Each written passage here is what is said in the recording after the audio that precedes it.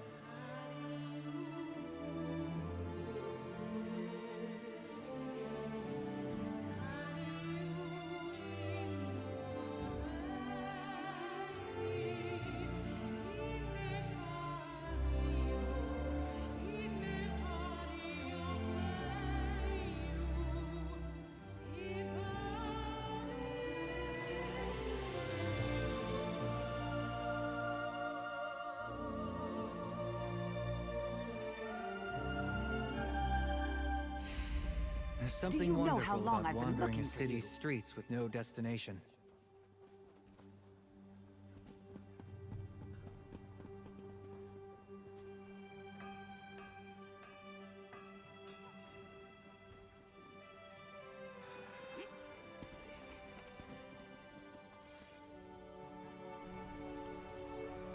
Good morning. Good morning. Day 53. 53. Day 53. What, boy? No, right, Miss Pixie? Oh, she's passed out. She got a new collar. She's has her new necklace on. That is loud. It is loud. You remember that girl? You was loud with that necklace. So, good morning. It's Tuesday. We have some podcasts we're going to listen to while I'm doing leveling up this warlock, trying to get him some levels. Trying to get him max level. I may jump on my Templar and work on my DPS set for him or whatever I'm going to do. Whatever I'm going to do. But I wanted to listen to some podcasts. Tuesday is a good podcast day for me because it has Kathleen Madigan. Her podcast comes out then, and I think there's another podcast with her on it that I was going to listen to. Anyway, but if people come in and want to play or yap or whatever, I can just go to regular music and stuff. But anyway, Pixie and I are chilling. She's looking at the chicken on my screen.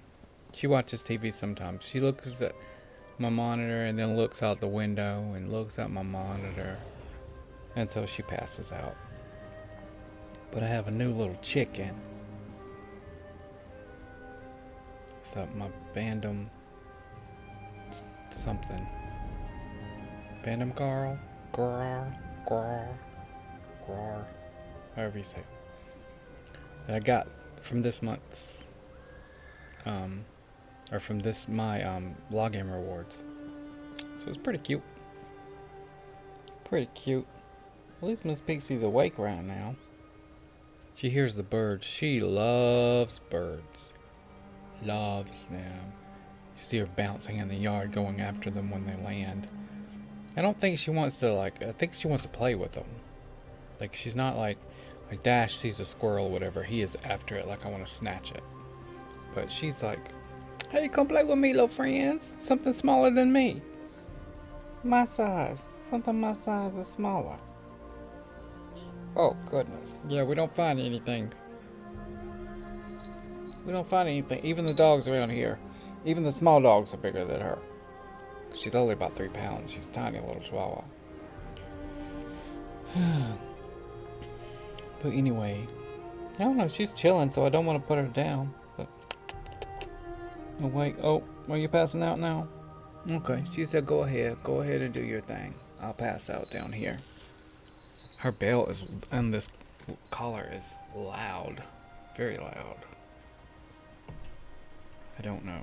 I mean, it's got double bells on it, but they're, I guess they bang against each other and get really loud. It's so gloomy today. It's been raining. Dash is in his house because, he won't poop. So I'm like, well, you have to stay in your. You have to stay in your house. I don't let unless both of them have to poop and pee in the morning, or they don't get freedom. It's just part of the house training. So, I understand he doesn't. He peed and everything outside, but it's with it raining and everything. They're like wet grass and rain. He's like he will not. He refuses. They're both potty pad trained, so I can let her do it, whatever. But I am not dealing with him. He poops. His poops are bigger than her. So I mean, he will do it. Like if you put the pad down and tell him to go poop, he'll poop.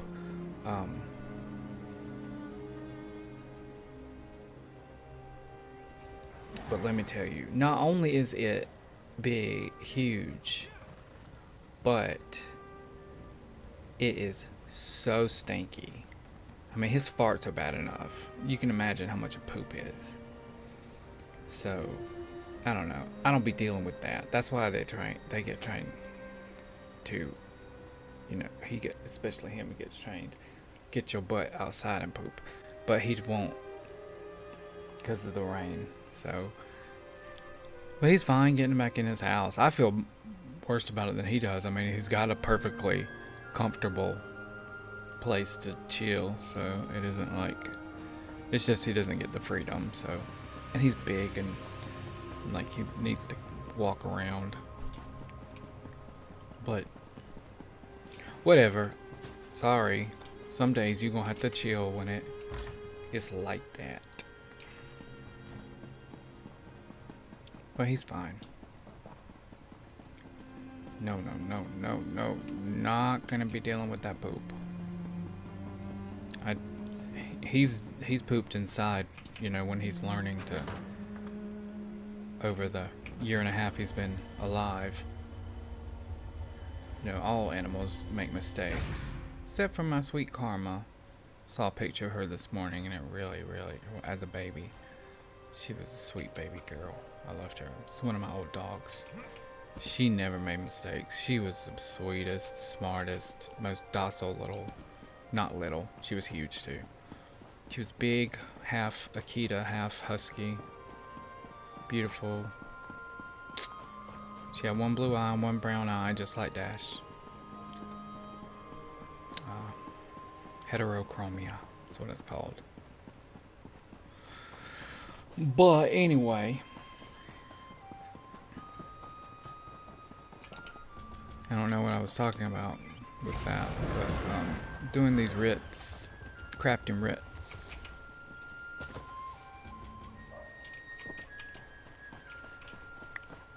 Oh, the poop. Yeah, she never pooped inside. She never made it. She always got, like, you teach her a trick, she'd get it within, 15 seconds. As soon as she figured out, oh, what you're trying to get me to do, she'll do it. She wasn't eager to please or anything like that. She just got stuff. Some dogs are really eager to please. Like, they want you to teach them tricks, and they want, are all about that. She wasn't like that at all, but she definitely got it. Like, you talk to her or tell her to do something, and she understood somehow, either by body language or she just picked up on words. I don't know. But she got stuff. It was really... she was basically... I had a Chihuahua before her, Bastion. He was... or with her. We had him at the same time. He, just a couple of years ago, died. But... she was basically my dog. Like, Bastion was just, he didn't like me. He was all about my husband, so he just stayed with my husband the whole time. But Karma was the dog that was like our dog. She really interacted and did stuff, whatever. Bastion just chilled. Anyway, and what was I getting at? Doing two things at once, I get confused.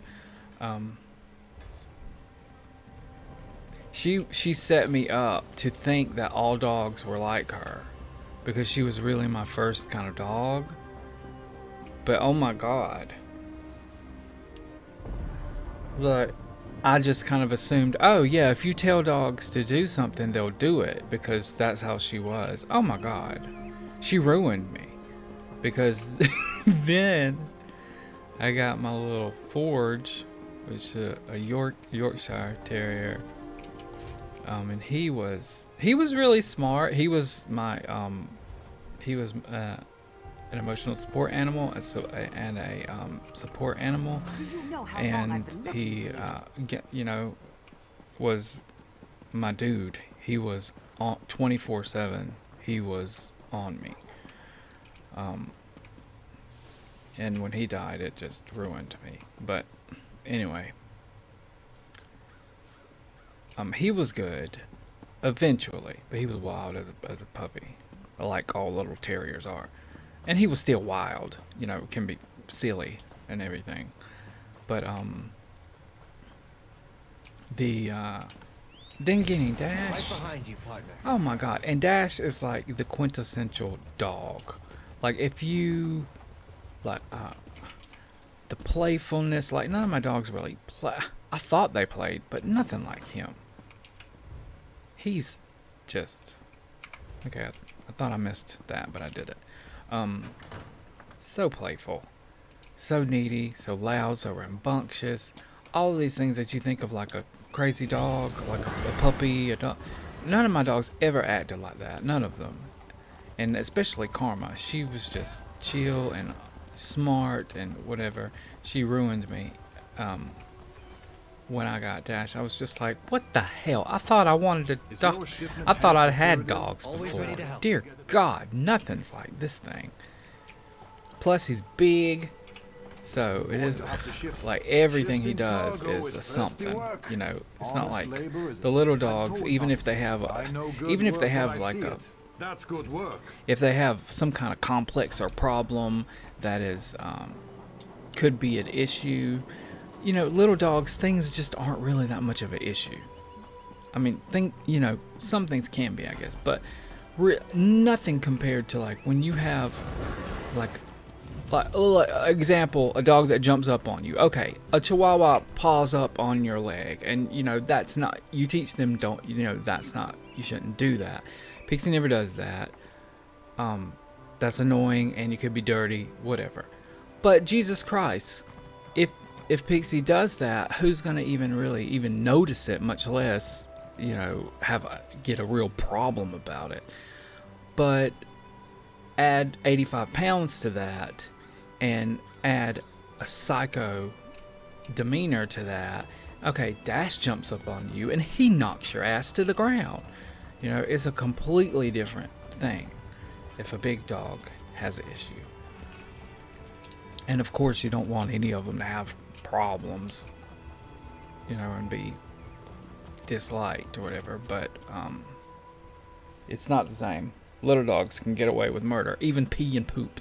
They're bad things, but you can clean them, whatever. And then, like I was talking about, but if Dash poops in the house, it's a freaking gigantic monster that you have to deal with. And then, of course, that's all you smell. You have to open up the windows and doors to get the stench out of there. Not to mention, if he wants to dart, like being on a leash, if he wants to, you have to teach him about that, because if he wants to dart at something, he was on the leash while I was suntanning a couple weeks ago, and his best girlfriend from next door, Camilla, the German Shepherd, came out, and he just, just darted while he was on the leash. I was in a lawn chair. He yanked me out of the lawn chair, and I literally, it was like on a comedy, some kind of sitcom or something, dragging me across because I was holding on to the leash for dear life, because I'm not gonna let him go. He'd come to me when I call him and everything, but hello, an example would just be that he's spontaneous because he's still a puppy, and he sees his best friend. He's gonna run towards her and drags me across the ground in front of people, me looking like a dumbass with the psycho dog that I can't control. It was horrible. I felt so stupid. Not to mention, we're gonna break my back throwing me on the ground like that. Wild. Too big for me to control. Too big. That is my husband's dog. I just don't have the strength and mental capacity to deal with this kind of creature. He is a bit much for me. But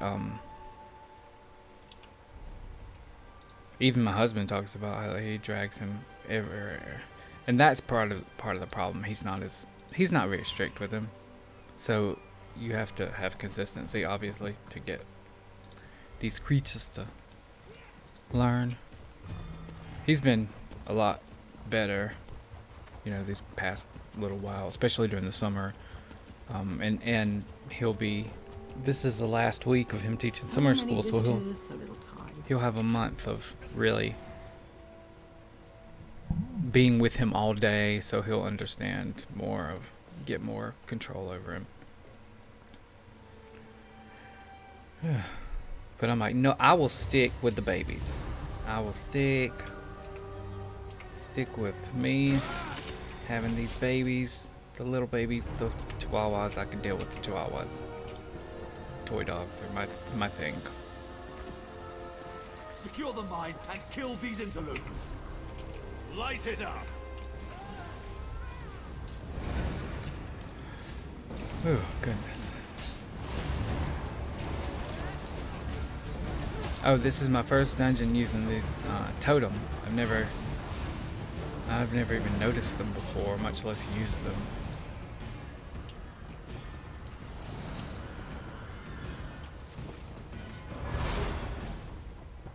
Sodri, you double! You'll never leave here alive.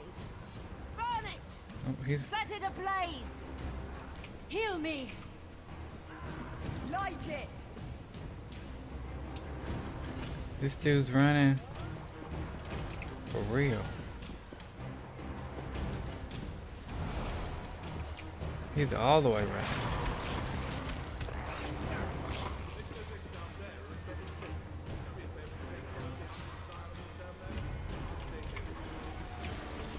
Oh, shocker. He didn't even... Crap, he didn't even go that way. I need aid!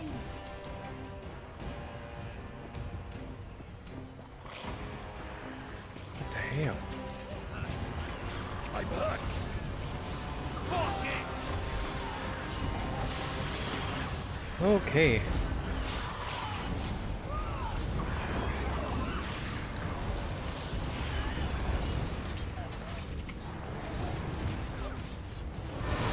Heal me.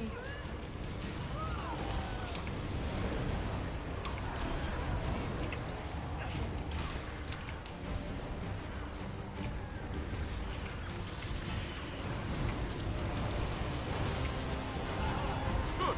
You're not done We're yet. fighting a boss. Oh, not yet. Lot of you. This mine I'm belongs to hurt. House Sellers. And will be disciplined as such.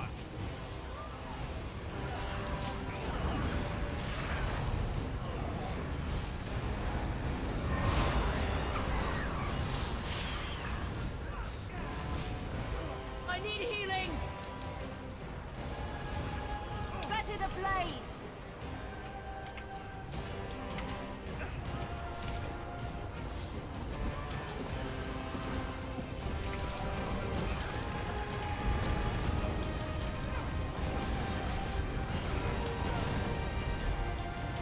Do we have two bosses going on at the same time?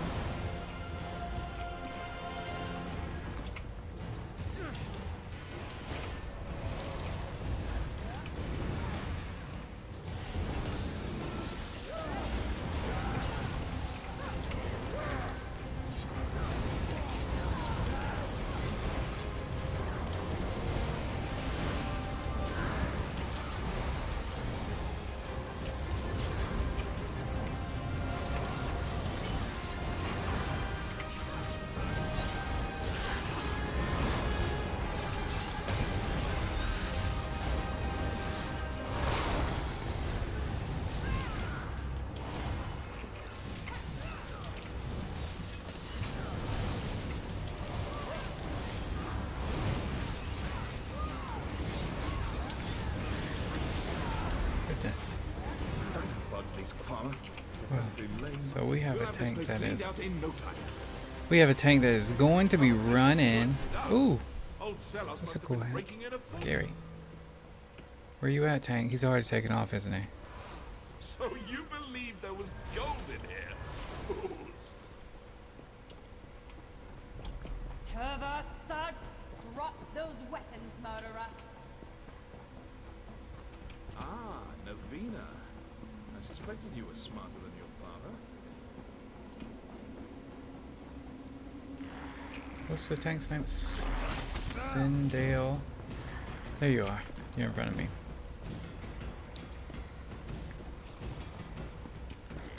Following Sindale. Sindale is trying to get the heck out of this dungeon. Sindale is not interested in sticking around. Sindale is not interested in aggroing mobs.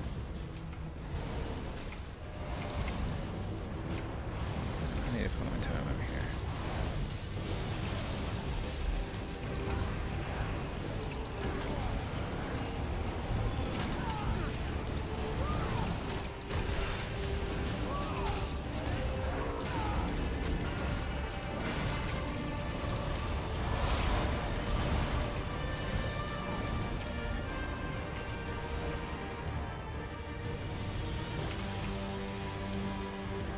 Hey, I think that's the one that gives the spider. Oh. Thought that was one that gave the spider that came out and healed.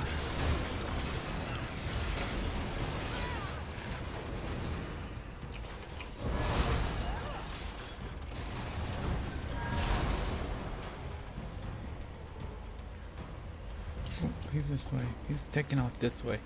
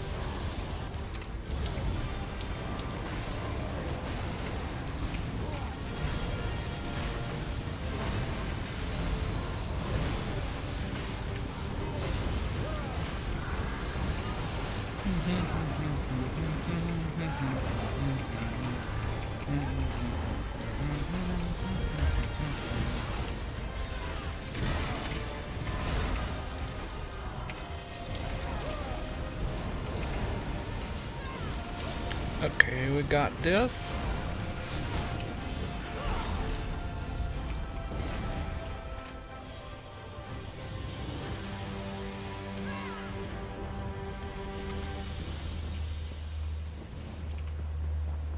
And there's one more boss over here. I don't know if this lady's gonna...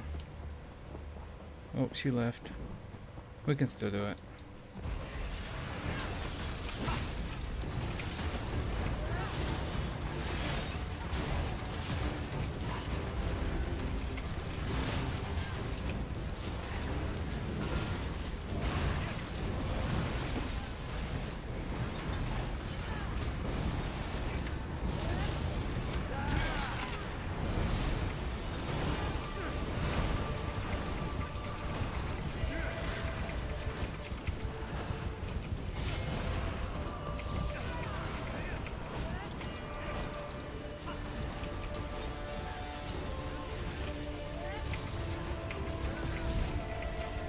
Come on, thing, die. Twirly twirl.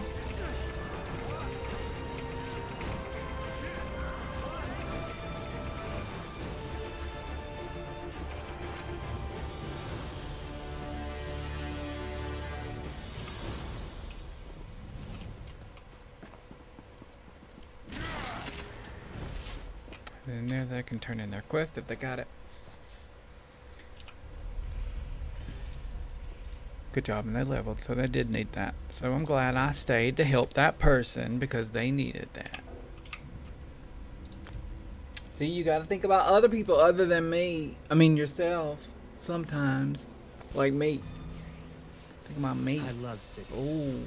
The rude people, the noise, the chaos. Is it strange that I find it comfortable? Yes, it's very strange. So this has got... Ooh, a new resto stuff. A new resto stuff. What's that? Wrong button, took off running. It's kind of silly. I have a resto replacement. So now I have a staff that's got trident type thing.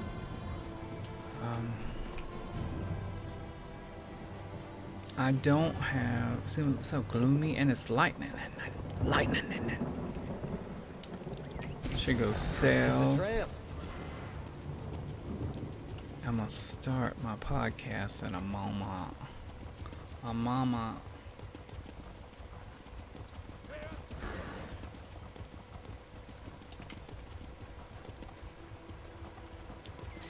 A mama and a mama. Oh, that's a book. I need to talk to the person. You're not a person. You're a person. There you are. Ishaba has just about... Ishaba. Thank you, Ishaba. I appreciate the Ishaba. Very nice for you, Ishaba. This one appreciates this Ishaba. Very nice, Ishaba. That is my Khajiit voice. Or at least my... the one I'm gonna use for... Ooh, a recipe to learn. But I'm not going to give this to you, Ishaba. It is mine, Ishaba. I probably should scrap all this stuff. Ooh, I'm using wild terms. Probably should scrap that stuff so that I have some, because I haven't been gathering. But holiday ivory blend. Look at that, so pretty. Thank you, Ishaba. What is that, Ishaba? What is that from? I'm thinking of...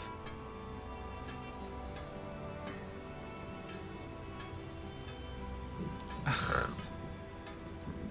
Ishapalante. Ishapalante. Ishapalante. Yeah.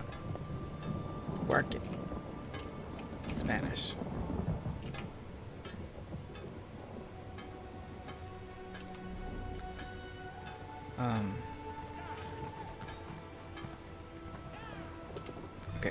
What was I doing? Oh, there was a recipe.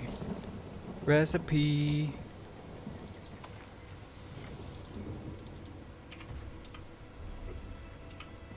No, I take off running.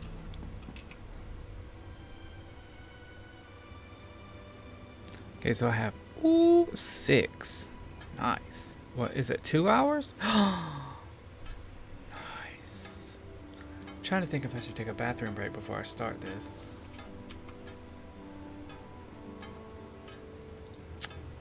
Nah, I'll be okay. So this is Madigan's Pubcast 46. No. Okay. Okay. Oh, that was a this is a commercial for it. I was wondering why it didn't look the same. Esha Palante. Esha Palante.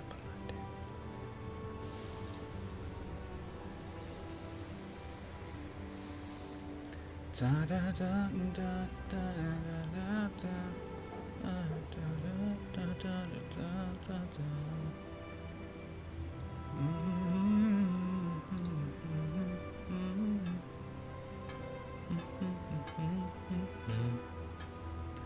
But when is this? The podcast is supposed to already be out. Here's a commercial for the podcast. I think it's a commercial.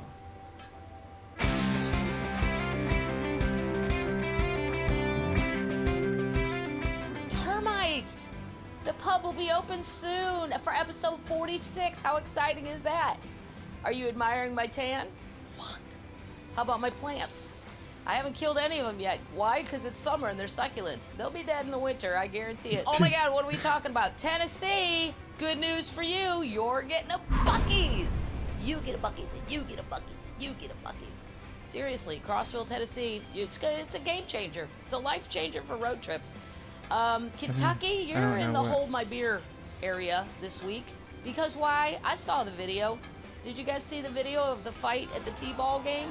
This oh my is god. about adults behaving very poorly at children's games. And it's not just in Kentucky, just happened to get it on film there. And my favorite line in the film happens in Georgia too. Is some lady goes, "There's fucking kids here." And then she says to herself, "Where's my fucking kid?" Good question. Way to go, Kentucky. We are also going to be talking about, I can't believe... I've got to look up that video because I want to share it for my sister.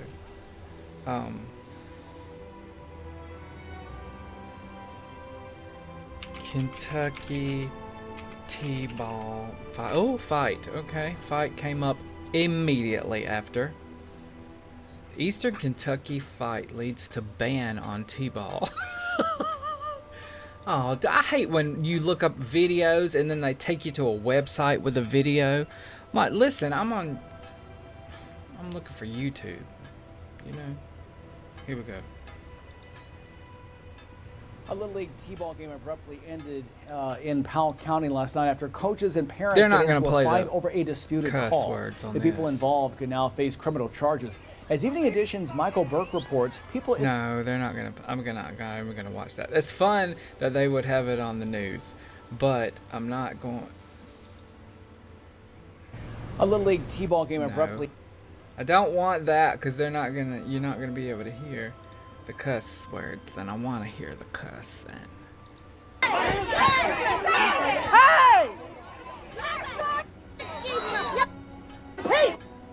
oh, they're bleeping out the cuss words. That's the best part.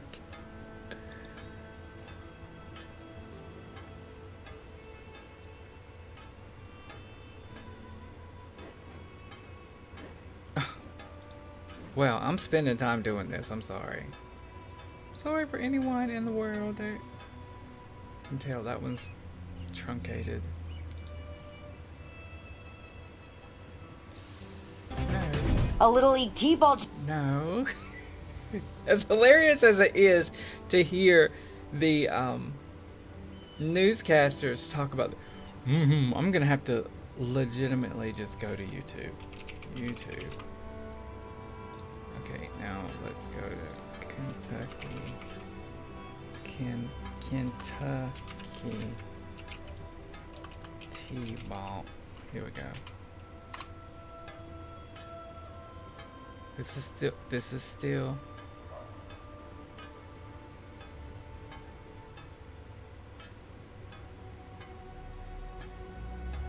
This may be it. Hey!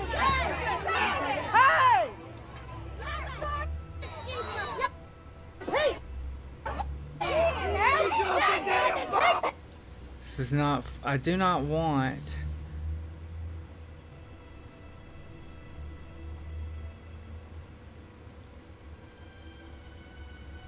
Kentucky. What is this called? Kentucky Little League.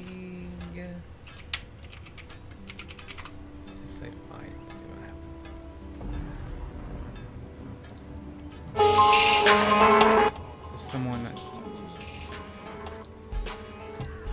Okay. Welcome to B1NN. What?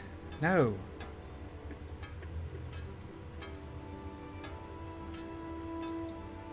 Oh, this is a. No, that's a collaboration of different ones. I want the specific one.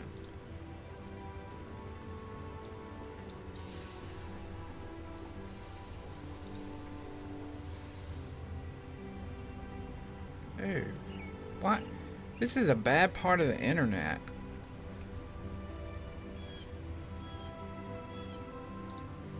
Hey!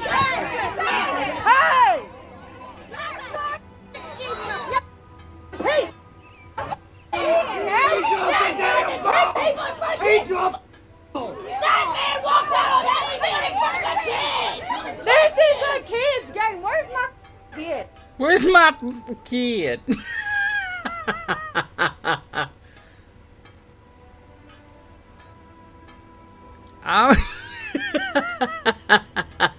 This is a kid's game. Where's my bleeping kid?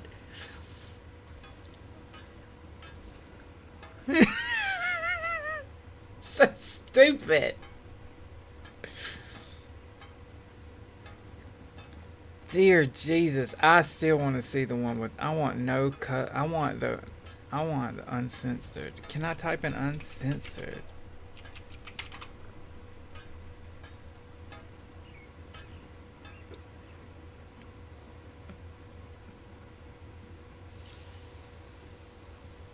God, there are actually so many of these of different of different.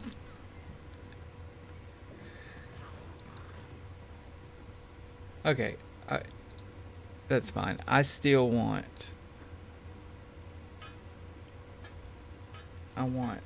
Maybe she'll have it in her show notes. That's what they usually do. They put stuff like this in their show notes. So I'll wait with bated breath, because goodness gracious.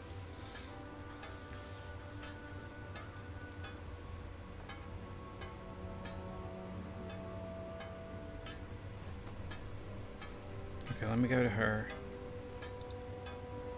place, because 2 hours ago she sent that. Come on, Kathleen, get on this. Kathleen Madigan, get on this.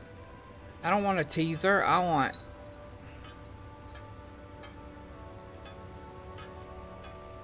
the whole real deal. So Riker's playing Dungeons & Dragons Dark Alliance. I want to play it. I don't want to spend the money because it's like $50. But it's a Drizzt game, so I'm going to play it. It's so not a game that's like for me.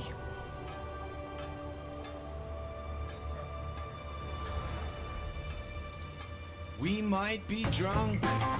We might be drunk. As Ione, James Mattern, drove back, drinking beers. It was just like a wild night. Damn, are you hurting right now? No, I'm okay because I spread it out. That's how you do it. That's how you do it. Kids, spread out. You can do 8 to 12 beers if you do it over a long period of time. And that took years of failing and learning and trial and error, but I had a nice 3 beer No, I've buzz seen throughout this. the day. That's a good.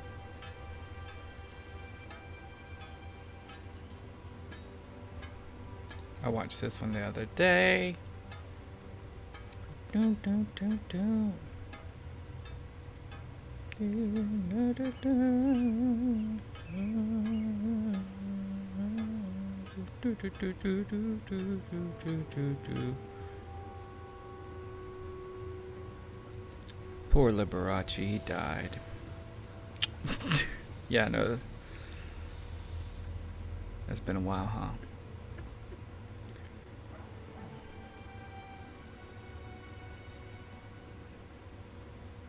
Cutting unemployment benefits. Da-da-da. This is the what you'll the compilation of my what I listen to.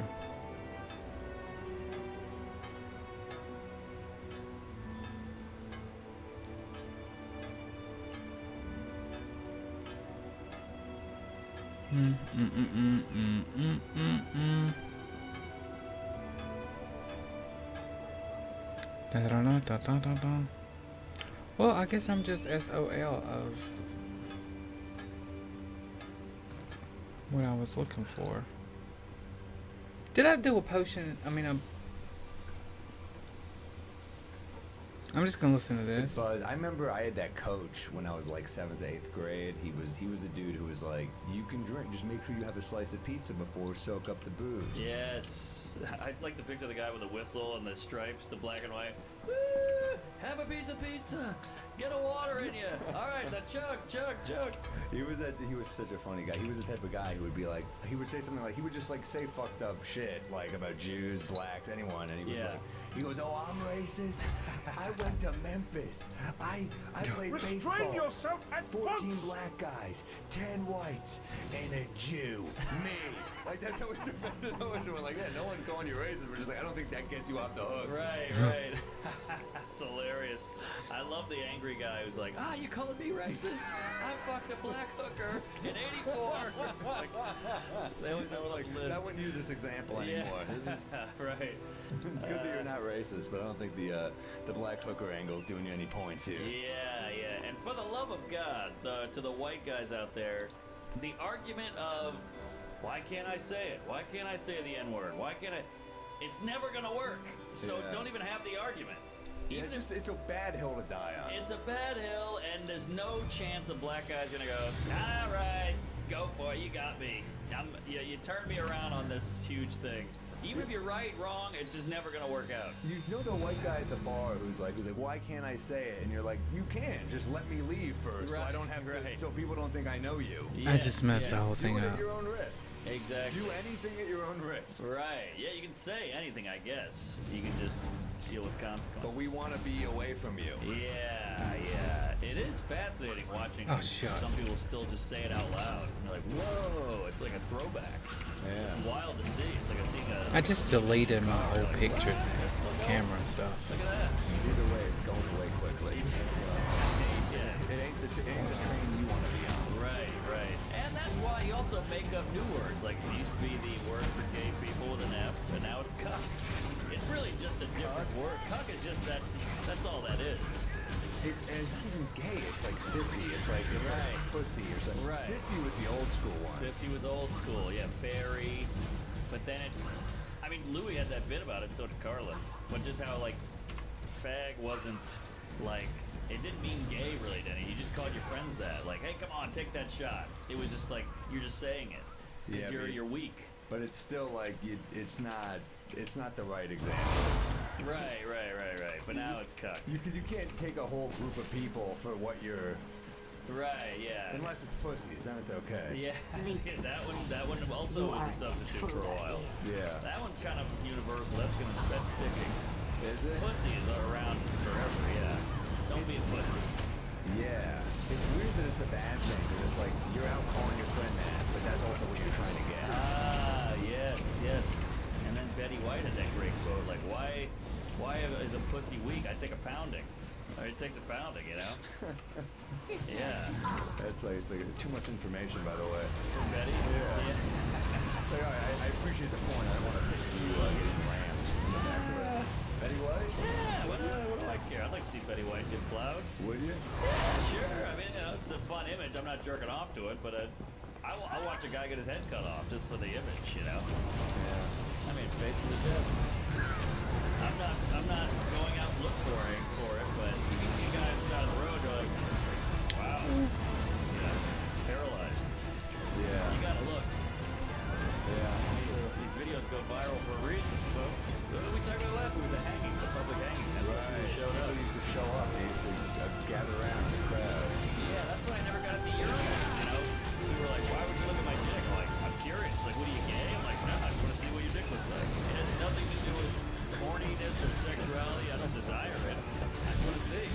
do it casually though. You definitely have to do just look. I'm like, come on, dude. You're just like staring right at this guy.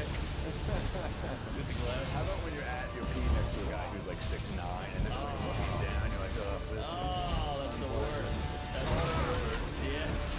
Tall pervert. That's a character. That's a sketch. Tall pervert. How about the kid with the mirror on his shoe? Whoa. Oh, that was big. Damn. Yeah, I went to a co-ed high school. Oh, okay. I was their county school, so the skirts were there. Oh, wow. Yeah, so that way it was a free porn internet. Damn. I didn't do it, but that was a thing. And then another big thing was the walking upstairs, and a lot of guys would look up. Yeah, that was a big one. Yeah. As long as you're not doing the Porky jam your dick through the hole in the shower. Right? That gag did not age well. No. But his dick had a mole on it, which I related to. I got the mole. Oh, yeah. It's not three-dimensional. It's more freckle, I'd say. Freckle. Yeah. So my dick would be ruined in a lineup. Yeah. You know, like Well, that hides the other marks in your penis, I guess. Yeah, all the warts and blisters and herpes. Yeah. Gross. Should we do a sample of this on the air? We gotta tell the folks at home what the hell this is. So Mark and I are in the process of making our own rye, which is very exciting. Shout out to Christopher for sending us all these from the distillery. I feel like I might have forgot one, but maybe not. I guess there was only 6, but Yeah. we'll start with one, right? So this is what we're gonna be selling potentially here. We gotta find one we like. We won't do it too long, but we should at least try these. Should we? Yeah. Should we go? Let's do it. Let's do a professional, different cup for each one, and you can see the difference in color. This one's a little darker. That one's super light right here. These were sent to my apartment, so I did smell some of them first because I just wanted to know what we're working with. Yeah. I do like the smell of bourbon and rye. Dude, this one might be an early favorite. Oh, in terms of smell. Just up Should we not go with this first then? Yeah, save it. But this is gonna be tough because are we spitting? Are we swallowing? How are we doing this? Let's just take little sips so we don't get too fucked up. There's a lot of them. All right, good diversity here. This looks like the setup at Sephora, you know, when you got to do to find the color palette. All right, this one is interesting. 2017 rye whiskey. This is 95% rye. I love his speech impediment. It's so damn cute. Oh man, this is so exciting. I know that makes me a weirdo, This is very but I already said it out loud. I can't take it back. this is what was this? I've said it many times about many different people. 2017, good year. I don't know what it is. It's some weird thing. A little sweet, not bad. That's good. That's good. I can see drinking it, and I can see. I also want to see how we can mix this. I think this would go well with the candy. Yes, not too much kick, but you still know it's there. It's got a little smokiness to it. I don't. And it's rye is always a little spicier than bourbon. This is fucking nice, dude. Oh, that's good. I'm already on board with that one. All right, maybe I can pour a little small like we're doing. Yeah. 6 shots. Yeah, good point. Well, little baby shots here, little baby creamies. But yeah, that is good stuff. I'm already in love with that one. I'm worried I'm gonna love them all. That is the problem. Feel like foster parents here. Right. Larry King. We got 6 wives here, and well, I love them all. Did he only have 6? I think he had like 8 or 9. Yeah, you might be Larry right. King? Yeah. Imagine getting married. By marriage 8, you're probably like, all right, What's the difference? one more shot. I mean, I think at Yeah. that point the wife's just like, you married 7 other women. It's not even romantic. It's just like, I don't want them to have funny. something on me. That's a bit. And just think about that alimony, though. He wants that prenups out the ass. There's no way he's paying off all those divorces. Why would you get married that many We times? just had, Yeah. So let's Dear put that God. right here. You hold that. Especially we'll put if you're that in a rich. Very good Yes, category. very good. Now, I'm sorry to hold you right. You got to beat very good. Yes. Sorry, we got, this is a new cup? This is just the 2017 rye whiskey. New cup, yeah, I got a new cup short. I'm in love. This is 95% rye. That's full rye? I guess this is full rye. Wow. Okay, you got a full rye to college. All right. Alright. Thank yeah. you. Watch out! Cheers. You watch out. This is number 2, full rye.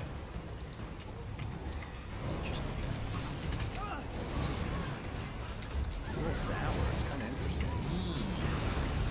Yeah. What do you think? It's not, I still like this one better. I like it, but it's not good. It ain't beating that 95. No,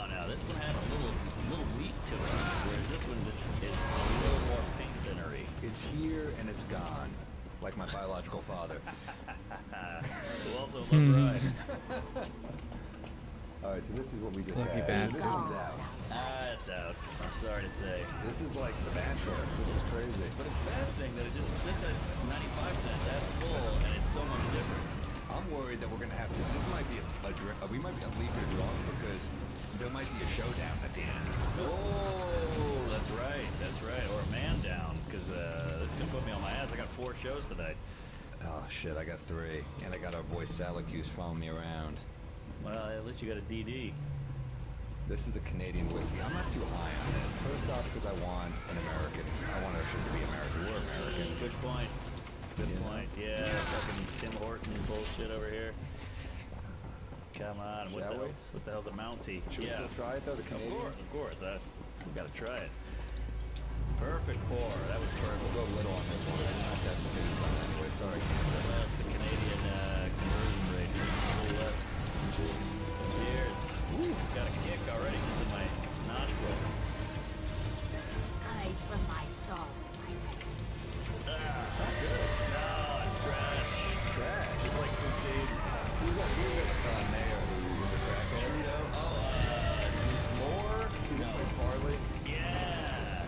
That's what this is. This is trash. Yeah, who is this guy? Reed? He was hilarious. That guy. Farley was alive. Being perfect. That was gonna get nothing else. Oh, completely. Oh my god. This game takes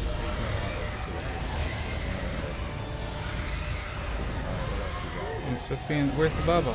Where's the bubble? This is malted.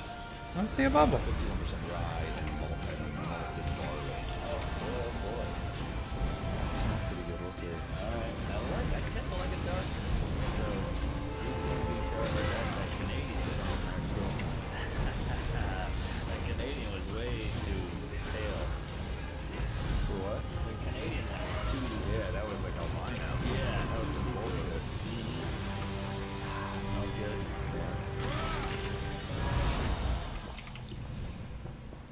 Not bad. Interesting. Not bad. That's different. But what was this one again? This was 51% rye and malted barley. I still think that one's in the lead though. Still the winner, easily. It's good. I'm good at different. Damn, this is tough. That's Because we're pretty not good. aficionados. We just like alcohol. Yeah. Like I'm not even like. This isn't exactly sideways where we're like. Yeah, we're switching it, getting the nose in there. But we also got to think about the folks at home. Like, what would they like? And I think people like that. this one has the best flavor.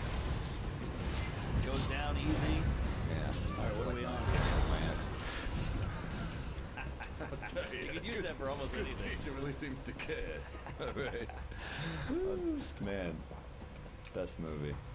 Meet Wally Sparks is so fucking funny. So funny. Somebody tweeted at us or Instagram back to school like, I'll love it off your wreck. Oh, dude, that movie that's one of the best comedies We didn't of all time. Oh yeah. So this is pull the maybe number lever. 2 so far. Really? You're supposed to go back, so. I right? think Because you so, got to too. pull the. It's- Oh, it's someone did. different. Okay. Let's do a little palate again. Yeah, get in there. We'll share the water. This one is 36% rye, and it's a bourbon. I didn't think we were on the bourbon train, but I guess we're giving it a shot. So this is bourbon and rye. Yeah. I didn't know you could mix and match. I thought they were 2 separate things. Yeah. We don't need to get too fucked up yet. Yeah. This swamp is bring their heads to Alright. the queen. I don't know. Is this interesting to anyone? I have no idea. I mean, we're going to keep it pretty short. Yeah. Is this terrible what we're doing? Alright. Thanks. We watched Guy Fieri wolf down chili dogs for 6 hours. Yeah, I don't know what. I thought I would. So the protection that this totem is putting down is actually pretty strong, I think. It's a little too bitter for me.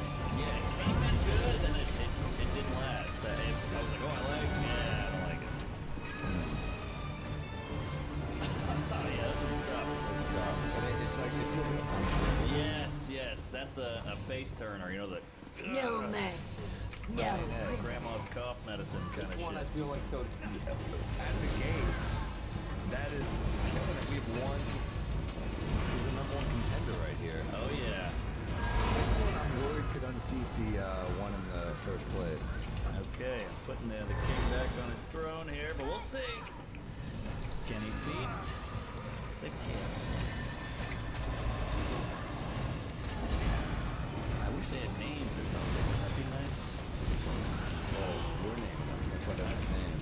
Good point. So this is what it is, baby. Let's do it. We could say like this is Michael, Tito, Jermaine, or we do Wayne's brothers. All right. There we go. This is the longest we've made without you farting. Here we go.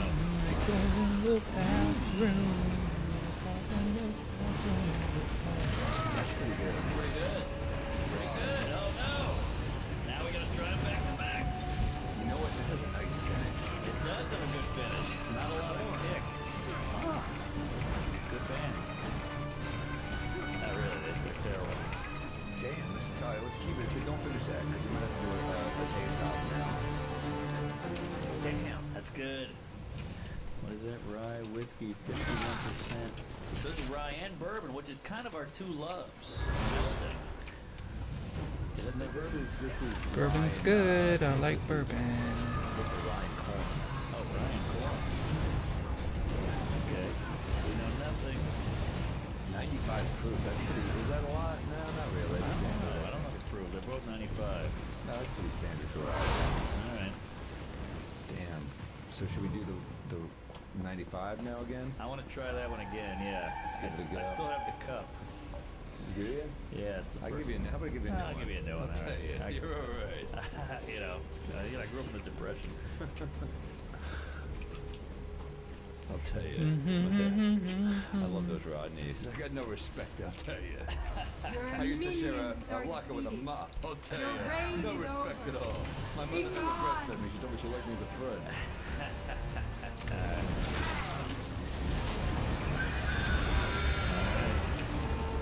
So I got jogging naked down my street. So what are you doing? You came home early. That's a classic. Oh yeah. That one's so kiss actually. Yeah. I remember getting. I think you know you're drinking when you take a piss and you see an olive. I'll tell you. My ex-wife was so fat. I dropped a drop of water in her belly button. Hurt an echo. All right, here we go. Back to number one again.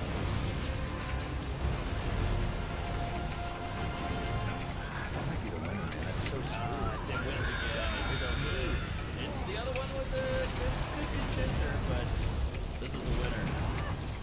I gotta remember which one. How fun did that be? I did not mean to do this ultimate. I meant to do the other one. Write it down. Winner, winner. That's it. For sure, you think? I think so. I mean, to me, That's smooth. it's leaps and bounds ahead. Country mile.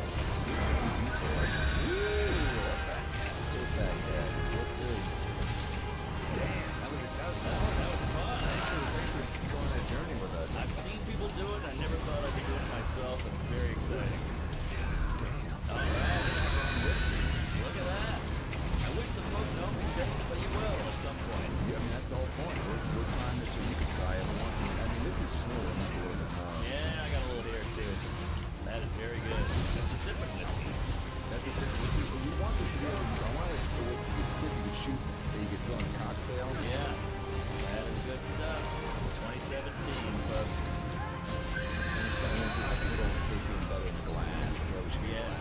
For this shit, but damn, that's nice. That is nice. And I'm glad we did it. We tasted it. Like, even if our friend Chris, who's doing all this for us, if he said, I got it for you, I'll figure it out, I'm an aficionado, we'd probably go, okay, whatever you think, but I'm glad we actually picked it. Yeah, I mean, we're a small part of the process, but we're a part of it. Yes. Yes. Here, here. Damn. Good stuff. That must be hard to, like, pick a kid to adopt. It's true. I can barely pick a menu item. Yeah, but, like, I bet it's hard if you're at the store. Do you You're know like, how you long think I've they do it been like this? They're like, Yes, lady, I let do. me get those last two. Let me look at them one more time. Yeah, let me hang out with him a little bit. See if I like him. See if he mixes well with friends. Shit. That must be crazy hard. Yeah, even picking a dog is hard. You know, you got to go to the kennel and look at him. Have you ever done that?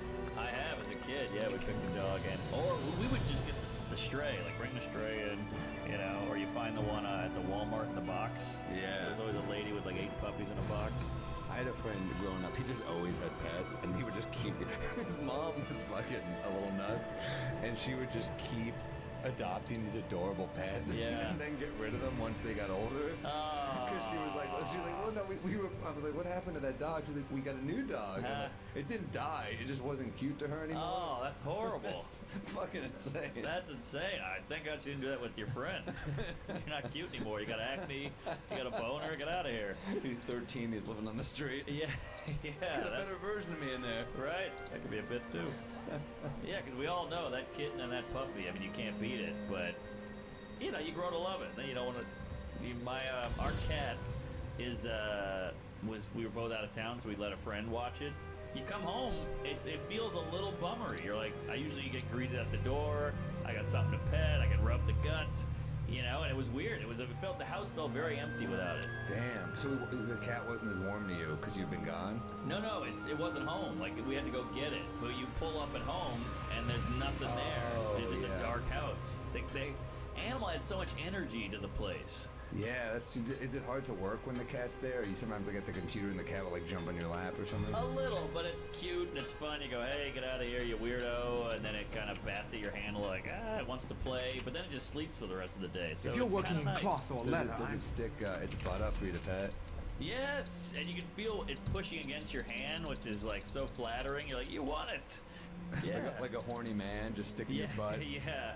Oh, we've all done that with the girlfriend. How you're laying in bed, you put the boner in the back. She's like, Jesus Christ. This is all. These are your moves. This is how you let me know you want to get laid. Cats are cool, man. I really think they're like, they get no love. It's all people should be. I'd see comics go up there and be like, cats suck. I Everyone know. applauds. I'm like, you're fucking sheep. How about that? Yeah. You're all sheep. Cats are like Dane Cook. It's like, it's cool to dislike him, you know? Yeah. And you're like, no, he's actually a talent, and he just blew up really big, so people like to see him fail. But yeah, I don't know. This has good qualities, and I don't want the dog. I don't want the guy jumping up on me all day long. I like the thing sleeping on the windowsill. Dogs want a lot of attention. This is pretty good. Pretty damn good. This is nice that we can just sip on this. Mm-hmm. That Canadian. Whew, that was terrible. I would not let that over the border. That was the worst Canadian since Celine Dion. Yes. No, that was terrible. That was terrible. full Celine body. Dion's awesome. But she was notoriously anorexic. Celine Dion? Oh yeah. If you pull up a photo, She it's had a wild. much older. Didn't she marry her manager? Wasn't I it something think like that? so. I think so. He was Yeah. much older. René. Yeah. Canadian, a lot of talent out of Canada. Oh yeah. Bieber, Yeah. Hilarious Celine. That you fucking opened with Bieber. Out of all the people, there's so many people to pull from, and you're like, yeah, Bieber. Yeah, well, and the comedy world alone, it's like Norm, Leonard Cohen. Oh, Leonard Cohen. Yeah, Montreal. Seth Rogen, Michael Cera, all Yes. Canadian. Mike Myers. Carrey. No. Jim Carrey from Oh, Jim Carrey. I thought you said Drew Carey. Yeah. Yeah, Jim Carrey, amazing, Canadian. Colin Quinn once told me a story about Norm Macdonald that like I'm on Leonard AFK. Cohen used to go see him at a club and Bathroom break. I'll be back in just a minute. Leonard Cohen like Norm. Are you kidding? And and Quinn's like, yeah, he would go see Norm at the club. He just liked watching him. He thought it was really funny. Oh. And Norm had no idea who he was, nor did he care. Like, he just didn't give a shit. Wow. So I guess like he brought it up to him once. He was like, oh yeah, that guy. Yeah, his music sucks or whatever. Wow. And it's like I love Leonard Cohen, man, but it's hilarious that Norm was like, yeah, fuck that guy. I like country. That's what he said. That's funny. That's what Colin Quinn told me. Wow, yeah, Norm. I mean, this sounds weird, but maybe 8 years ago over Dalia, he was a Vine star at Caroline, and Bieber was in the audience. Really? Yeah, he didn't see my shit, but he wouldn't have liked me anyway. But yeah, he was like a huge Bieber was Dalia probably fan. the oldest person in the audience. Count it! That's the joke of the night right there. But yeah, crazy. Damn. And that was like Bieber. You know, now Bieber's weird with dreadlocks and, you know, driving a Ferrari off Did a you cliff. meet him? No. That's so weird. Bieber. I remember there was like a video of him playing ball with his like entourage. And he's like lighting them up, and you're like, you know, none of them get to play their A game against Of him. course. You gotta let them They're have just it. like, damn, Bieber, you got the skills, man. They zoom back, the basket's like 5'1", you know, he's dunking. They'd lower it. Can you hit the rim? I dunked like twice in my life. I'm 6'3". I should be able to dunk. That's impressive, though. Yeah, but they were bullshit. I can't jump, dude. I have no hops. I'm not. Wouldn't you love hops? Hops look fun. It looks so fun. Just a guy jumping over a fence, you know, just No hands. But I have fear too. You can't have fear. Like I'd be scared to go through the lane and try to dunk it. Because if you fail, it's so embarrassing. No, I mean like I think I would get injured or something. I mean you can't like I see people do that like in pickup games. I'm like, you're not scared you're gonna like tear it an Achilles or some shit? Right. I'd be so scared to go for if I could do that to go for it because people just foul you in street games. That's true, yeah. You're not going down on a hardwood floor. You're going down on fucking concrete. You're gonna really get hurt. Like I'll go down, just me going full speed. I'm not that fast, and I'm like, fuck, that hurt. Yeah. My friend plays. He's like a Jewish guy. He's 5'10", and he's like a big street ball guy. He gets elbowed in the face constantly, like all that, like checking.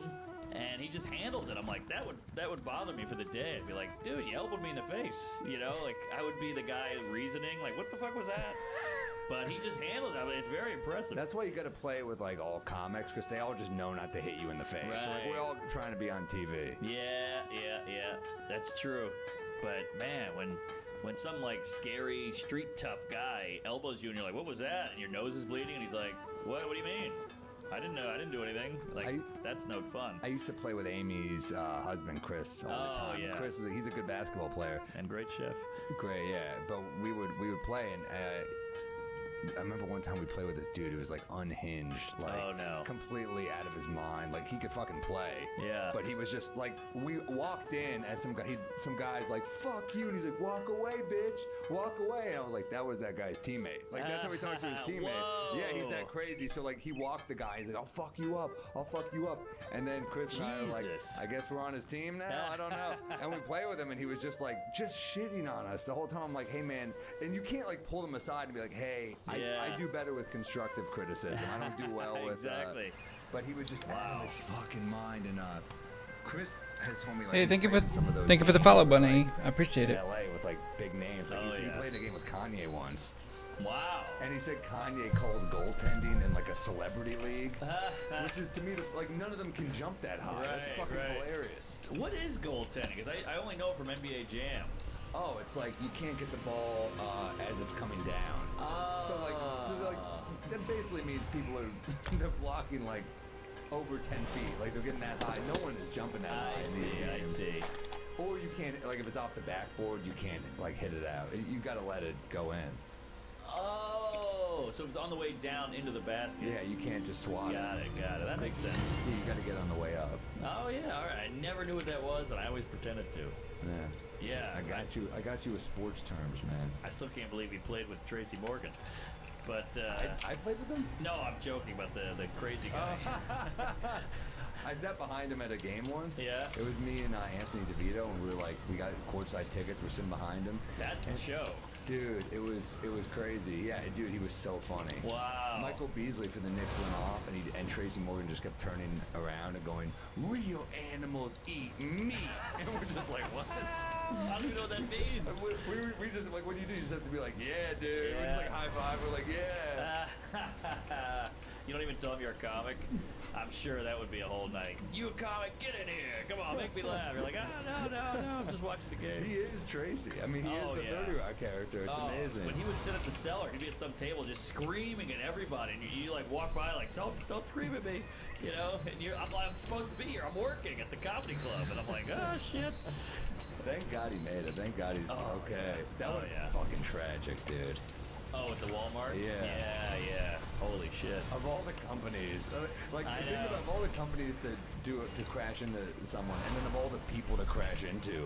Right. It's like the biggest company and the most hated company crashing into the most beloved comedian. Like, who doesn't like Tracy Morgan? I know, and the most outspoken, loud, eccentric guy, The guy will say anything.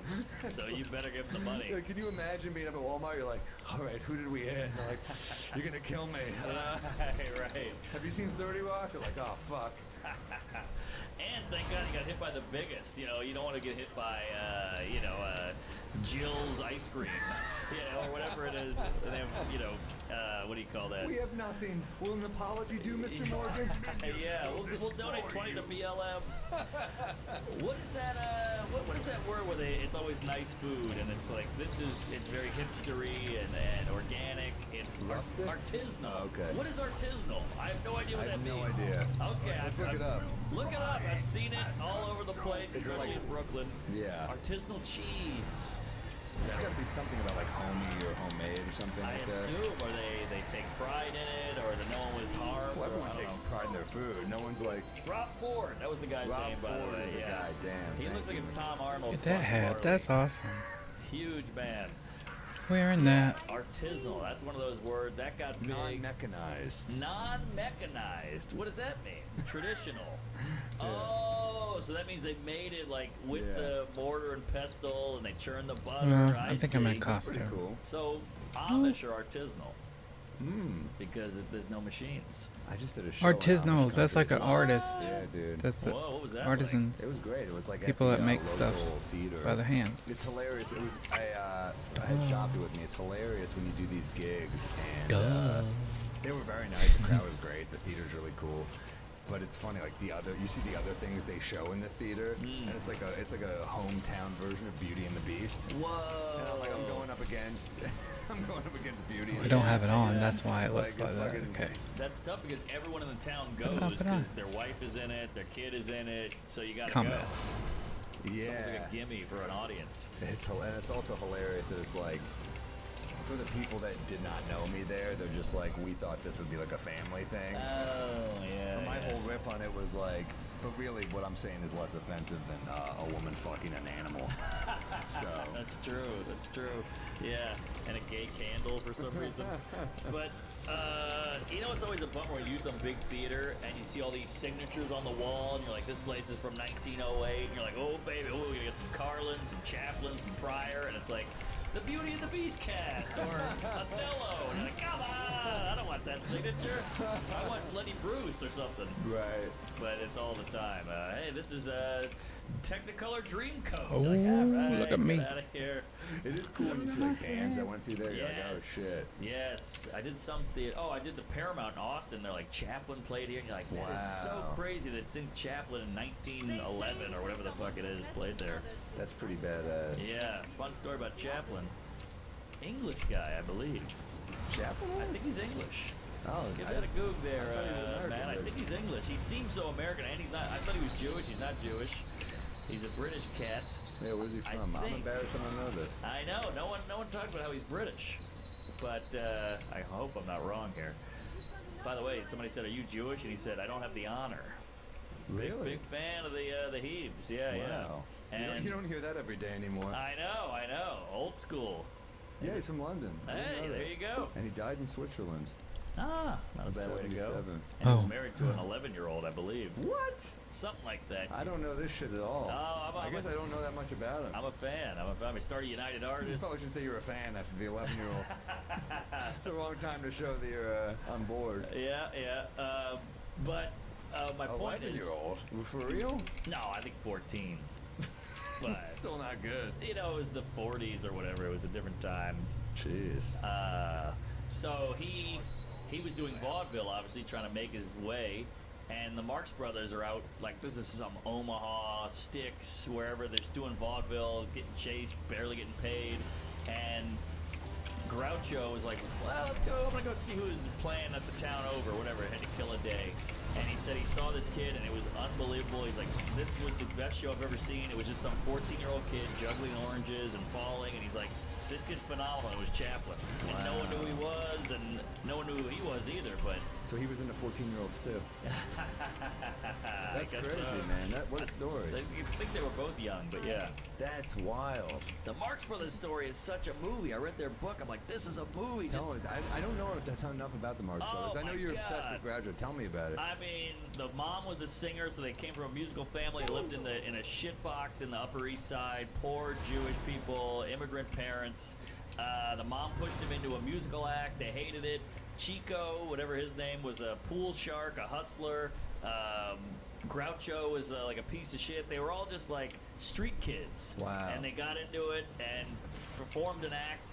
And at one point, they were singing and they ran out of songs or something happened, and they just had to tell jokes to like kill time, and it killed.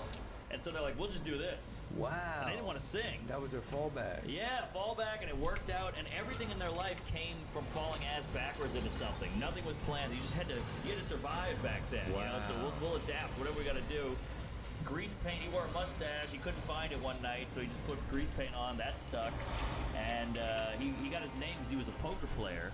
And you have a thing called a grouch bag, and they were calling him cheap, like, oh, Groucho over here.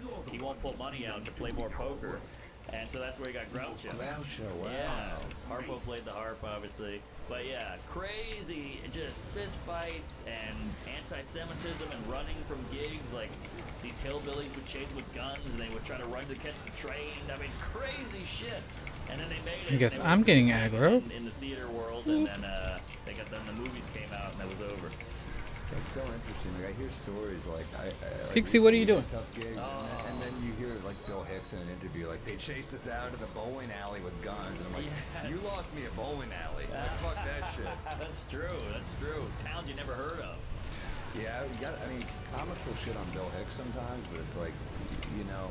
He did the rounds, man. He paid his dues. Yeah, he had chops. Like, yeah. People shit on it. It's like Bill Hicks went to the bad areas. Like, Yes. he was doing those like liberal bits in Alabama. Yes. Yeah, he was doing smart jokes to dumb people, and he said he felt like an alien. So one of his tours was called like the space tour or something. The UFO tour. The flying saucer tour. Flying saucer, yeah, which meant like they stare at me like I'm a weirdo. Yeah. Just talking up there, but man, yeah, he was a beast. Yeah, he was awesome, man. So crazy. That's fascinating about Grouch. I didn't know that was the origin of his name. I don't know why it won't no one will make a movie out of it. Just crazy life story. Who would play Groucho? Ooh, that is the question. I don't know. That's a tough one. Probably have to be like an unknown. Yeah, I don't know. It might have to be, because you don't want some regular or star fucking that up. I don't know. Shia LaBeouf, maybe? Shia LaBeouf. How about the guy who played, how about like Rami Malek, that guy who played... Oh, 'cause that's pretty good. That guy I didn't think the Bohemian Rhapsody movie was good, but I thought he was incredible. He was amazing. I totally believed he had AIDS. He was incredible. That was weird how he, in that scene in the movie where he goes, he told him that he had AIDS, and he goes, I got it. I got it. That's what he called AIDS. It's like, it? Yes. It's like, that's also what they say when you've got that it factor. Right. Yeah, that kid's got it. And he's like, I've got it. And you're like, damn right you do. You've got it, buddy. That's funny, yeah. It's so true. It's like Goldman's bit. He's like, we love fucking so much that we have a birth control. We call it the pill. There's a pill that cures polio. That's not the pill. This is the pill. Damn. I mean, Goldman's on another level. Gary but Goldman, look him up, guys. If you haven't seen The Great Depression on HBO.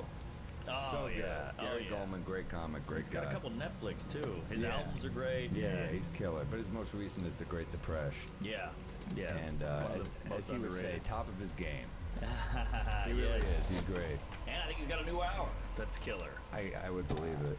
He's got like a 20-minute chunk on Chipotle that's just lights Incredible. out. Incredible. Like to pull that much comedy out of this chain fast food restaurant. Yeah. I love it. He wrecked me at the Comedy Cellar back in the Wow. day. He was my wreck to get me an audition at the Comedy Cellar. So Damn. I opened from Magooby's Joke House in Which 2011. Yeah. And he was, I got off stage, I was like nervous, he would think I was funny, and he goes, you're gonna be my first Comedy Cellar wreck. First thing he said to me, I got off stage, I was like, when you're so beaten down at that point in your career, when you're featuring, that I was just like, that's nice, I'll believe it when I see it. Yeah, you know? yeah, right. But he delivered. Wow. That is the coolest. I've never heard of a wreck like that. Crazy, right? Crazy I barely from that knew guy, him. We too. knew Ryan Hamilton was a mutual friend of ours, so Ryan would say to me, like, he's like, oh, you guys are going to love each other. Like, you know, I think they lived together at that point. Yes, yes. So he, I think, was like, oh, you're going to like Sam, and said the same, obviously, to me about him. Huge compliment from that guy. Like, that guy's such a great writer. Look him up, folks, because he's not the biggest comic, but he should be way bigger. He's doing pretty well, though. I mean, he's, I think he's playing pretty big venues now, and like, his stuff is very cerebral. Like, it's meant to be seen in like a. It's weird when I see some comics where I'm like, they're meant to be seen in a club. Some guys are meant to be in a theater. Gary's meant to be in a theater, I think. Complete theater act, yeah. I mean, I'm getting cunty with clubs. Yeah. And I'm nobody, but I start seeing the waitress. I was at a club recently, and the waitress was louder than the audience. Oh, it drives me nuts. And I kept getting louder to drown her out, all and the she got time. louder, you know, and it was like, what are you doing? Are we fighting for the floor? Yeah, that drives me nuts. Most clubs are pretty good about that, but every once in a while you run into someone, you're like, hey man, I am trying to talk up here. Yeah, yeah. This is the show that they're paying for. So Yeah. let me do it. You wouldn't. I always say you wouldn't do that during Hamilton. Like, Right. Well, they don't serve drinks during Hamilton. Yeah, That doesn't intermission. Or check spot or chicken fingers. There's none of that. And so it kind of, it's what's beautiful about comedy, and also what's cruel about comedy is like, we're always kept in check.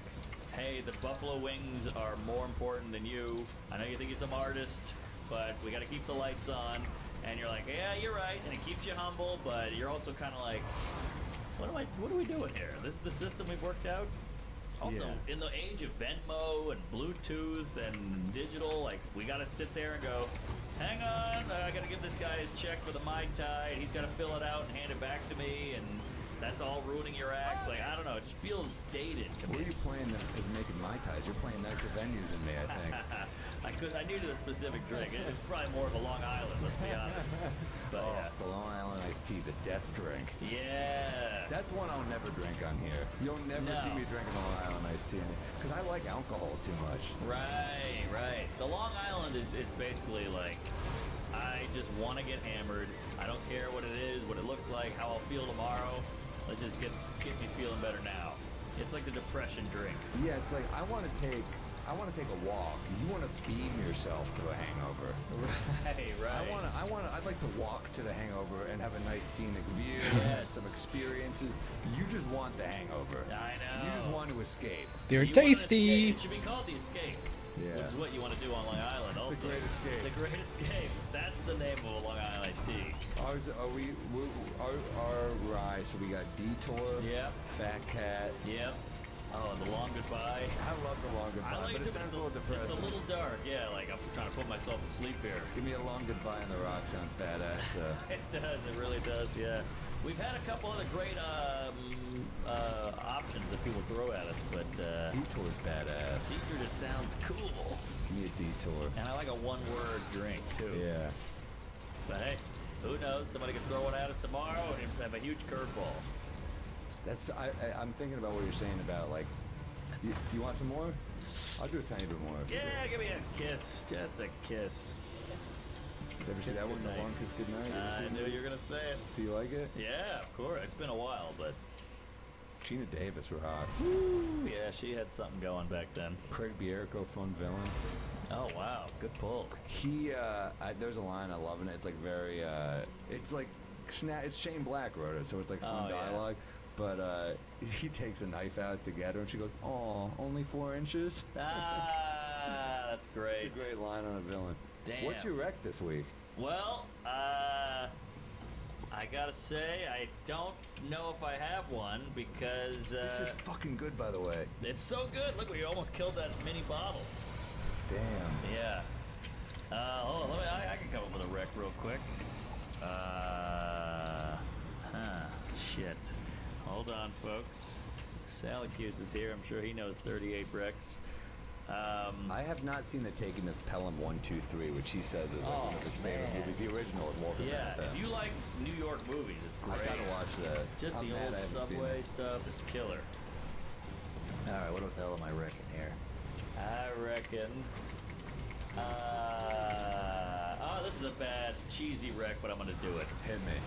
Well, you know, we got a couple of hot dames at home. I did this the other day, and it's gonna sound corny, but I walked by a bodega. I just bought a bunch of flowers, put it in the living room table in a vase or vase. Game changer. Lights up the room. She went nuts. Nobody asked. Nobody, asked for it or anything, and I just did it. You just got her flowers. I just got her flowers. She posted about it. It's a day changer, and it's $18 or whatever the fuck. Totally worth it. That's a good call. It's funny that you say because so many guys were always like, I got her flowers because I did something bad. Yes. I've never gotten a girl flowers because I fucked up. I've only gotten them as like because that would feel like a cop out if you fuck up. Right. But if you're just doing it, that's a nice. But if it's a fuck up, it's kind of like, oh, you thought this was gonna make up for that. Girls are all about you thought about me. You were thinking about me. I was on your mind, which is funny because that's what serial killers and stalkers do. But, Yeah, It's got to be on your mind to some degree. If there's newspaper clippings and Yes, like pictures on the wall, exactly. that's an issue. Right, yeah. So goes a long way. Don't let her ask for it. Do it before. It's kind of like the wake up BJ. You ever had the girlfriend? You're like, whoa, you're blowing me. This is crazy. That's flowers for us. That's our flowers. Yeah, ours don't. Ours just doesn't cost any money, ladies. Yeah, that's One of us true. is shallow here. Yeah, we just like you for your mouth. Yeah, we don't need a You materialistic. can't do a wake up cunnilingus, can you? Nah, they're not into that. They're not. You gotta move a leg up. But you they know? also have a harder life than us in terms of like killers and stuff, like being worried about like you know, things that could happen. So it's like you can't wake someone up with sex. And with I a think woman. girls have to let the vagina. Here you go nuts, you know. But if you're, they get a little shifty. It's almost like an animal. They're like, whoa, hey, what are you doing down there? You know, they're not just like, oh, look at this. They're kind of skittish about the Right. vagina, which I get. Things could crawl in there. You never know who's groping or whatever. So I Stupid. think they're a little, whoa, where'd that come from? Yeah. Whereas we're like, oh, this is all I think about every day, every second. So thank you. Good point. Yeah, I think you're right. Yeah, I mean, you could wake up with breakfast in bed. You gotta remember, I don't think getting eaten out is on the top of their list as much as it is with us. Breakfast in bed is overrated too, though. Oh, it stinks. You're just like, oh, I'm in bed now. Yeah. I'm not starting my day. Right. I'm laying down still. Coffee in bed is nice. Yes. I'll bring matcha or coffee or something in bed, but I'm not gonna like No. eggs in bed. Now you're just sitting up. You're stuck there. What am I, FDR? Am I Stephen Hawking? Like, let's go to the table and hang out. And now I'm stuck. You get an egg on the Churchill in his final years and he's fucking laying there. Jesus Yeah, Christ. right. I got the covers on. Yeah, I'm pale. But yeah, you get an egg. You drop an egg on the comforter. That's ruined. It's no fun. It's over. Yeah. I'm big about keeping the sheets soft too. Let's keep them soft. Yeah, Ooh, keep Salamanca. the sheets soft, keep the rope not smelling like sausage. Yeah. Yeah. So, all right, that's my rec, and I just pulled that out of my ass, and I'm happy with it. What do you got? I got. All right. So I was lucky enough to see Sunset Boulevard again. Wow. Yeah, on a big screen. Wow. So really? that was great, and one of the best movies of all time. If you haven't seen it, I think there was a thing about like Trump when Parasite won. He was just trying to rile up his base, so he was like, "What happened to good movies?" He's just trying to fit. Even though Yeah. Parasite was great, I thought That's great. I love But it. he's shitting on. He's like, "What happened to like good?" He's trying to be like American movies, Yeah. like Gone with the Wind, or I think he said Sunset Boulevard. I'm like, all right, Trump. Maybe we'll see Trump's Rotten Tomatoes Fave 5. I'll look at it. You know? Yeah. But, Timely reference too. Sunset, whatever happened. By the way, what happened? New movies came out. What do you think happened? It's fucking 70 years old. What do you mean? What happened? They're still available. Right. We gotta go with the Criterion collection. Well, maybe Gone with the Wind might not be actually. Oh, that is That's not actually- available. It's off HBO Max. Sunset Boulevard is one of the greatest. It's so relevant. It's incredible. Really? Oh, to me, it's like an aging star and a guy who kind of gives in. Noir is the best because it's always someone going down a dark hole. Sure. And you know it ain't gonna work out. Is Sunset Boulevard the same as what was that Lady Gaga movie? Star is Born? Yeah. Oh, that's an old movie, isn't it? That they've made like 4 times. Yeah, but this is different. nothing like. You've never seen Sunset Boulevard? I've never seen it. Oh my God, Mark! It's one of the best Really? movies. Yeah, it's one of the best. Matt. Come on! Salamanca You and Trump. Yeah. No, it's incredible. It's famous because it opens with the death of the main character. So he's floating in a pool and he's the narrator. Oh, wow. And no, I don't think any film had done that up until that point. And it's got so many great lines. Like one of my favorite lines in the movie ever. He goes, "It's amazing how gentle people are once you're finally dead." Whoa. Great noir. Is it Billy Wilder? Yes, the genius Billy Wilder. Oh, yeah. Okay. Yeah. All right. I'm gonna watch it. Oh, I dude. can't believe I haven't seen it. I'm embarrassed. It's incredible. There's so many great. It's so relevant to now. It's a struggling writer who can't get something made. Yeah. And he's hiding from these guys who are trying to repossess his car. He's begging everyone for money. He's like, I just need to pay off my car. He even goes to his own agent. Yeah. He's like, please, I need some money. And the agent basically, he's rich, he's on a golf course. He's like, look, it'll be good for you to have no car. You have nowhere to go, and you'll have to write a play. Isn't that fucking crazy? How nothing really changes. Nothing changes. And anyway, he ends up going in the wrong driveway, and it turns out to be this famous has-been actress who was a big star in the silent film days, and she faded away, and it's got real stars in it. She plays cards with all these former silent film stars. So there's a scene where she's playing cards with Buster Keaton. Whoa! And Cecil B. DeMille has got a part in it. Whoa! Because she's like, I used to work with him, and he's just like, I knew her when she was a kid, and she was. It's crazy. Wow, it's kind of meta. It is meta. It's very meta. It's one of the best films ever made. I highly recommend it to anyone if you haven't seen it. Big wreck, big wreck. I've seen it probably 5 or 6 times, but not in a couple years, and I was like, it's one of those I always have to rewatch. All right, wow, I'm sold. It's one of the greatest American movies, I think. Okay. Am I overdoing this, Syracuse? Yeah, what do you call a movie, by the way? Sunset Boulevard? Oh, Hollywood geez. Boulevard. You're not even listening. Get the hell out of here. Have you seen Dave? People keep recommending Dave to on me. Hulu. Yeah. No, I haven't seen it. Our pal Santino's in it. Right. I've had multiple friends recommend Dave, and I was like, I didn't want to watch it because I'm so sick of that trope, like the nerdy white guys around cool black guys, and he's trying to speak slang, and I hate that trope. But they're like, no, it's not that. It's almost like if Larry David was trying to be in that world, like young and hip. And did you watch it? No, I didn't watch it, but I think you will. mentioned this a couple of weeks ago. Oh, did I? Yeah. Oh, shit, okay. But no, watch it. Let me know, because I might watch it too. All right. That's a good one though. Yeah, because not a ton of great comedies out there, so people love this one, so maybe I'll give it a whirl. And I'll give you a fucking one more. Just do a little last with me, because I'm doing a toast. All right, hit me, baby. Boy, we went through this. I think we made the right choice here. This is our possible. Oh, you can smell my fingers. You can smell mine too, buddy. Get over here. Yeah. This is our bottle. Shit, I'm sorry Syracuse didn't get there. Yeah. There we go. All right, what's this toast? My toast is gonna be, let's see. Wait, I can't have a toast. I'm off bread. All right, I'll kill myself. Good reminder from my therapist. Just about comedy. This is the toast. The only thing that can sustain this is our love for it. So never lose the love for it. Wow. Because there's so much bullshit in this business, and there's so much bullshit in this game. He said to me, the only thing that can sustain this, and that goes for more than just your career, by the way. That goes for your life, because you're gonna get more. I mean, look. You're gonna have a better time going about life if you're just trying to put out love in the world, you know? I completely agree. And now you know the bourbon is hitting me. Yeah, Sam's getting sappy. I'm like, why can't we be nicer, man? Yeah, no, but I completely agree. My toasts are all over the place. Last week was the Hitler's good ideas. Which was, you know, a joke.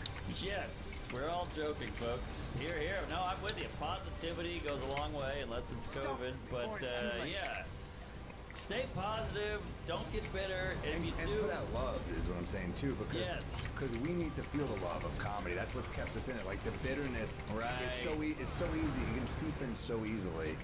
Dude, I had this conversation. I was with 3 comics this week, or 2 comics. We're all talking bits, writing, laughing. We would try the bits, then we'd rework them and tweak them, and it was so fun. And we all came together, and that's what it's all about. We sit here and go numbers, and why is he famous, and networks, and this and that. We can still do that, but just at the end of it, you got to be like, I'm lucky. I like my life.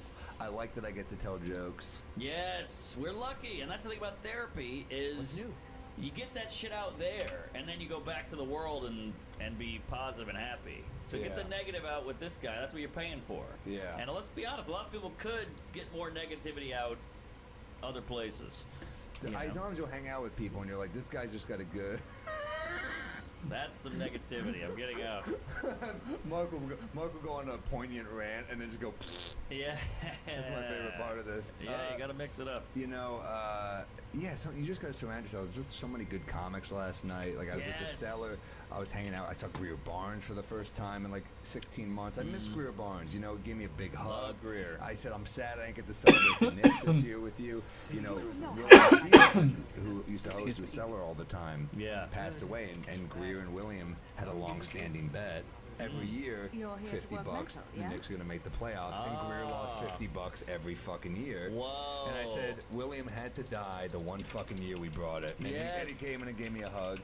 Nice little hang. Saw Roy Wood Jr. last night. He was one of love my Roy. favorites. So many great new bits. I saw our buddy Mayron. You like all these like comics that are fun to see at the Yeah. cellar. Jay Jordan just started working. Yeah, with. yeah, He's yeah. got good shit, dude. Great writer. He's really funny. Good writer, He had a funny. great set. Yeah, he's punchy, quick. That's my favorite kind of comedy. Yeah, Mayron's a glowing beacon of light. It's all good stuff. We do good. We're in a good business, so let's all try to stay up, as they Yeah. say, because we're all mentally ill too. You got to remember that. Deranged. Yes, we're pieces of garbage and with low self-esteem and weird pasts and childhoods. So yeah, let's keep it real and positive. And you know what's that? You wouldn't put your bad breath on someone. So why put your bad mood on someone? Yeah. There's a lot of people with bad breath on you, Yeah, but it's horrible. I know. What if someone with bad breath and a bad mood is on you? That's the worst. You ever meet a depressing person with bad breath? That's a death penalty. You know, we gotta get Brutal. rid of that person. Put him in the chamber. But I had a lady today, or 2 days ago, she's like, can you sign my book? And I was like, yeah, sure. And as I'm talking to her, or as I'm signing, she's talking to me and spitting on the book. I can see the droplets hitting the book. And I'm like, what the fuck are you doing, lady? Like, cool it. She was hammered or whatever, but, it's Then you hitting look the down, book. you realize it was a credit card statement. You're like, this is fucking horrible. Yeah. That's no, dude. People spitting on you. I hate the spitting. The booze in your face. You're like, fucking kill me. I know. I was jealous of my friend. He had glasses. I was like, at least you got a little bit of a blocker, But I was just getting pelted with these spit droplets. Oh, Yeah. unacceptable. Do you Purell? Goblins. I'm a little over it, to be honest. I'm a little over I it, wash too. the hands a lot, though. I get there you sick go. so much less, these days because I've been washing my hands so much. So I'm like, why not? I also realize, like, you're getting sick. If you just shake, I'll shake so many hands after a show that I gotta wash. Like, Yeah. it's just like that's how you get sick. Just contact with It people, is. right? So I'm a fist bump guy, but I literally played in dirt all day long as a kid, and I think it helped me later in life. yeah. Yeah, oh yeah. Just I've got a pretty good immune. I don't really get sick. You don't get sick ever. No, I don't I'm get sick constantly. I know. Well, but you grew up in the city, the filthiest place on the planet. Yeah, what the hell? Why am I such a pussy? I don't know. Maybe it's the genes or the. It's the genes. Bad back. Yeah. Yes, I'm yes. stressed all the time. It always goes to my spine. But you got a good frame. Thanks. 6'3", handsome, full head of hair. You're handsome, buddy. Hairy chest. Now I know this guy's drunk. Yeah, I know. I'm trying to fuck you. I'm That'd be killing. a great ending to this. We just have credits going on. We're just butt fucking each other. People are like, have you seen the end? That's the name of the new ride. That's our clip on YouTube or on Instagram, whatever. Yeah, it doesn't even need captions. Mark and Sam fuck. The That's not captain's bad. grunting, sniffing. Yeah. Woo. Yeah. I don't know. I just can't get sick. I get sick constantly, but I've been better about it. And yeah, man, I'll tell you, I think the hand washing makes a big difference. Yeah. The Purell feels like someplace. I'm sure it helps a little, but it's like what you're saying. When you're doing it all the time, like maybe doing this shit does strengthen your immune system. I think like it you does. played in dirt. I really think it does. Yeah, over time, especially. So, especially when you're a kid, you get it out. You get absorbed to that shit, or you absorb that shit early, and your body just gets immune. It's almost like playing the guitar. Your fingers get stronger and more calloused. Interesting. Yeah. That might be it. I think so. But Damn. you're too far gone. I'm gone. Yeah, you're already ruined. Yeah, it's tough. What are you gonna do? Yeah, but hey, you gotta live, damn it. I mean, also we're killing ourselves with this, but This is good. We found our fucking baby right we here. got it. Thanks, Christopher. That is smooth. This is like a nice buzz. I'm feeling great. I gotta cool it, but yeah, feeling good. Well, the prototype I gave him, I said, I want this to be like Buffalo Trace because that's good. affordable, but it's a really good bourbon. Perfect comparison. I want people to be able to buy this so it's not too expensive, but it's killer. Yeah, good call. I can't believe he gave us another swill. What were you thinking? Well, we're gonna get drunk on these too, I guess. Yeah, good point. Each episode's gonna be worse and worse. We'll end with Canadian whiskey in 6 weeks. Yeah. Stunk. Why was Canadian whiskey popular in the 60s? What the hell were they thinking? I don't know. Canadian Club's all right. It's all right. I've had some bloody shits on that stuff. Really? Oh my God! We get the plastic handle that you bought at the grocery Yeah, I store. used to drink it a lot. Yeah, I did too. Taka. Taka's rough. Ooh, firewater. That's the vodka, right? Yeah. That shit was horrible. Always in plastic. Plastic bottle is like cereal in a bag. It Yeah. could be the same shit, but it just feels sadder. Yeah, a plastic bottle's rough. I know. You don't want to be able to squeeze a bottle of liquor, you know? It's already poison. You want to be able to hear your fucking disease. Yeah, exactly. It's like a dog toy. Yeah, it gets me running towards you. So many nights. Isn't it great? Like our friend Will Sylvans has never drank. Yeah, but maybe he'll drink for an episode. I doubt it. That would be dark, though. I think he's Muslim or something. He's vegan. He doesn't eat He's sugar. healthy. And it's like, and he exercises a ton. You're like, man, what does your insides look like? They must be pink and clean. Yeah. So many years of this Now shit. you're turning me on. I love a pink inside. Yeah, Will's so healthy. He's like, I've been on the road with him. We're drinking tonight. Phil Hanley and I are downing Negronis. He's drinking a green tea at dinner. There you go. And that's over a year. Plus, I mean, the guy's 54? No. 51? 50. Okay, 50. But he looks amazing. Yeah. No, I was shocked he was 50.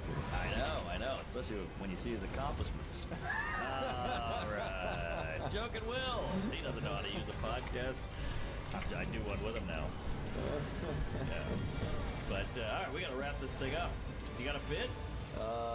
Yeah, I got a couple ideas. I got a few ideas. I don't know what to work on here. Yeah, same. I'm all over the place. I'm all over the place, dude. I could try. I mean, fuck, we could try a couple. Shit, we haven't done ads. Oh, jeez. Good call. Good You call. could tell we're drunk. This is hitting hard. Should we start out with this first one? We Might Be Drunk is brought to you by Honey. Yes. Love Honey, dude. Love the honey. We shop online. You know, we've all seen that empty promo code. Taunt us. Sometimes spit in our face. Thanks to Honey, I don't have to do that search for one anymore. Honey's a free browser extension that scours the internet for discount codes. When you're ready to check out, Honey automatically applies the best one. Instant savings. Honey has found its customers over $2 billion in savings, supported by over 30,000 stores online. Buy anything from tech and gaming products to beer and wine. I've saved so much money on this, haven't you? Of course. It's a genius idea. I don't know what took so long. This is so gold. You can just punch it in and boom, you got a promo. It's great. It's Google for promo codes. I've recently bought some shoes. I used Honey, got a better deal, and you should too. If you don't already have Honey, you could be straight up missing out on free savings. It's literally free. Installed in just a few seconds. Straight Save up some dough, missing support out the podcast. on. Get Honey for free at joinhoney.com/drunk. That's joinhoney.com/drunk. And get that honey, baby. All right. Should we do a bit? Well, we got one more ad, too. Should we do that now? Let's knock it out. We're already in the zone. Sheath underwear, folks. I love Sheath. Big fan. I'm wearing it right now. They're Am I? stained. Oh, no, I'm not. But I wear them a lot. Oh, they look great. They feel great. Your dick is in a separate pouch than your balls. Finally, Love that some pouch. space. I love the pouch. You don't get that weird schmegma in between the two. You know, it's just great. Also, if you like, Italia said that great bit about when you're fighting with your partner and your dick falls out a little flap. Yeah, I like how he just peeks out to see if there's trouble brewing. It's Classic true. Italia. But that's true. With Sheath, that doesn't happen. It doesn't happen. Everything's tight and secure where it needs to be, supported. It's great. It's a hot summer. This guy went to Iraq. This guy Robert who made it, so he knows about the sand and the heat, and it's Israel and Palestine down there. You got to give them some space every now and then. So get the Sheath. Tell them how, Sammy. Go to sheathunderwear.com and order with promo code DRUNK to get 20% off your first order. And Sheath Underwear 100% back, 100% money back guarantee. That's sheathunderwear.com, promo code DRUNK. Get Sheath Underwear and let them support your balls. Yes. I really do like it. It's good stuff. Love Sheath, and my gal likes it too. Yeah, they look like you take your underwear off and you're like, oh, this is the type of shit like a Wall Street guy would wear. Yes, yeah, you feel like kind of a man in Sheath. Yeah. Like a James Bond or something. All right, hit me with a bit. Okay, I got a couple. I don't know which way to go. I got Something you really, it's not ready. Something really half-baked. All right. I have one about, here's an idea I had. Because mine is really raw. Yeah. I had to think about, like, how as a white man, I obviously have an easier life, but it is funny when liberals, like, will talk about other groups as opposed to white people. Like, when they'll say shit like, you know, with trans people, she was born in the wrong body, okay? There's nothing she can do about, you know, born in the wrong body. But then the same people pen articles like, attention white men, all of you are shit. Right. And it's like, well, what about, I was born this way. I know. And you can't change race. We've seen a few people try that and it didn't fly. So like, not only am I stuck in this body, I'm stuck. She can at least change. Yeah, the only flaw with this bit right now is that, like, being trans is obviously way harder. That's the one thing where I'm like, it's not linear. I think that's maybe the issue. Yeah. I hear you, but at least they have an option. They have an out. Like it's hard and there's bigotry and whatever, but like they can get out of it. Like I don't feel like a man. I'm not a man inside. I'm gonna be a woman. And there's gonna be some options. You can't help how you're born only applies to people with harder lives. That's maybe that. Like you can't. You were born. I was born oppressive. I was born oppressive. Yeah, and you can't change that. You're just stuck. You can change it to a white woman, but a lot of people hate them too. But you're stuck with that fucking cracker honky skin. Yeah. You're a Jew too, so you can convert religion even, but you're stuck with that. No pigment.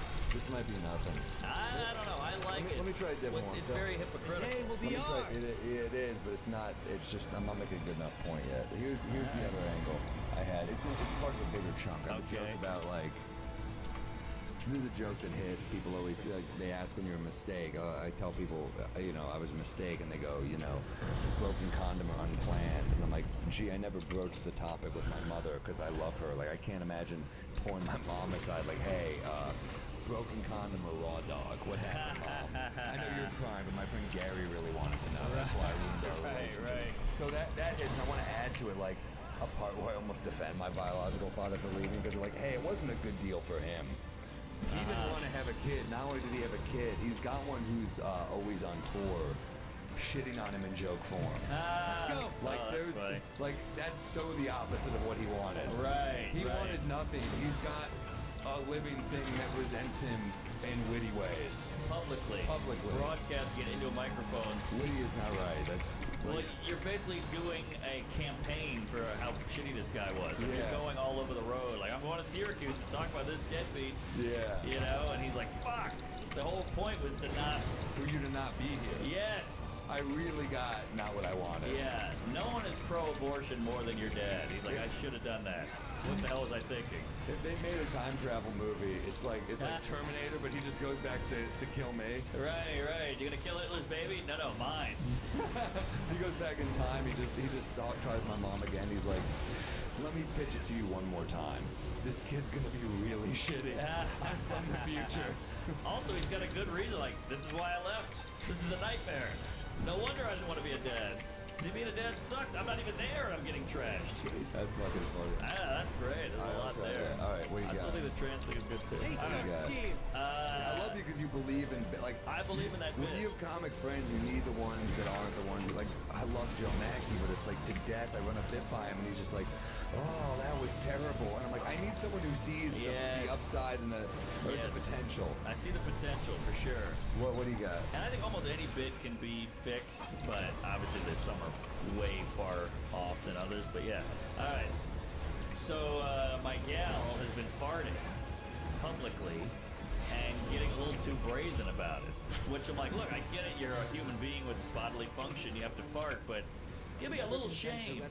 You know, you like farted like 3 times this episode. Seriously. Well, hey, look, it's different. I mean, for genders, you know, like I hate to say it, but it is. And my point is, men, if I cried openly every day. I thought my trans bit was offensive. Hold on. You know I'm right. right? I mean, there's a reason women are like, oh, let me close the door, or let me, do whatever. Like, they're nervous about looking a certain way, or women don't really curse as much. They don't talk about fucking as much. No, I'm listening. All right.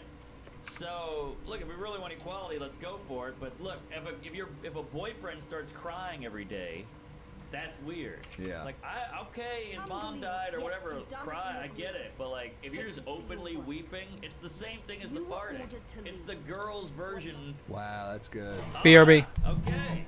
If the guy cries every day, you're like, this guy sucks. I get it if he needs to cry every now and then, but every day? At home, openly? At home. Come here. Let me give you a hug. Right. But out in public, fuck, I got to deal with this now, I guess. Yes. Maybe it's the same for farts and. It's completely the same with Yeah. farts, and when I do cry, there's a little shame up. So I could look away, and that's how the farting should be. Like, oh shit, that was slipped. I had some, Popeyes I got a or line whatever. for you. Either way, just hold it in. Yes. And then one of my punches is, like either way, you obviously have something bigger brewing inside you. Oh, yeah. Like she's got a shit or I've got a, family thing or whatever it is. But it needs more. But I think the comparison is something. The farting and crying. The way you gotta clear the air. Clear the air, yeah. That's good. Let's clear the air. That's a good Salamanca. line. for the Harry's win. out. But yeah, I think the comparison it matches. I just gotta find the punchlines. Yeah. Crying for a man is farting for a woman. This is why women are like, they don't just shit with the door open. I'm a woman, I'm not gonna do that. That's why we're both fucked up for different reasons. What do you mean? Well, men are fucked up because we hold too much shit in, right? And then we snap and kill people. Women Yeah. are fucked up in a different way. They hide a ton. Men are mass shooters because they hold in all Yeah. their pain and then one day they just fucking snap. Right. Whereas women are just kind of mean. Right. Or Like, that's what they'll I mean. cry at work or something.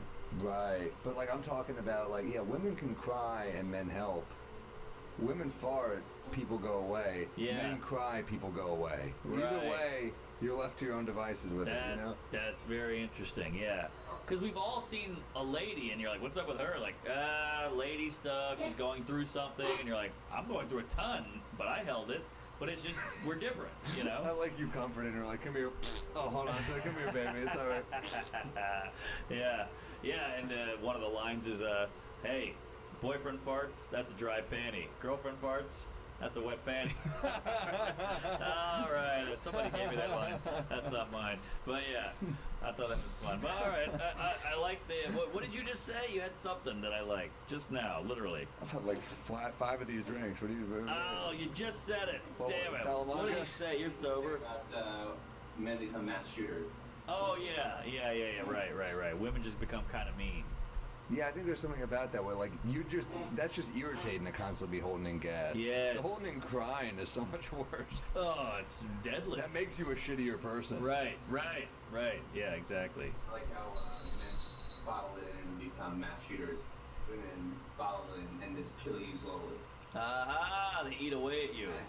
One person. Yes. Men and women, they both need a safe space for different reasons. Like you fart and you're like, it's fine. Right. Men, you cry, maybe a female therapist who just lets you fart. Yeah. Oh, that's funny. Yeah, I don't want to step on too much of your women kill how they love. Oh yeah, that was a classic. That's man. That's one of my best It's a bits. signature. That was a game changer bit. But all right. That's good stuff. We gotta go. I think we've gone Plug an some hour and dates. 40. Oh yeah. I'm all over the road in weird cities: Toledo, Dayton, Syracuse, Houston, Texas. What else we got here? Philadelphia Helium, Buffalo, Appleton, Arlington Improv, Brea in California, Albany, West Palm Beach, Comedy Connection, Madison, Wisconsin. So we got some fun stuff coming up and some weird ones, but come out either way, say hello, drink one for me. What do you got there, Sam-O? Raleigh, Cincinnati. It's like 40 minutes outside Cincinnati. It's that funny bone. Liberty. Yeah. I got Madison, OKC. Nashville. Can't wait for Nashville. Very excited. Governors in Levittown. I got Comedy Off Broadway in Lexington, Kentucky. I got Kansas City, Missouri. Portland, Oregon, baby. Helium. Can't wait. Comedy Castle in Royal Oak, Michigan. Way more. Philly, Boston. Go to samuel.com/shows. We're fucking touring it up. I'm pumped about this ride, dude. Very pumped. I love how good it is. It tastes great. Like, it feels good to sell something that we would actually drink. That is smooth. So smooth, so flavorful. It's got a bite, but not too much. It just tastes scrumptious. Fucking Vince Vaughn and Swingers smooth. Yeah, that's money, baby. Let's do it. All right, we'll keep listening. Sign up for the Patreon. See us on the road. Yeah. Follow the We Might Be Drunk on Instagram. Yes. Leave us reviews too while you're at it. Yes. We never ask people to do that, but you should do that on Apple if you can. Yeah, leave a review, 5-star, comment, post, say hello, share, and watch our specials all on YouTube. Fuck it. And yeah, tell a friend, queef it up, and thank you. Keep drinking.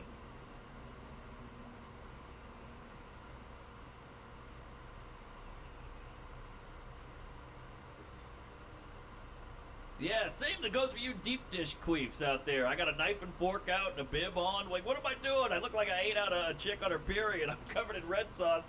It's too much. The deep dish pizza is so aggressive.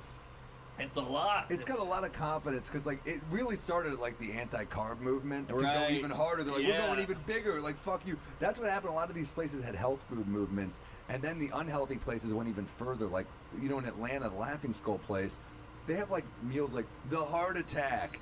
It's a burger with 2 grilled cheese sandwiches Yeah. for buns, Yes. hard-boiled eggs, bacon, slathered in butter, and you're like, look, do I want to die tonight? I know.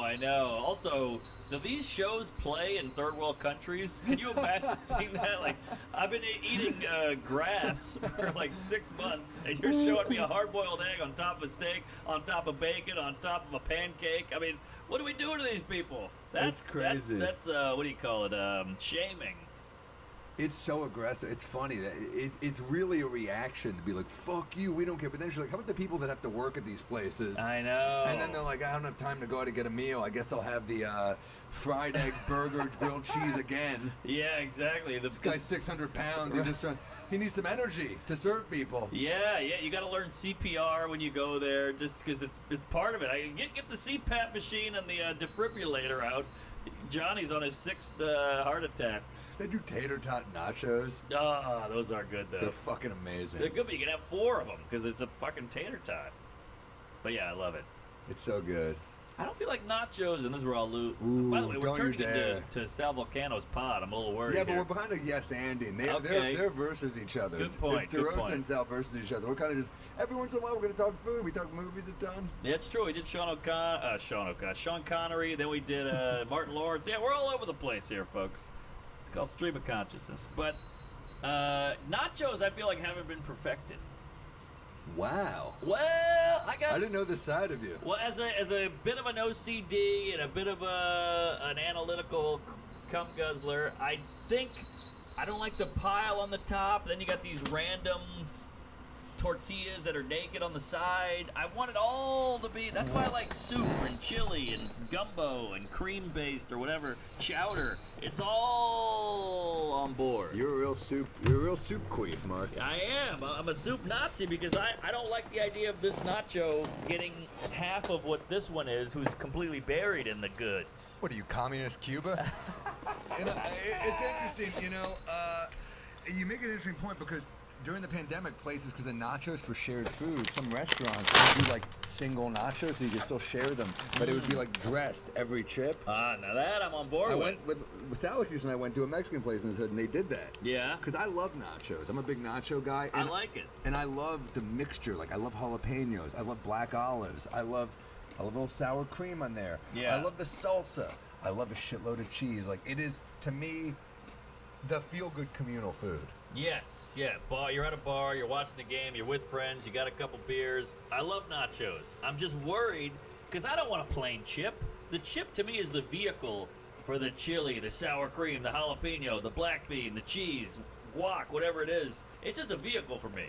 Yeah. And so if I get a chip without the same amount as the middle guy, I'm bummed. Well, this is a metaphor for something bigger. I mean, you have like a Bernie Sanders approach to your nachos here. I mean, we got Jeff Bezos over here. It's smothered in cheese and black olives. We got someone over Okay, here. I'm back. This is the Sorry. food stamps of nachos. There's got nothing going on. Yes, exactly.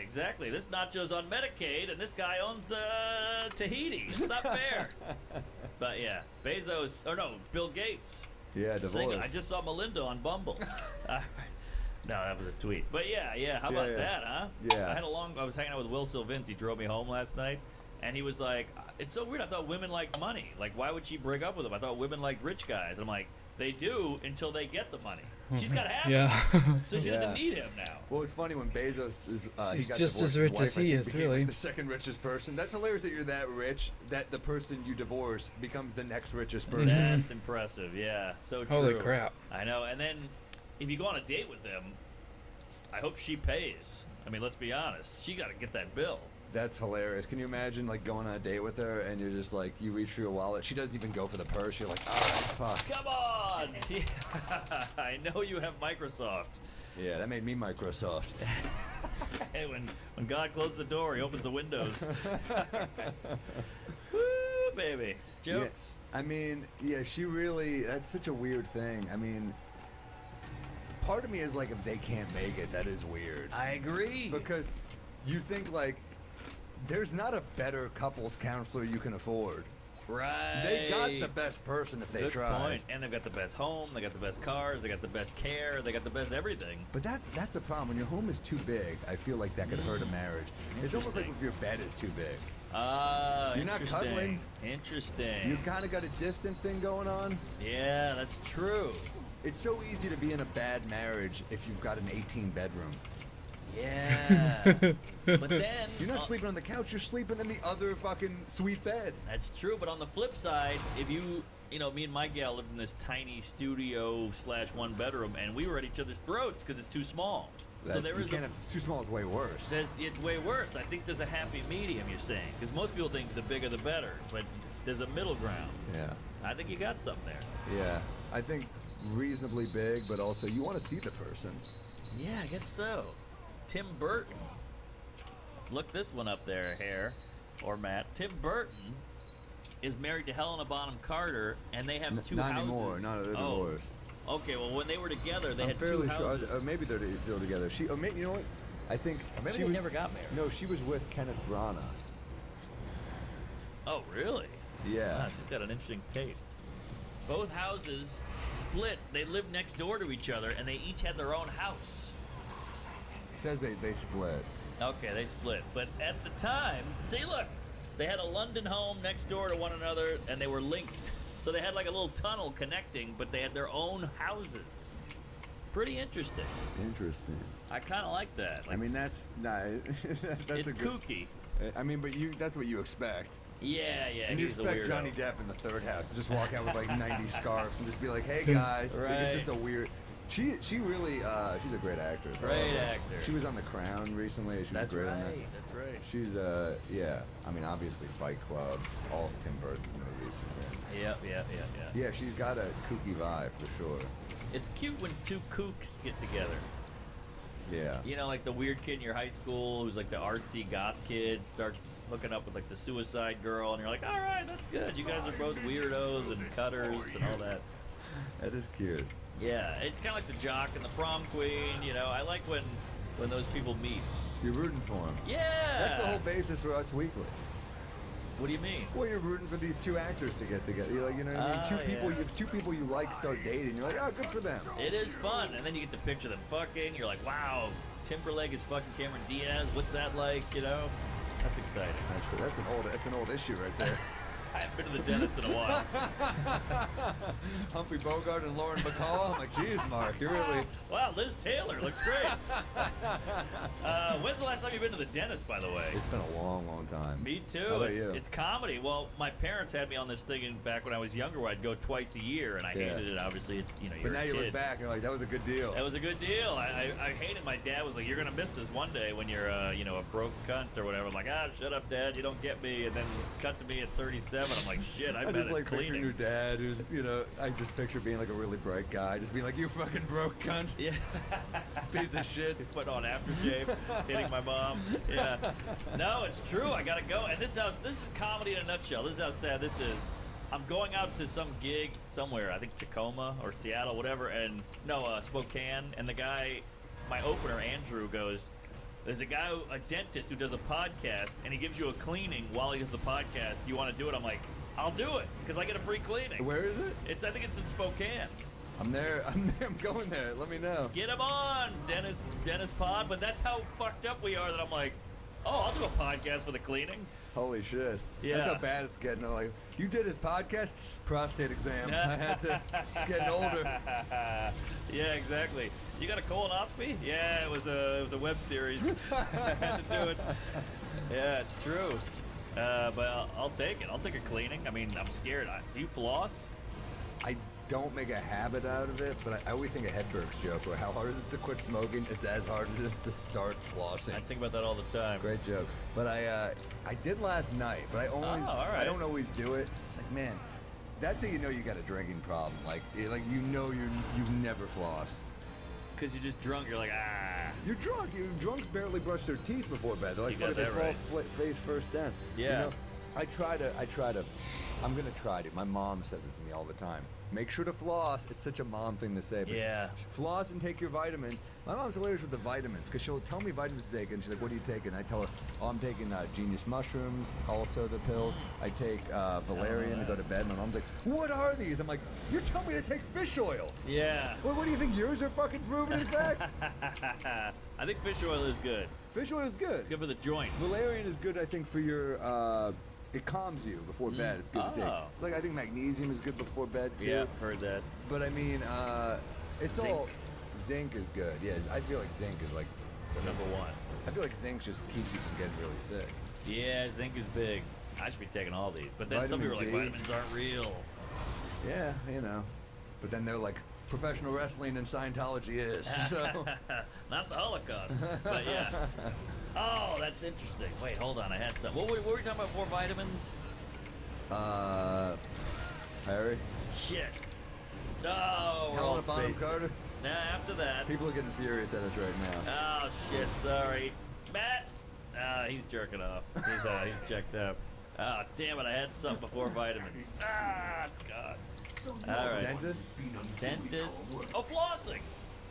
Nice. did it. We got it back. Teamwork. With the booze, mind you. And we got it for the sober people.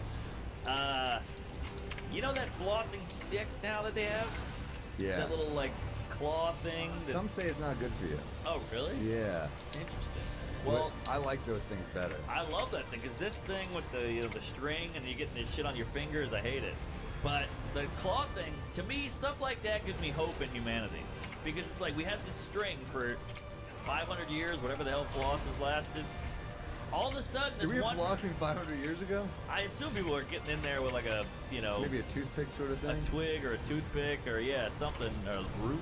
1815. Okay, so 100 something, 200 years, we'll say, Yeah. and change. Hilarious, you're using twigs. You're like, yeah, you just got an even worse disease in your gums from a twig. Oh wow, invented in New Orleans. Ooh. I never knew that. Put that in your cap there, Nola. But the claw thing is such a great improvement on floss, and that just came out what? 15 years ago, whatever it is. I love don't that know, kind of yeah. shit because you think we have it all hammered down. This is how it's supposed to be, and then we come out with something better. And to me, that is a great sign about humans.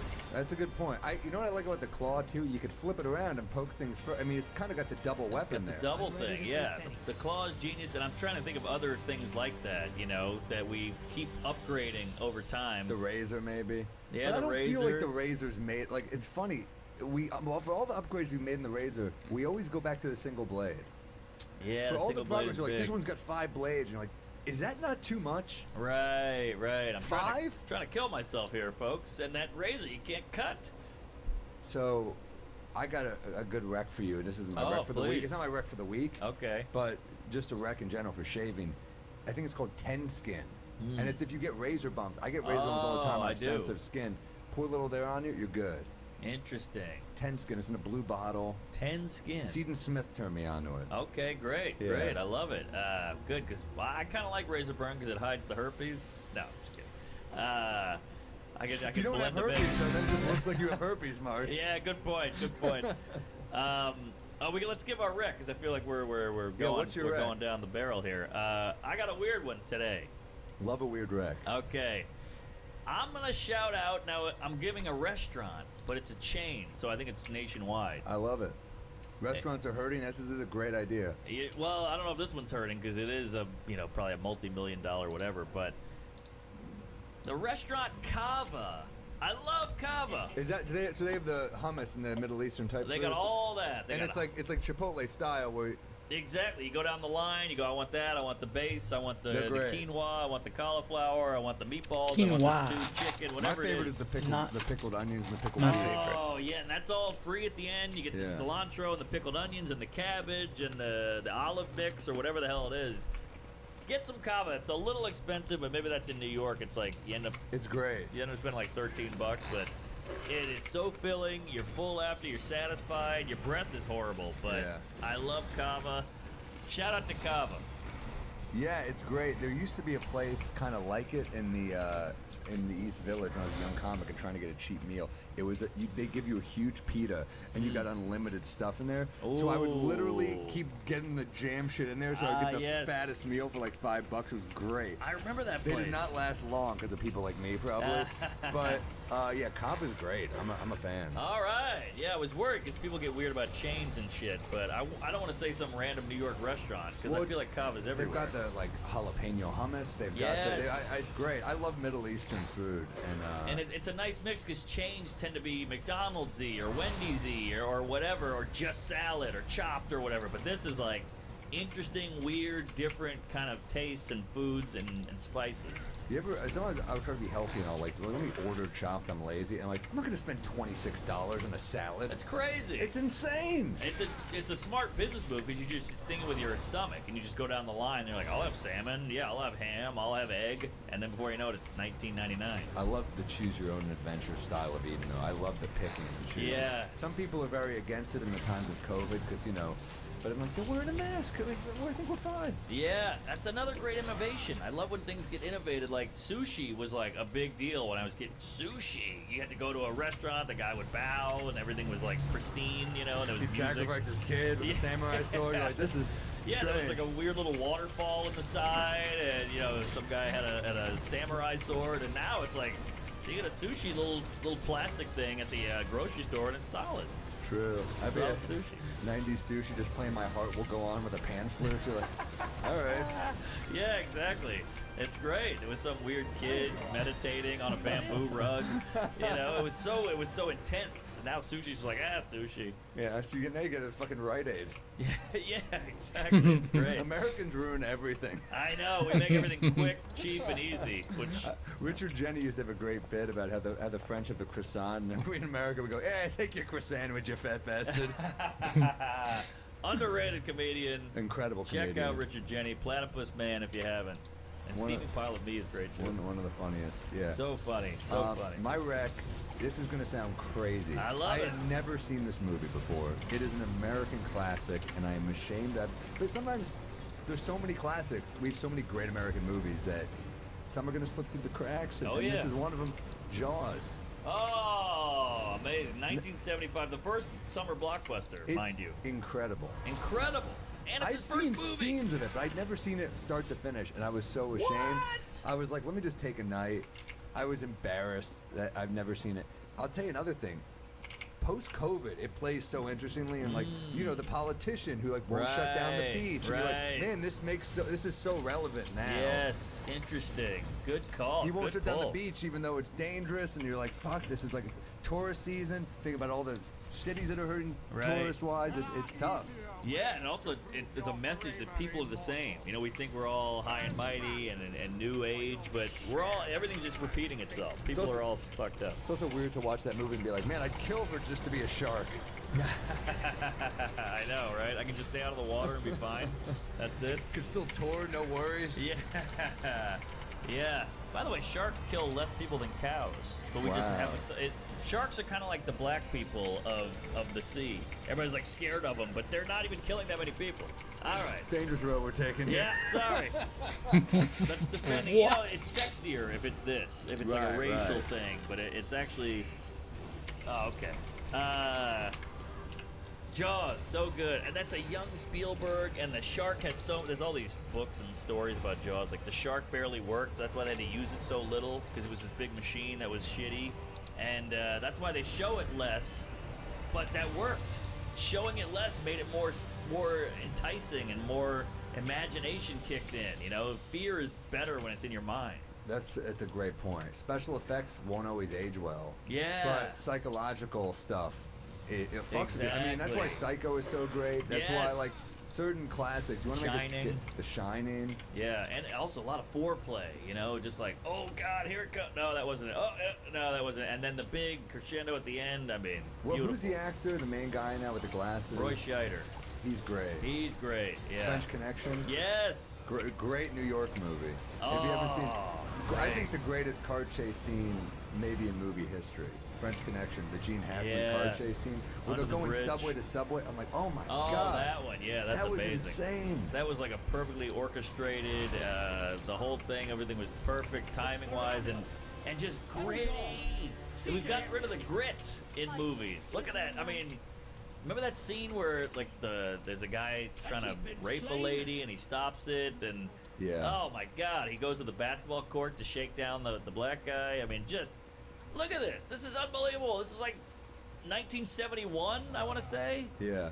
And they're chasing. This is on the subway in New York. I mean, this is great stuff. This is thrilling. This is before rules and And regulations. look at it go. I mean, it's like the pace of the scene.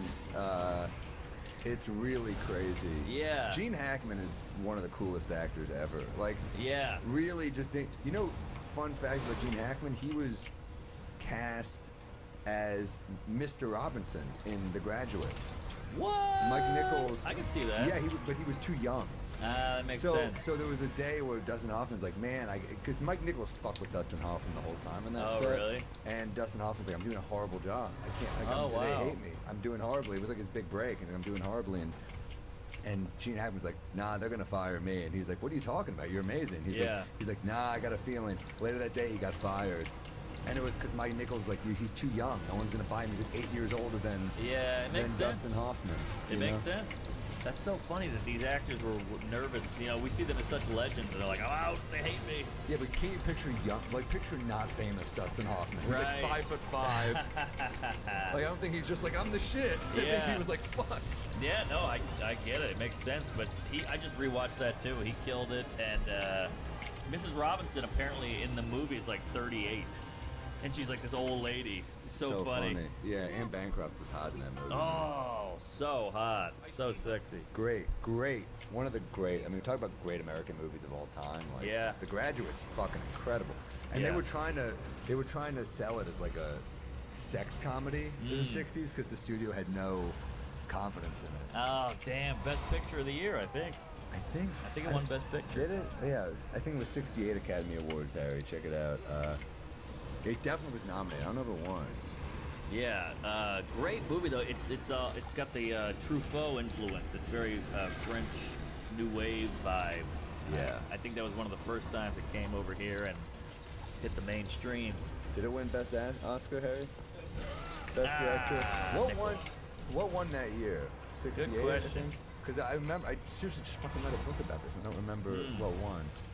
Mike Nichols had a run. He's a fun story because he has a rare disease and he lost all his hair when he was like 16. Married to Diane Sawyer. What? Yeah. From Louisville, Kentucky. But yeah, so his whole life is a piece. He's wearing a piece. No shit. And it's a great hairpiece. What? In the Heat of the Night. Great movie. Great movie. And turned into a TV show. that I Rod hated. Steiger won Best Actor that year and couldn't get a job afterwards. Oh, wow. Is Yeah. that right? Yeah. Showbiz, man. If I were In the Heat of the Night. Wow. Showbiz sucks. Showbiz fucking sucks. And here's another reason Showbiz sucks. That year, In the Heat of the Night and what's the other one with Sidney Poitier? Guess Who's Coming to Dinner, both nominated. Such different racial stories. Oh yeah. Like so true. Guess Who's Coming to Dinner is like the Hollywood eyes Yeah, bullshit. Like right. we're good people, but you're really 12 years behind at best. Right. Right. And then In the Heat of the Night, it's kind of like it's still got bombs, but it's a pretty gritty Mississippi cop movie. You Oh know? yeah, oh yeah. That is a gritty, dark, fucked up, twisted movie, but great. Check it out. We should do a bit. Oh, we should do a bit. I feel like we ran off on movies on this ep. We run all over the place, buddy. That's You the got that joy right. of this pod. I never did peeves. Ooh, all right. Give me a peeve, and I'll give you a peeve. I got 2 peeves. But I'll pick one. All right. Now this is maybe a part of a bigger thing, but I think it's a bad sign. I was hanging out with a guy last weekend. You know the guy who hates anyone who's better than him? You know, like they go, oh, this guy's Every comedian of all time. Well, it's okay to be like, oh, I gotta work on that, or he's better than me at that, I suck. Yeah. But I hate the, oh, he's got this, fuck him. You know, like, oh, this guy's killing it. Oh, fuck that guy. Like, well, what do you mean fuck that guy? He just found a way to do great, and Right, you're hating right. on him already. It's like, I get it's kind of a half joke, but you're like, oh, that guy's 6'2". Oh, he's 6'2", I'm 5'9". Fuck that guy. You're like, shut up. He didn't choose to be 6'2". How about you make something of your life instead of just hating everybody that's doing better than you? I don't love the go-to hate. It's a hard guy to be around. It is. It is. We're talking about yes and. That's a yes no. Yeah, like maybe I'm a minority here, but I don't understand the Elon Musk on SNL. Like we act like this is the first unfunny guy to host SNL. We've had Right. Trump, we've had athletes. Well, you know what? I think, I don't personally give a shit. I don't I don't watch give a it. shit either. But I think the hate with him is like how billionaires have just become ultra wealthy during this pandemic, and most people have lost a shitload of money. So I think the hate is coming from a reasonable place, where it's kind of like you're rewarding this guy. Like I think I it's like, see. I mean, how would you feel if Bezos hosted? You know? I think it's interesting. I think it's interesting too, but like you got to understand the hate too. I guess. For me, it's like I think it's a genius ratings idea. I think it is too, because all these people are bubbling up, so they're like, well, now I'll watch. I'm not really watching SNL, but I'll watch because of this.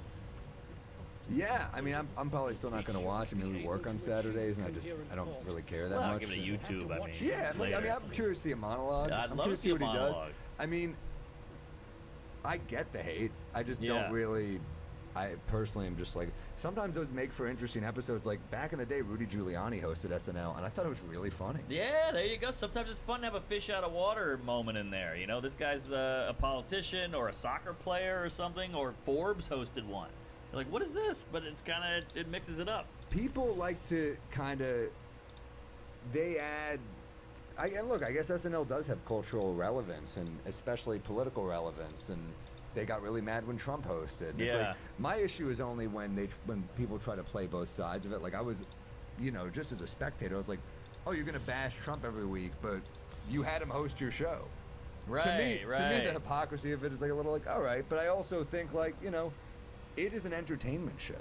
Yeah, It exactly. is there to get ratings. Yes. It is hard to get ratings. I mean, this is how bad SNL has to get ratings, and it's like they have an incredibly talented cast, and they still get like Jim Carrey to come in and do a character. It's Right. like, you're not telling me that someone on the cast can't do fucking Biden better than Jim Carrey? Yeah, get Carvey back in there. Dana Carvey's Joe Biden Kills. is incredible. And it's kind of a throwback, like, hey, these older guys are pros. Don't forget about them. These guys killed in their prime and still kill to this day. And there's like a real youthful vibe on SNL, which I get. That's always how it's been, Sure. not for primetime players. But let's not sleep on these geezers, because they're killers. I'm such a big Dana Carvey fan. Love Dana Carvey. He was in this movie when I was a kid called Opportunity Knocks, and it's like, it's not a good movie, but I love it. Is that the one where he's in an LA apartment with a hot lady? Yeah, yeah, dude, I saw that. he's a con man. The premise is ridiculous. He's a con man, and he and his friend are robbing a house, and it's a really fancy house. Yeah. And they get a voicemail. I guess I'm not going to get to meet you and to get the house sit for 2 weeks. And they like look at each other like, party! And they take over the house, and he's a con man, and Robert Loggia is like a guy. He ends up like climbing the ladder at Robert Loggia's company, and he's like, I like you. There's something I see in you. Like, and then he falls in love with his daughter, and it's like a whole. Right. But like, dude, I think it fucked up his film career a little bit because he got paid stupid money for it, yeah. and it just bombed. But I watched it. I was like, man, Dana Carvey is so fucking charismatic. Oh, he's great. He's a talent. He's Yeah. a beast. He's great. I mean, he did a movie about where he was like turtle. What was that movie where? Oh, Master in Disguise. Yeah. It's a horrible movie. It's a piece of flaming pile of dog shit. But he's great at it. Yeah, he's amazing. I mean, Wayne's World 1 and 2. Wayne's World, The Church Lady. I mean, so even his Clean stand-up Slate. special was good. Chopping Bargalet. Yeah, the Ross Perot. Can I finish? Can I finish? All that was great. He did like every president. He did every His president. Bush is incredible. Bush is great. He was great. He's just a really good big impersonator. fan of the Carve. One of the great. He's probably my fave 5 SNL guys ever. I think. Oh, really? He's got to be. It makes sense. It makes sense. Phil Yeah. Hartman too, for sure. All right, what do you got on Peeve? Peeve. All right. Fuck, I wrote one down. Let me see. But the SNL thing with Musk, it's like I get it, but it's just weird Yeah. when the cast members are like, I'm not going on, I'm protesting. You're like, this is what it is. Like, Well, yeah, that grow to up. me, protesting is kind of like, all right, well, you're not gonna last. You know, like Yeah. choose your battles, but also. Are you that bothered? But he's also. You do this to get ratings. I mean, that's the point. And It's he's TV. people are talking about it. Mission accomplished. There you go. Okay, this is one. It's less than a peeve. It's kind of funny to me, but it's still a peeve. I'm like in an elevator, and there's a white guy just like rapping loudly, just like rapping to his music with his headphones in. Hate it already. And I wanted to just turn to him and be like, hey, excuse me, I work for a record company. You've got the goods. That's why you're doing this, right? Because Yeah. you want people to notice you're an amazing fucking rapper. Exactly.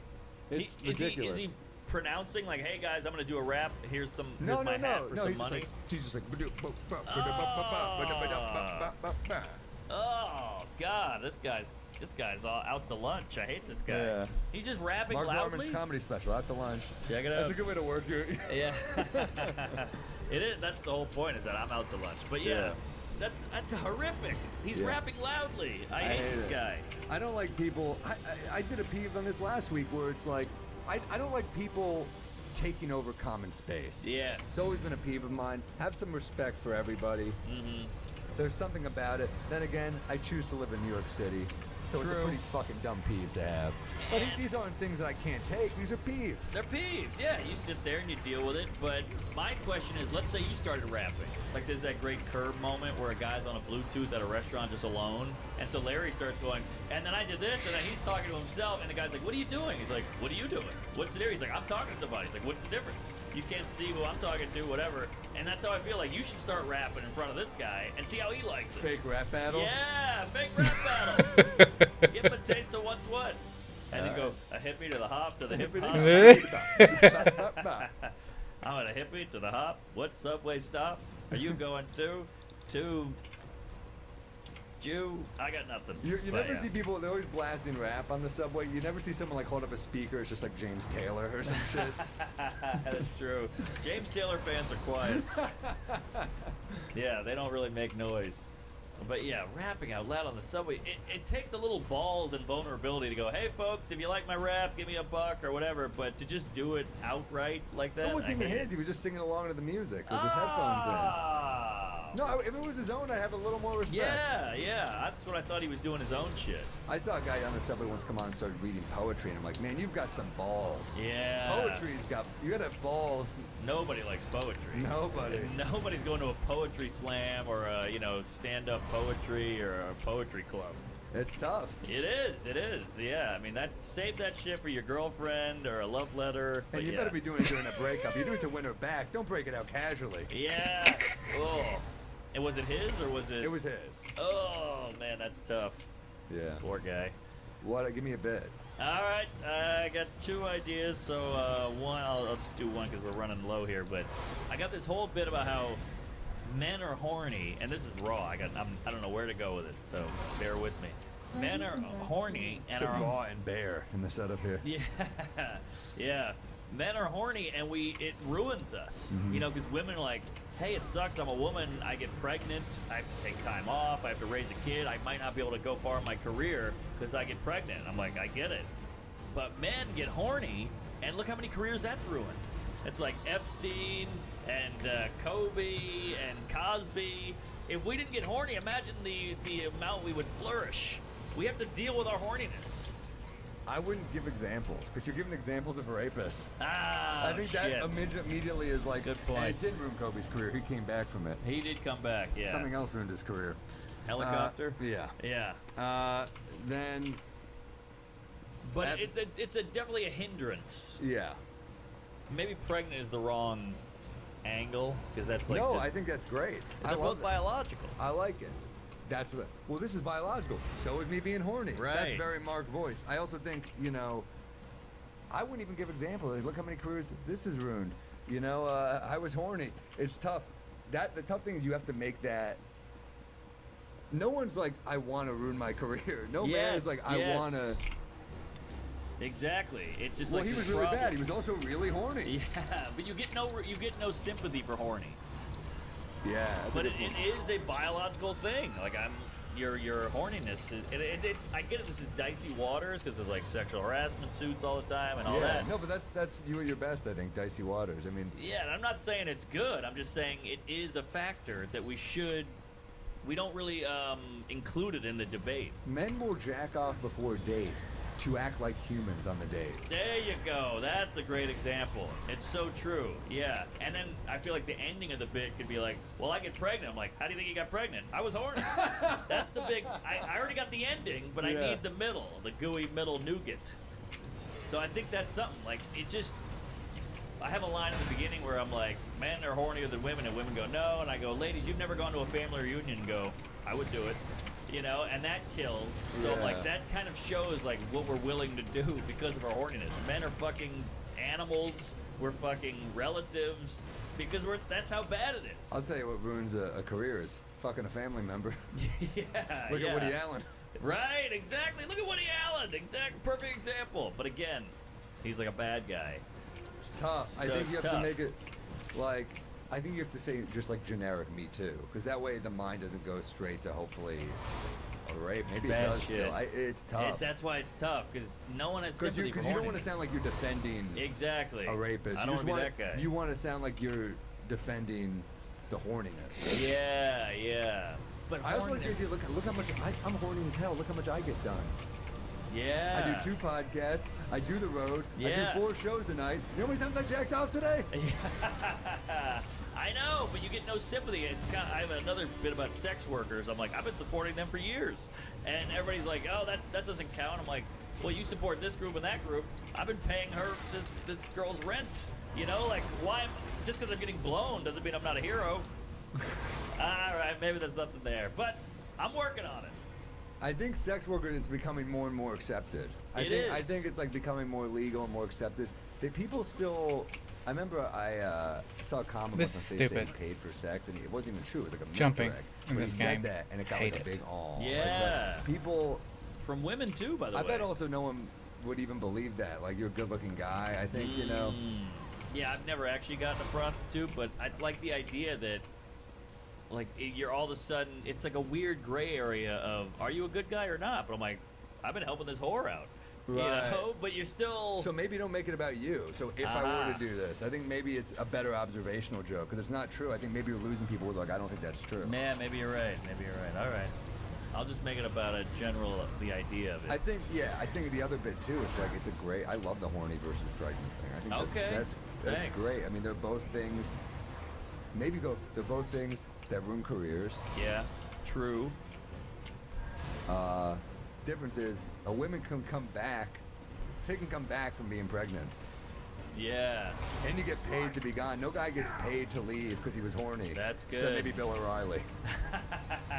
I think he got a nice settlement. Yeah, yeah. But Nick Griffin has that great bit about, like, I called in horny to work, so I'm trying to, which is such a killer Yeah, bit. he's a Check beast. that out if you haven't seen it. I think it's on Letterman.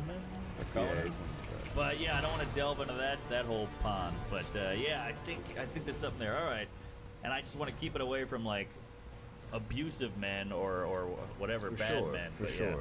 All right, what do you got? So this is a weird one. This is like a riff the other night, and it hit. And I think this could be a bit. Someone was telling me in the crowd that she had a pet tarantula. And I said, man, you know you got a shitty pet when the second it gets out of the cage, you think, I guess I got to kill it. That's funny. You know what I mean? Like you have a guinea pig that gets out of the cage. You're like, oh, look at it. You have Right. a tarantula gets out. You're like, put your fucking mouth on the curb. You know? Yeah, so true. I feel similarly, and I don't know if I'm going off the rails here, but with you know, some people I see with dogs with muzzles, I'm like, this is your pet? You have to put a muzzle on it? You know, like just to hang out with it, just to go to the park, you have to put a muzzle on it. What's the point? Yeah. Why don't you adopt Hannibal Lecter for fuck's sake? Exactly. You're hanging out with a murderer or a, you know, a violent being. So yeah, right when it gets out, you gotta kill it. It's the same with people with snakes. This thing gets out, you're done. It's such a weird status thing where people have like a pet tiger. Remember Mike Tyson, a pet tiger, and you're just like, I understand this makes you feel powerful, but guess what won't make you feel powerful? If that thing gets out of its cage. Yeah, You're right. gonna feel like kind of a pussy. Yeah. I wonder if there's an analogy of like, you know, those people who have boyfriends are like, he's great at home, but I can't take him anywhere. It's the same with that. Like, he's great in the aquarium thing, but you can't let it out. Yes. Not a great pet. You want to be able to. You literally can't do the thing that it's named after, which is pet it. It's a pet. You can't pet it. It's a stay away. Yeah. I'm getting too 80s, but yeah. What's the deal with these interesting. rotary phones? They got a cord on it. Yeah. Can't even let it out of the box it's kept in. Yeah. It's too violent. That's something. And they're Your just, pet, you don't want a scary pet. Like, why would you get a your scary pet? Your pet shouldn't want to kill you. Yeah. That's the whole point of a pet is love and companionship and, you know, cuddling and all that, and you can't even do that. So you're just you're just enjoying having a murderer in your home. You're like, look at this murderer, I got it in my house. That's the fun part. Yeah, I with the should ask her. tarantula. I want to see what your boyfriend's like. Yeah, exactly. Yeah, can't take him anywhere. Every time I let him out, he kills somebody. There's something. I'll crack this. There is something. First part hit. There's something there. Oh, for sure. yeah? Yeah. When I did as a ref, it killed. I think it could work. And I did the next 9 to hit, but it needs a little more. I think. Yeah. The animals are.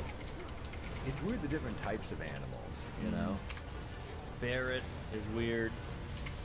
Honestly, unless you have a dog or cat, it's a little weird. I agree. Even goldfish is a little weird.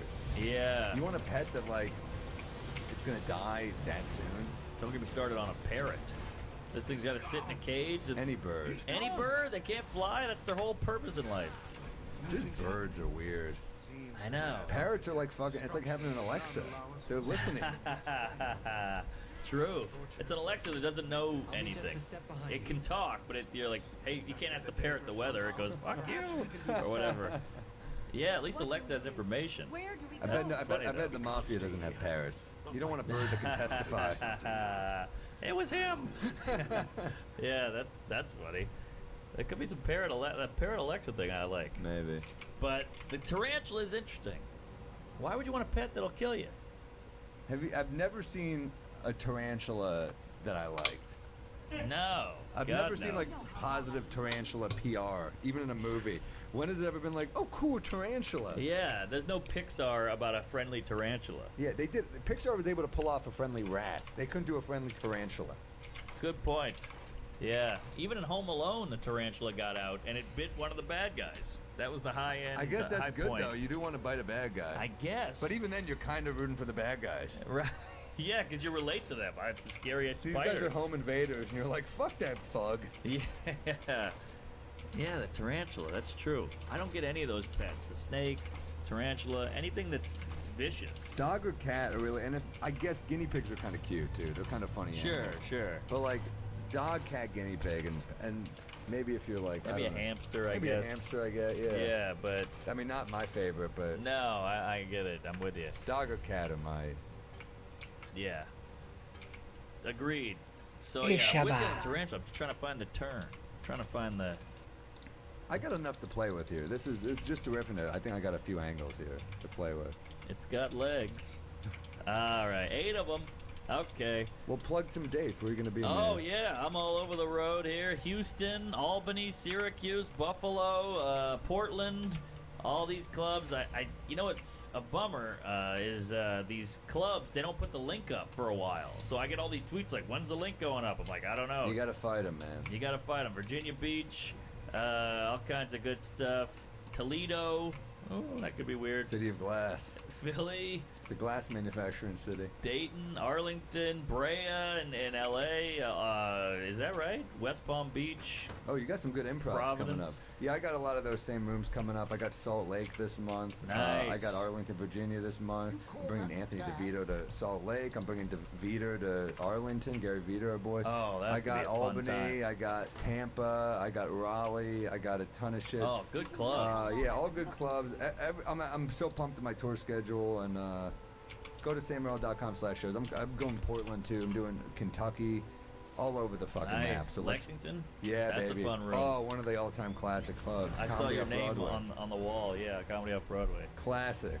Classic Bring club. Ron on Hirschberg to that one. Oh, nice. I got Dina Hashem with me in Tampa, bringing great comics on the road with me. So you're getting a great show. Hell yeah. Oh, Orlando too. So yeah, Boston too. All kinds Boston of in fun September. stuff. There you go. Let's fucking go. We're coming. We're on the coming road, for you, baby. We're back on the road. On the road again.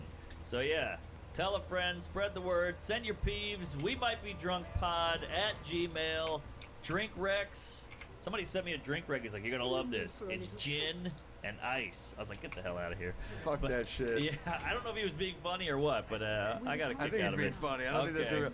real. And we got go follow our Instagram page. We're promoting a lot of comics we like on there. We got clips coming. We're recording this at Gotham Studios in New York City. They're doing such a great job here on 38th Street. We love them. Yeah. Love the setup. We got Harry producing. We got Matt in the booth.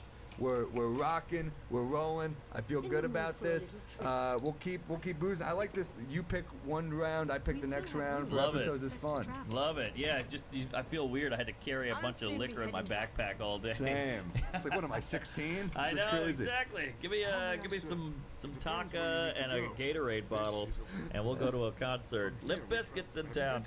All right, thanks, folks. We'll Thank see you you guys. next week. Oh, and subscribe to the Patreon.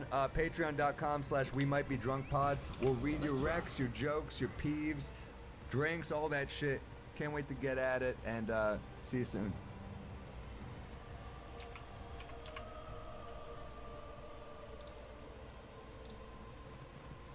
Wrap this up, right? Yeah, We're Jesus going on forever. Christ. Where are you going to be coming up? Oh man, I'm all over the road. This comes out in what, 3 months?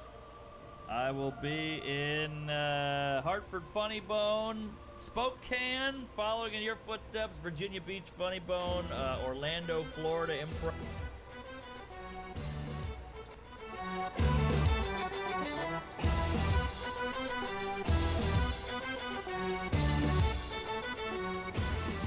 Termites. It's episode 45. The pub is open. Most importantly, what am I drinking out of? My brand new, brought to me by my friend Bob Reed, my brand new Graceland mug. And he said there were only like 2 left because of COVID. I guess they couldn't make Elvis things. I jokingly said, "Oh my God, you're going to Graceland." Before he was going somewhere else, I said, "Please, I need a souvenir beer mug," and he did it. He made it happen. I was really kind of only kidding. Fantastic. But now, yeah, it's just fantastic. It has a picture of the whole house on the front, which you've never been. If you've never been to Graceland, the house wasn't that impressive for Elvis. Like, I was expecting something bigger. Like, it's something. I feel like the Graceland quote mansion.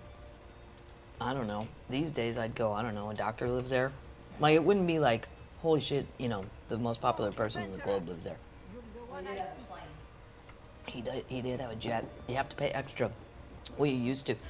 At Graceland, that was an extra ticket if you want to tour the Lisa Marie. And boy, is it worth it. I don't even care about Elvis, and I had a blast at Graceland. I would always recommend it. And then people think you're being cheesy. Even if you don't care about Elvis, it's like a time capsule of the 60s and 70s. It was super, the racquetball court, the trophy room, the jungle room. I mean, well worth it. Well, money well spent.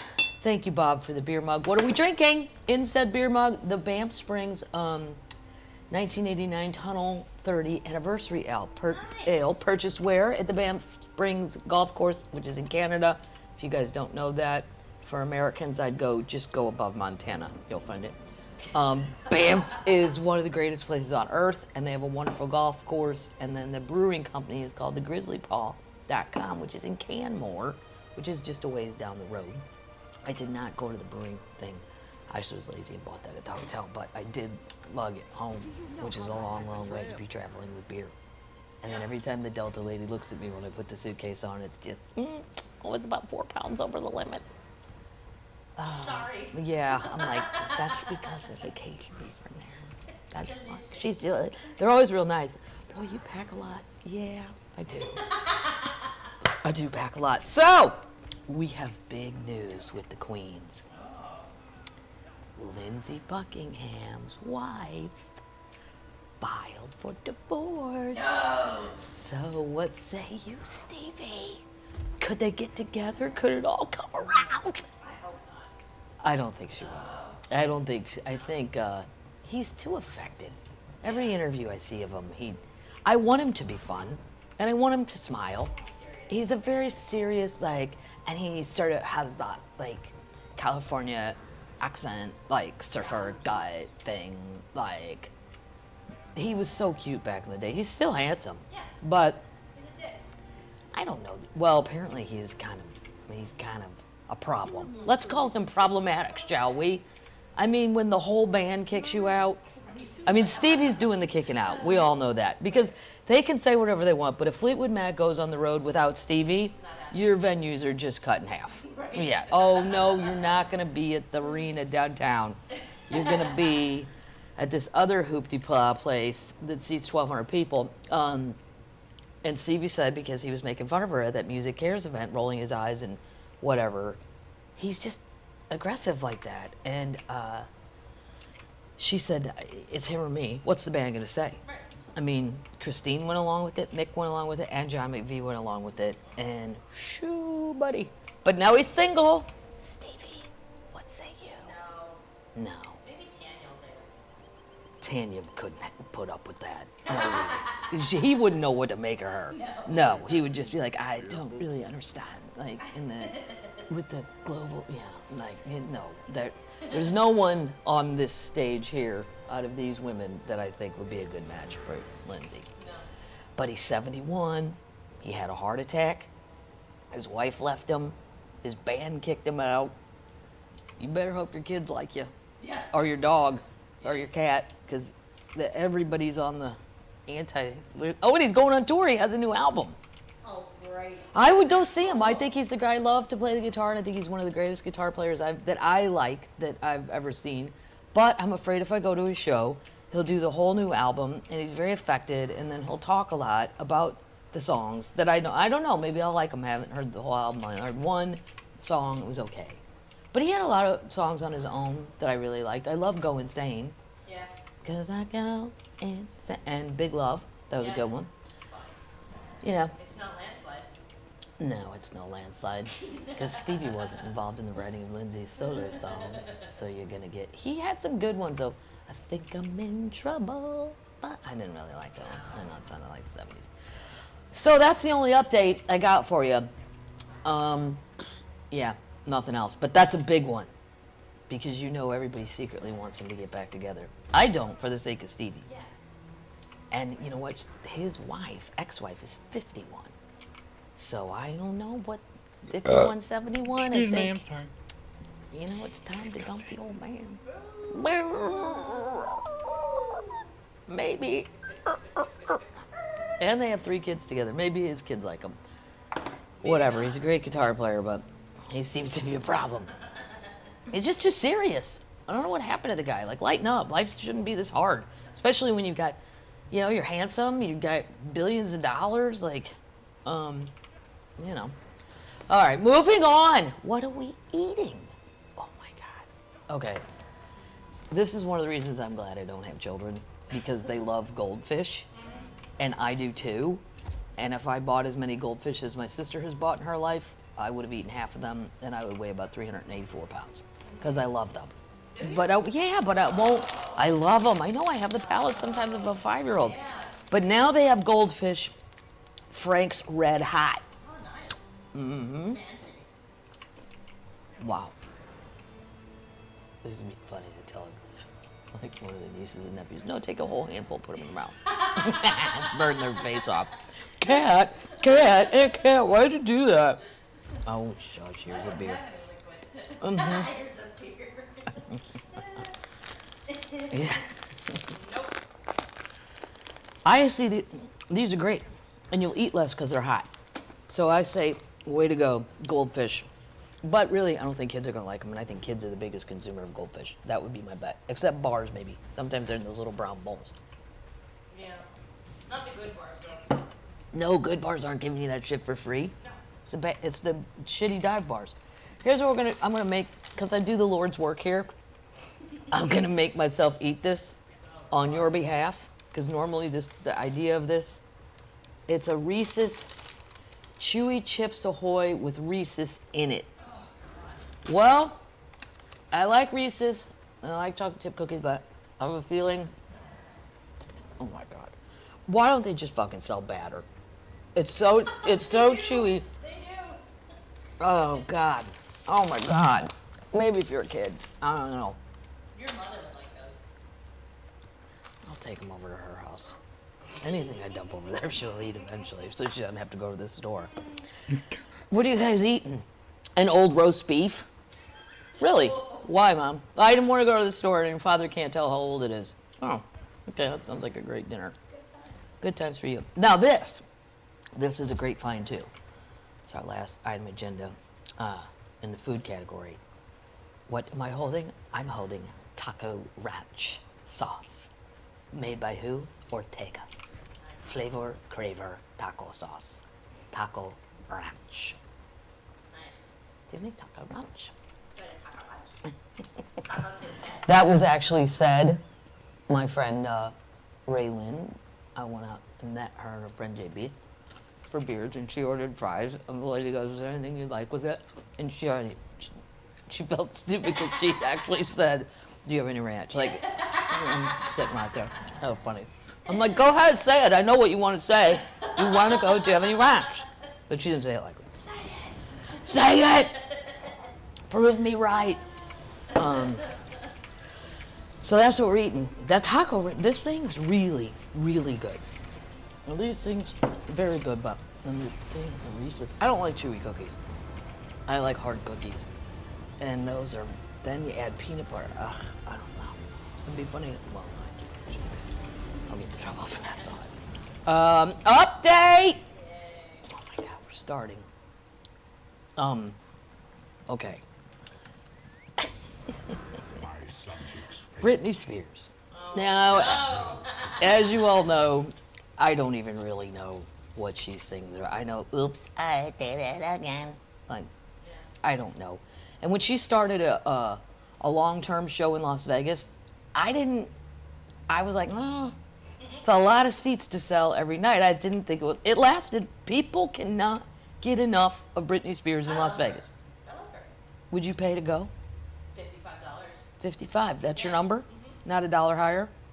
56 maybe. What if it was 62 and I got you good seats? Yeah. Don't forget service fees and taxes.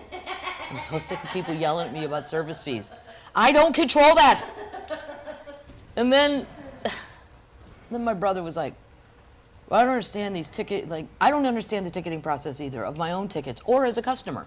I went in to buy Florence and Machine tickets at some point a couple years ago, and it just kept timing out, and then I was sold out. Yeah. Then you go on StubHub and they're already there.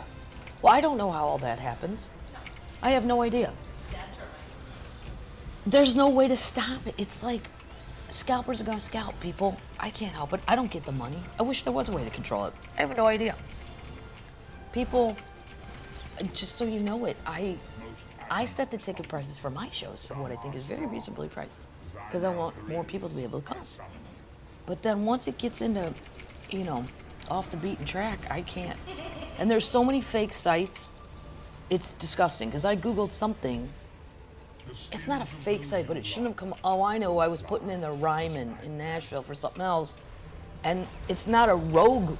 No, it was Zany's in Nashville. And there's like different ones that aren't Zany's. They're just selling tickets, but it's all very confusing. Just make sure you're on the right thing. That's all I can say about that. But anyway, Britney Spears was doing very well out there, her show-wise anyway. I don't know about her mental state. Just a couple days ago, she posted, she's wearing a snakeskin bodysuit. These were posts on Instagram, I think. I'll make sure when I read this. She calls herself a, quote, motherfucking snake in a bizarre rant while wearing a snakeskin bodysuit. Now, here's what I really love. When her fans become super concerned and alarmed. And then they tweet her or comment. The 39-year-old wore a snakeskin bodysuit in the new Instagram post, which was shared on Monday. She confused fans with this post. She called herself a motherfucking snake. Alongside a series of snaps that show Britney posing in a tight snakeskin outfit, she wrote, I held a snake at the VMAs one time, but decided to go ahead 20 years later and become the motherfucking snake myself. What? And since tricks are for kids, this is all a quote. You tricky little shits. Who knows what color snake I will be tomorrow? The caption concluded, stay safe, folks, and watch out for the... And then there's just exclamation points. A number of the singer's fans that they took to the comments to praise the star while also noting their confusion. And then, like, one girl wrote, okay, what the actual? Somebody else, is this Britney? Another one, well, ain't this strange? This ain't strange at all. Hope you're released from your cage soon. Britney referenced her iconic performance of I Am a Slave for You. I never heard that song. Is that, you know it? When she was 19, she memorably took the stage while holding an albino Burmese python on her shoulders. Now here's the thing, Britney. She has a conservatorship hearing coming up soon. Now's probably not the time to be posting pictures of yourself in a snakeskin outfit, and you shouldn't wear this on the court thing, because here's what's going to happen. Now this is how, I don't know, maybe she is a little off the beaten path and not right. I don't know, but why would you post that before Britney Spears anticipated to appear remotely at the next conservatorship hearing to address the court directly? ET, Entertainment Tonight, has learned that due to COVID protocols, the 39-year-old is anticipated to appear in the LA court remotely, not in person, for the June 23rd conservatorship hearing, where she's expected to address the court directly. Please wear a different outfit. For your own sake, Britney, how about a nice suit from Ann Taylor? Ann Taylor. How about something from Talbot's? You know, Caroline Ray always had the funniest jokes about her mother loving Talbots. She said, we could be playing bridge with aliens and all she'd do is, that's a cute top, where'd you get that, Talbots? Cute top on an alien. It was great, it was fun. She had a whole thing about it. Britney had been granted a hearing to address the court directly. Britney's attorney, Samuel Ingham, yeah, shared in court at the time that his client requested that he seek a court status hearing where she could address the court directly. She'd been under conservatorship for 13 years. She expressed that she does not want her father, Jamie Spears, to act as her conservator. In recently filed documents, blah, blah, blah. Jamie asked the court to overrule an objection filed by the singer's mother on the daughter's behalf. The mother recently filed objection contesting the legal attorney fees Jamie has requested amid Britney's ongoing conservatorship. Lynn objected to Jamie's petition for approval and payment of $890,000 to him, as well as his attorneys, blah, blah, blah. This goes, you know, she says she's totally fine. She's extremely happy. I have a beautiful home, beautiful children. She has 2 kids with, one time I was on one of those VH1 shows where it's like all about the 90s or whatever. And they asked me what I thought of Kevin Federline. And I thought he played for the Detroit Red Wings. And I said, I don't know. I don't really pay a lot of attention to the Red Wings, but I know everybody on the Blues. But I don't know who I was thinking of, but Federline sounded like Fedorov. That's what it was.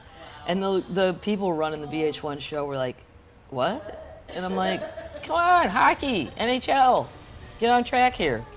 I'm such an idiot. I had to fake my way through those shows because I don't know stuff like this because I'm not interested in Britney Spears.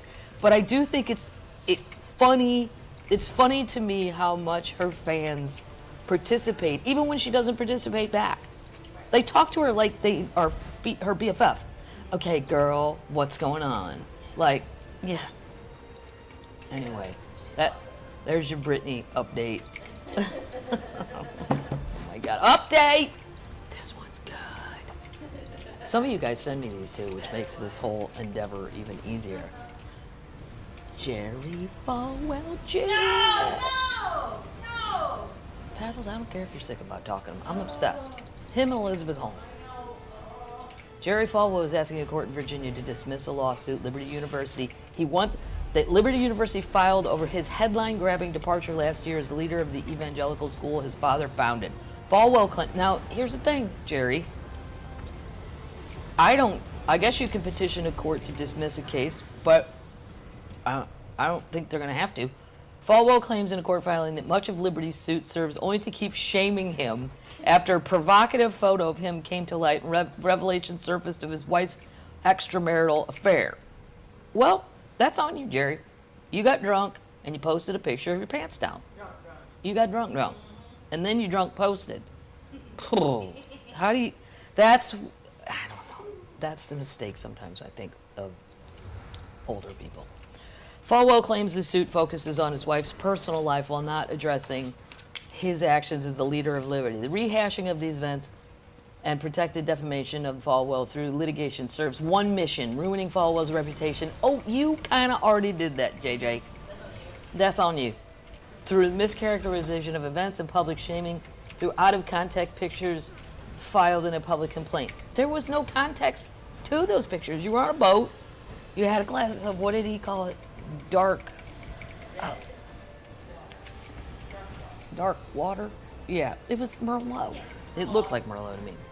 And I think I probably know as much as he does about wine, which ain't that much. Falwell's departure came in August. We know why, but there's another quote in here that I thought was... despite his clear duties as an executive and officer at Liberty, Falwell chose personal protection. The suit also alleges he failed to disclose and address the issue of his personal impairment by alcohol and has refused to fully return confidential information and other personal property belonging to Liberty.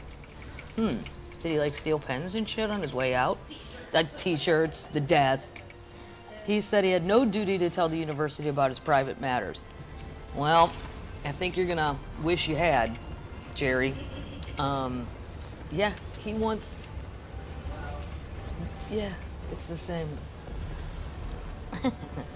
His departure in August came after news outlets published an interview with a man who said he had a years-long sexual relationship with Becky Falwell and that Jerry participated in some of the liaisons as a voyeur.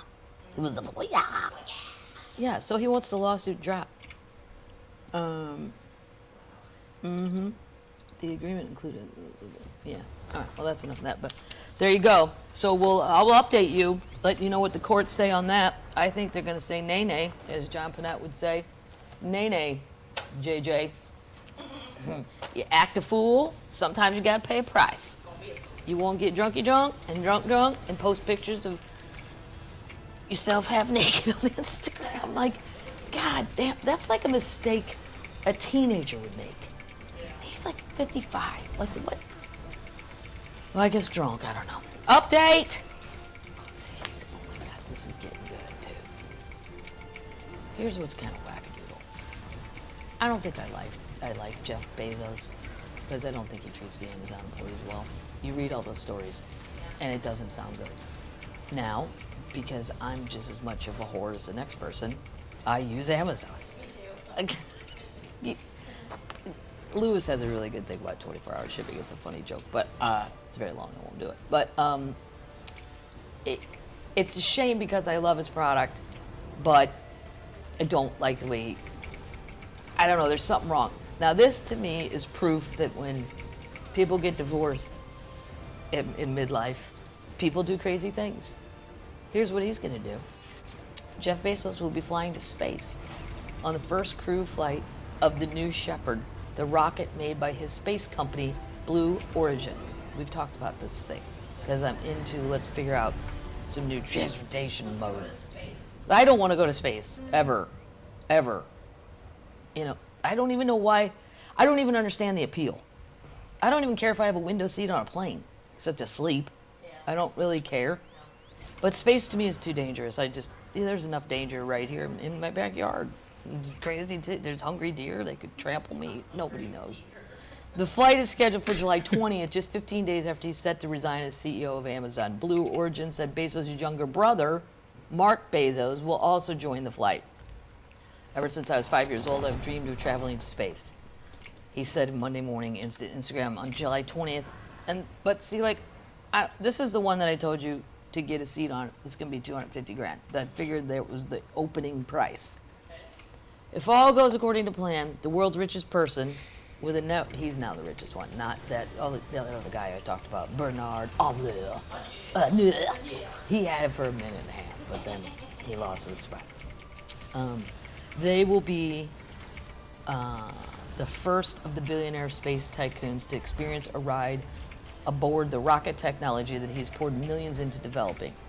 Although, what's-his-face, Richard Branson, is trying to do it before him. Elon, they talk about Elon in here. I'll get to him, but they don't mention. Oh yeah, they do. Okay, Richard Branson's getting old too. I didn't realize he was like 72. Our friend said. Yes. If all goes to plan, not even Elon Musk, whose SpaceX builds rockets powerful enough to enter orbit around Earth. Which, by the way, Elon Musk has been setting off satellite shit.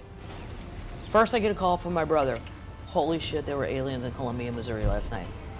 I go, what? He goes, I'm not shitting you. We weren't even that drunk. That drunk is my favorite part. Because he knows my next question is, were you hammered? Sitting outside on the deck. No. He said no, and he saw a string of lights that looked like a perfect line, and they were in sync, and they were flying together. Bam!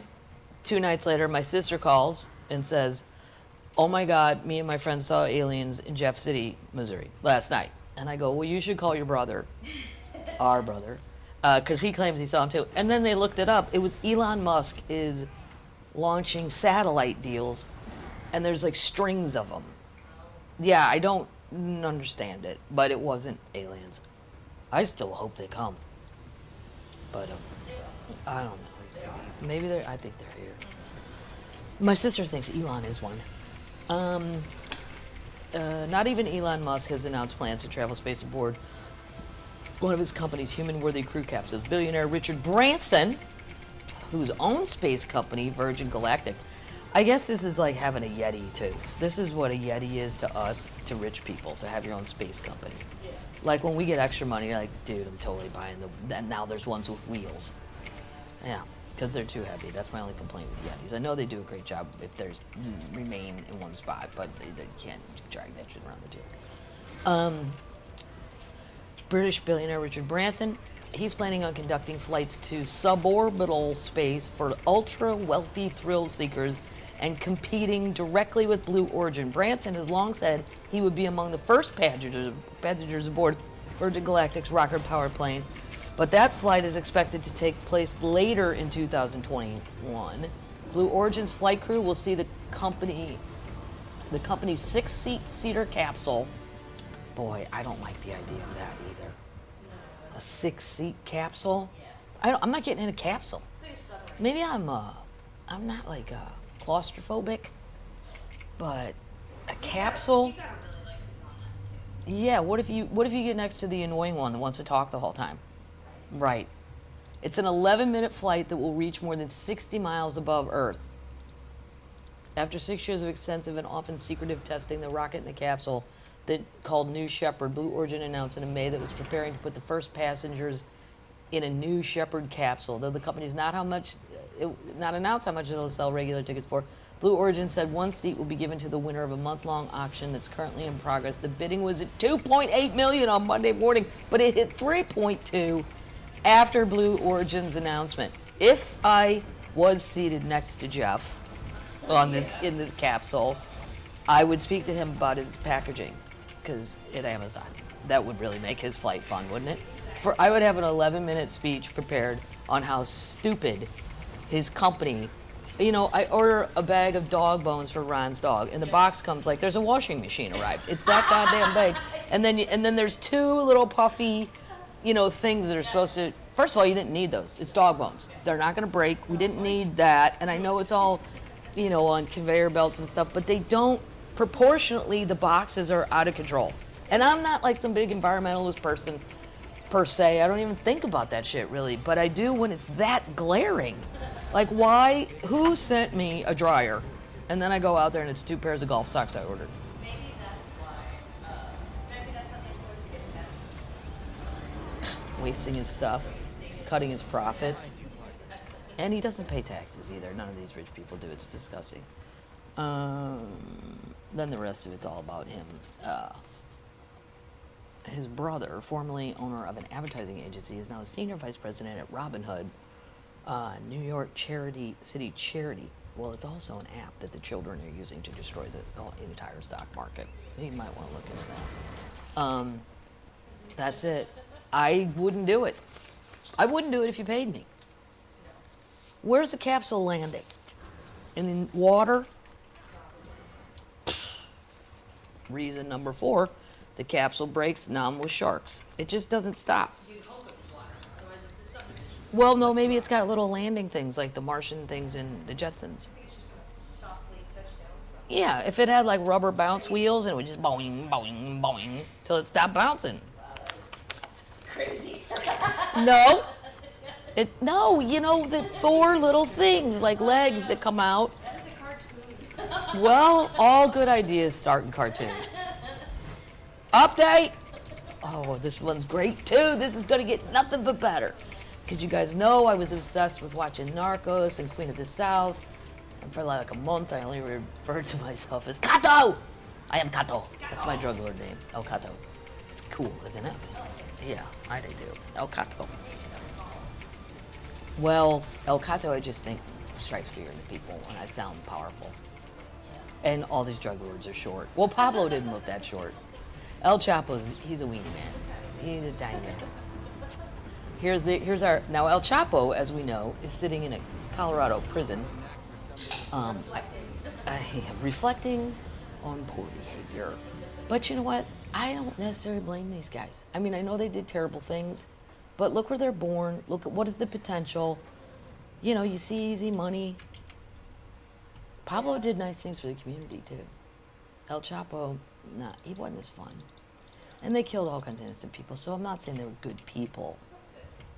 Well, it's like mob guys, you know? You do what you do. But anyway. Do what you do. The beauty queen wife of Joaquin El Chapo Guzman is set to plead guilty this week with helping him run his sprawling drug trafficking operation. But she won't be required to cooperate with the feds.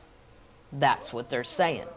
That doesn't make any sense. Why is she gonna, you know, she's gonna give all this information up for nothing?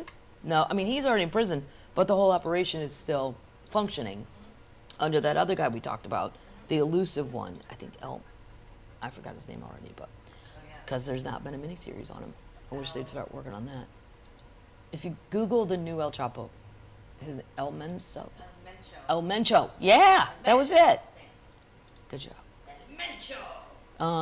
But she won't be required to cooperate with feds, a source familiar with the situation told the Post Tuesday.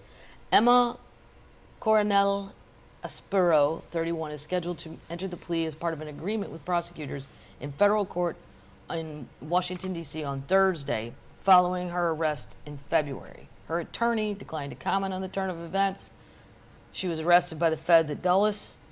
I don't know why she came back here like that. Something about all this doesn't make sense. I feel like she wanted to get caught. And I feel like she figured, if I give them all the information, maybe they'll let me go. Because she was arrested at Dulles on drug trafficking charges that carry a maximum of life in prison. She's accused of acting as go-between to her famous drug king husband and his alleged, I always say this wrong, Sinaloa, said it right this time, cartel cohorts while he hid from U.S. and Mexican law enforcement for years. She regularly attended her husband's 2019 narcotics trafficking trial. I remember that because she has little twin girls and she would bring them too. She's also accused of helping him bust out of a Mexican prison in an elaborate plan that included an underground tunnel. If you haven't seen that on the El Chapo, you got to see his tunnel. I mean, there might as well have been a fucking Taco Bell in there. It was wonderful.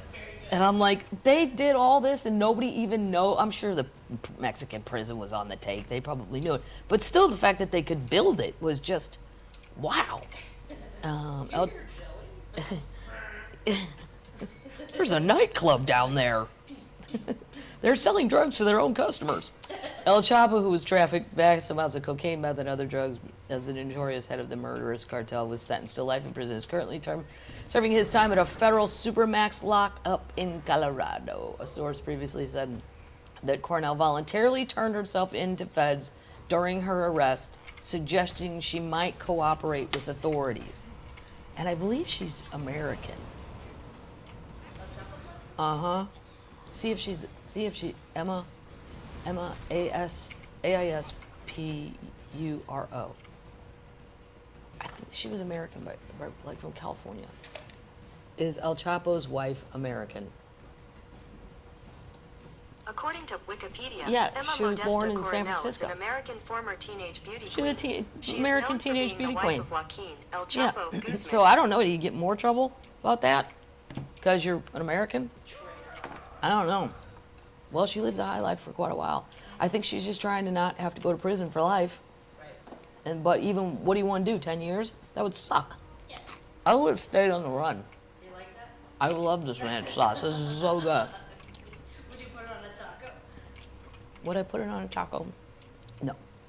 It would cover it up too much. Just gonna eat it in crackers. Just with crackers is good, yeah. Like a hospital food. They should give this to hospital people.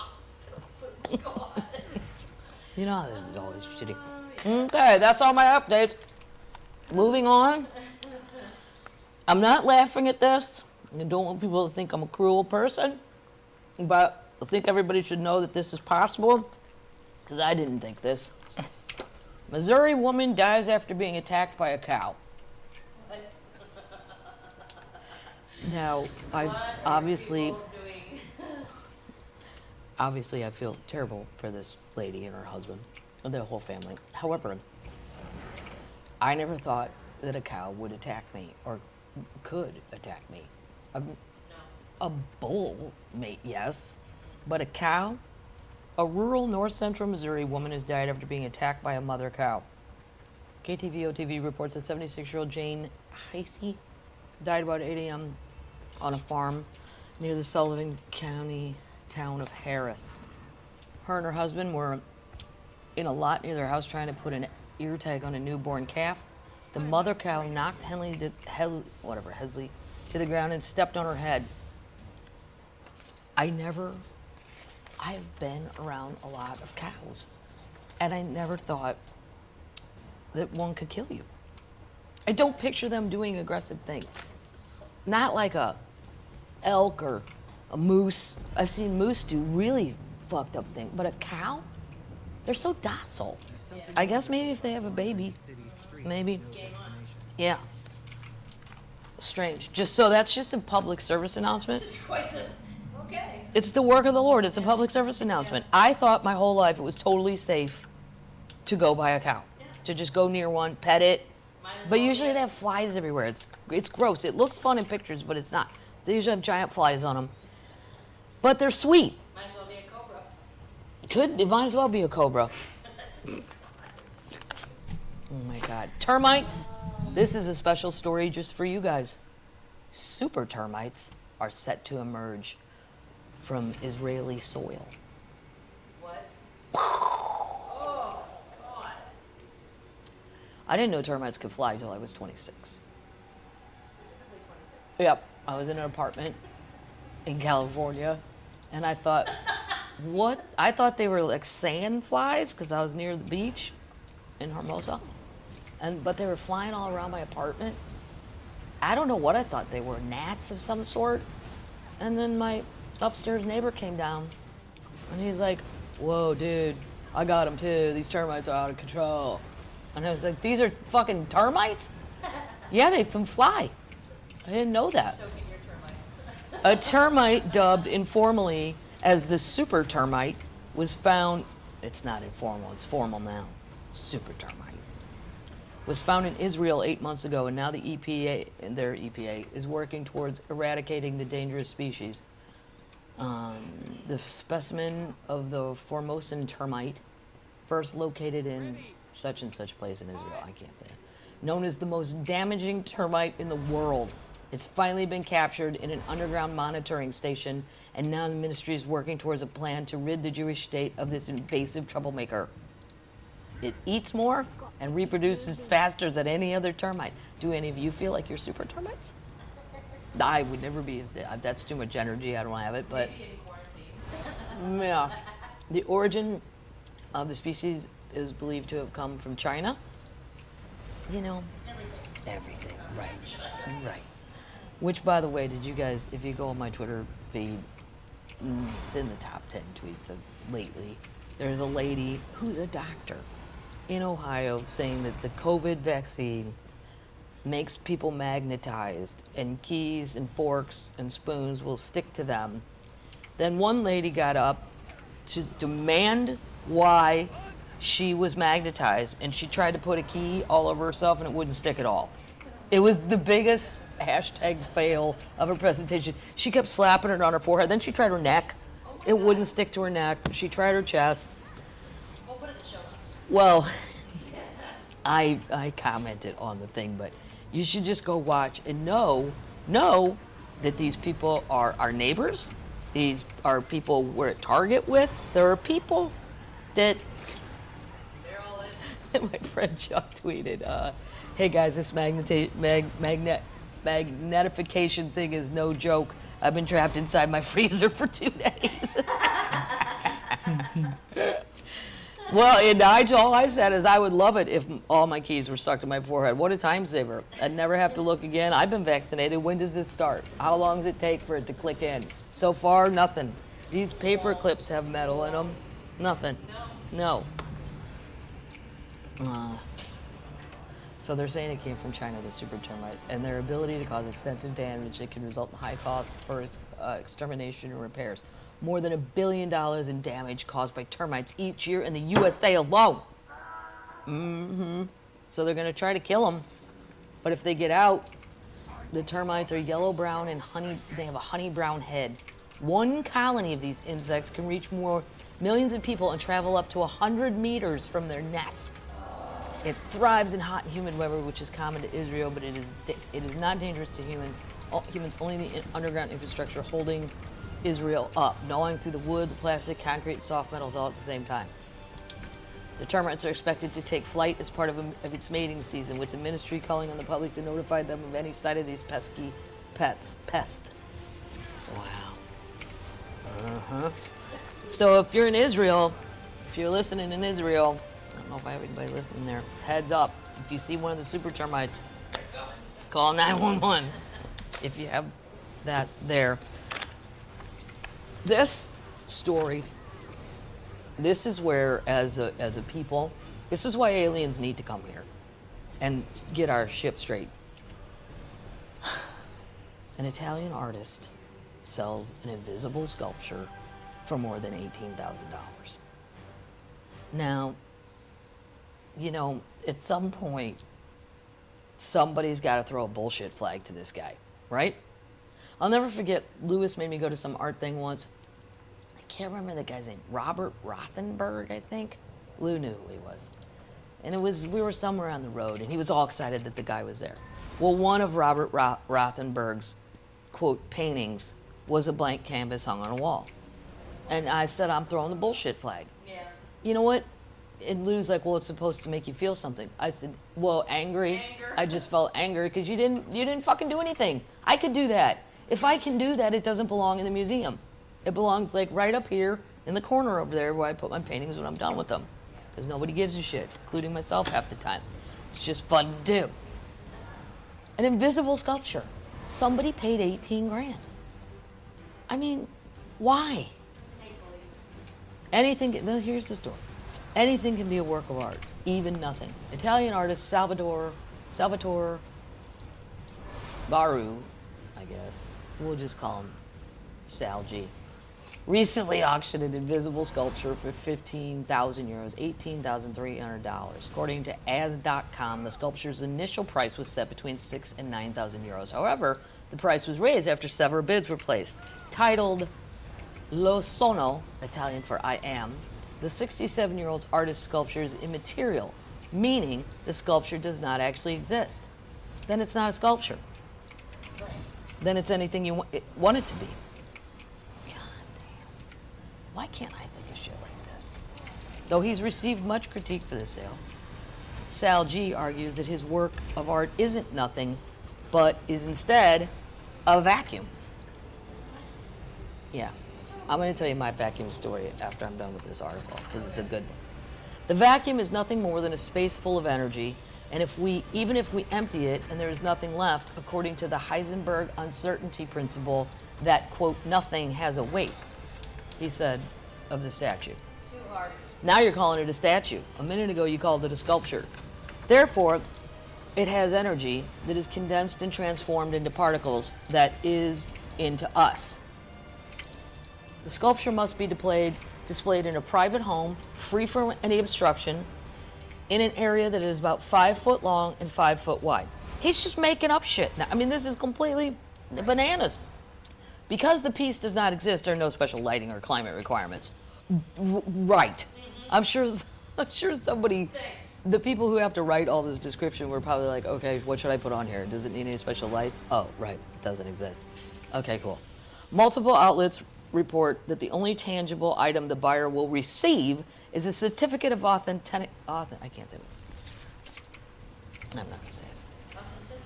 No, that's not authenticity. It's authentication. Authentication. See, sometimes I can't read that good. Thank you, Catholic school, for that. This is both signed and stamped by him. Though it's the first immaterial sculpture he sold, it's not the first kind he created. Last month, he displayed another immaterial sculpture called Buddha in Contemplation in the Piazza della Scala in Milan, near the entrance to the Galleria d'Italia.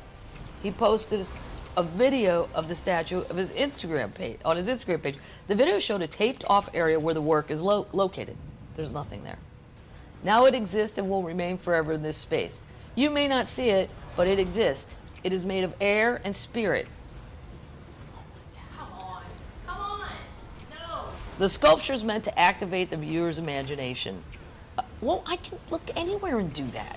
We're 5 years old again. Choose your own adventure. A power that the artist says in the video exists within everyone.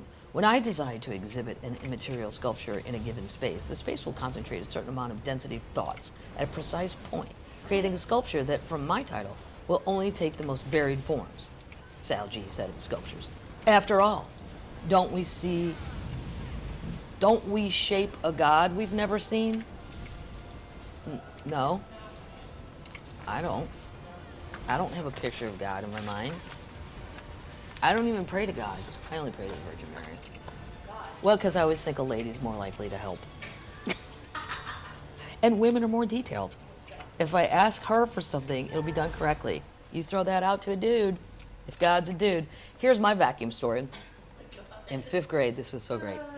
In a Catholic school, might have been 4th grade, we had to do science experiments, and I hate science. And my dad isn't good at it either, so he gets it. And I was like, dude, I gotta have something for this thing. And he said, oh, I got a great idea. And he has no science ideas. So I thought, well, he goes, go downstairs and get your vodka bottle. And I had, one of his friends loved vodka. And Seagram's, it was like he got it from like a distributor. It was a vodka bottle that was probably, well, 2.5 feet tall and as round as like 2 footballs. And I saved money in it. It was empty. They did clean it up before they gave it to me. And then it had the long top on it where it had a pump and you would pump the vodka out. So he took the pump out and then he goes, get my lighter. They were by his cigarettes. So I was like, cool, we're gonna set shit on fire. Took a piece of newspaper and we had a hard-boiled egg. You throw the newspaper in the bottle, put the egg on top, and then it creates a vacuum. And I made this awesome poster explaining vacuums, and I had to go get an encyclopedia and look that up because my dad didn't even really know how it worked. It was just like a bar trick. And I said, well, I can't put bar trick on here. The nuns are gonna get mad. Well, I walked to school with that vodka bottle and the egg and the lighter, and then it was time to display all your stuff, but I had a lot of newspaper and I had like 6 eggs because I wanted to do it a lot and show people. The one nun came over and she was like, Kathleen, where did you get that bottle? I'm like, from my mom and dad's basement. And where'd you get the lighter? I'm like, from my dad's savings. She said, well, we're gonna have a meeting with your parents tonight. I'm like, oh, I didn't think we were, but are you gonna tell them how cool my thing, because my poster, because I can draw and paint, my poster was the bomb. Yeah, then I said to my dad, why didn't you think that? Of course they're gonna think you're an alcoholic. You're sending your 10-year-old with a giant, enormous vodka bottle. It was half my height. What'd you get for a grade? I was disqualified. What? But it didn't hurt me. She just said I couldn't light things on fire anymore. And there might have still been some alcohol in that bottle. I was thinking, like, traces of it enough that could have exploded. I mean, the more I thought about it as an adult, I'm like, yeah, that was kind of... How old were you? 10. Yeah. All right, this is a serious... Good story. This is a serious story. It's so bizarre. And this is what one of my aunts died of recently, last year. So my aunt got this thing called Creutzfeldt, it's really hard to say, Jacobson, I can't, it's in the article, I'll come up upon it, CJT. Go to the show. And it's basically, the way I would describe it is Alzheimer's on crack. You literally, your mind stops, but in different sections. It's almost like in a theater, a big old-timey theater where they have the old levers and you go boom and you pull one down and the house lights go out in the very back of that quadrant, and then boom, another section goes out. And that's what was happening to my aunt. Like, sections were going out quickly though. And then I thought, I don't know, if you gotta die, Alzheimer's can take a very, very long time and be painful for everybody involved. This thing, this Creutzfeldt-Jacobson, I think is how you probably say it correctly. I'll find out as we read this, but at least it was fast. It was very fast, because they say and it's only 1 in a million people, and she got it. And it's bizarre, and they don't know how you get it, and it's 1 in a million people. Well, what's crazy is this article, and then it was all over the place. It was not just in Canada. It's the New York Times. It was in London. It's a thing. Mysterious brain syndrome grips Canada. Montreal. 48 people from the same small Canadian province struck with a baffling mix of symptoms, including insomnia. Yeah, my aunt had that. Impaired motor function. Yep. Because all of a sudden her leg would just do this crazy thing. And I'm like, whoa. What is going on there? And hallucinations, I don't really remember her having that bad. Such nightmarish visions of the dead. She did have nightmares, but I don't know she didn't say what it was about. A neurologist working 12 hours a day to decipher the clues. Swirling conspiracies blame the illness on cell phone towers, fracking, or even COVID-19. These are just some of the plot lines of the mystery that has stumped Canada's medical establishment. I mean, this is fucked up if you live in this town. Like, what is going on? It's attracted the attention of some of the world's top neurologists and fan fears among residents of New Brunswick, a picturesque province of about 770,000 people on Canada's Atlantic coast. In the past 6 years, dozens of people have fallen ill from the disease, and 6 people have died. People are alarmed. They're asking, is it genetic? Is it environmental?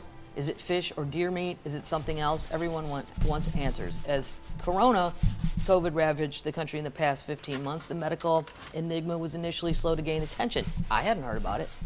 I mean, this is bizarre. Everybody was distracted by the pandemic, blah, blah, blah. So they've had a sluggish go at it because nobody's concentrating on it. Medical experts say the murkiness surrounding the illness also reflected how, despite extraordinary advances in medical science, some ailments have mystified the world, such as debilitating ailments, that impaired dozens of diplomats in Cuba and China beginning in 2016. Remember, they thought they were doing noise things, like... Oh, yeah. Yeah. And then there's among the youngest victims is a 20-year-old, a once straight-A student participating in figure skating competitions and aspired to become a pathologist. But as she began university 2 years ago, she was suddenly and inexplicably overcome by fatigue, started bumping into things, and had visions that looked like static from a TV. Uh-oh. Yeah. No longer able to read easily or walk to class, she was forced to drop out of school.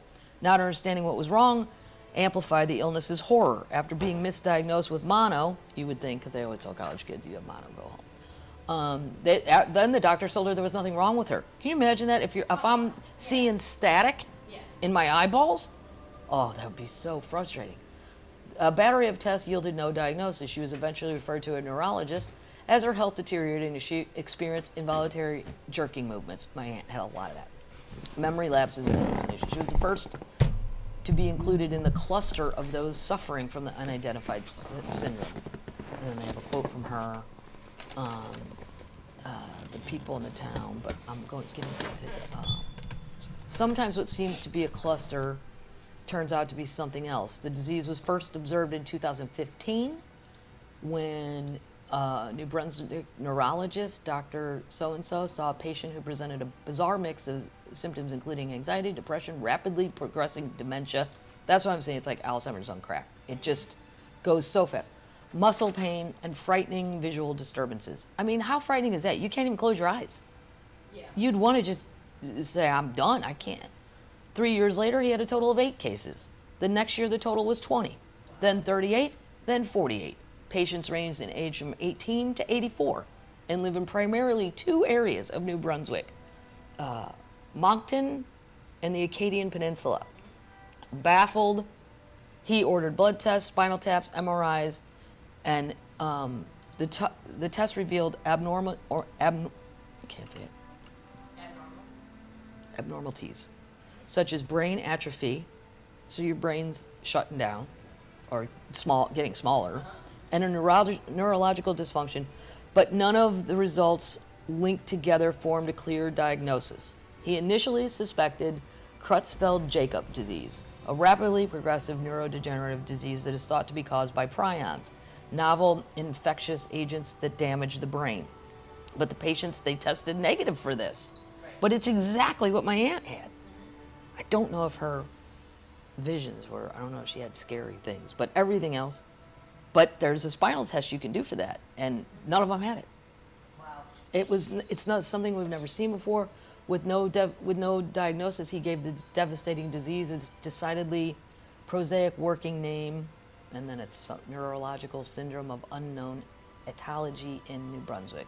He also sounded the alarm, telling everybody of 3 autopsies done so far, all have been negative for known forms of prion disease, which Alzheimer's is, they're all apparently in that family, what my aunt had and all this.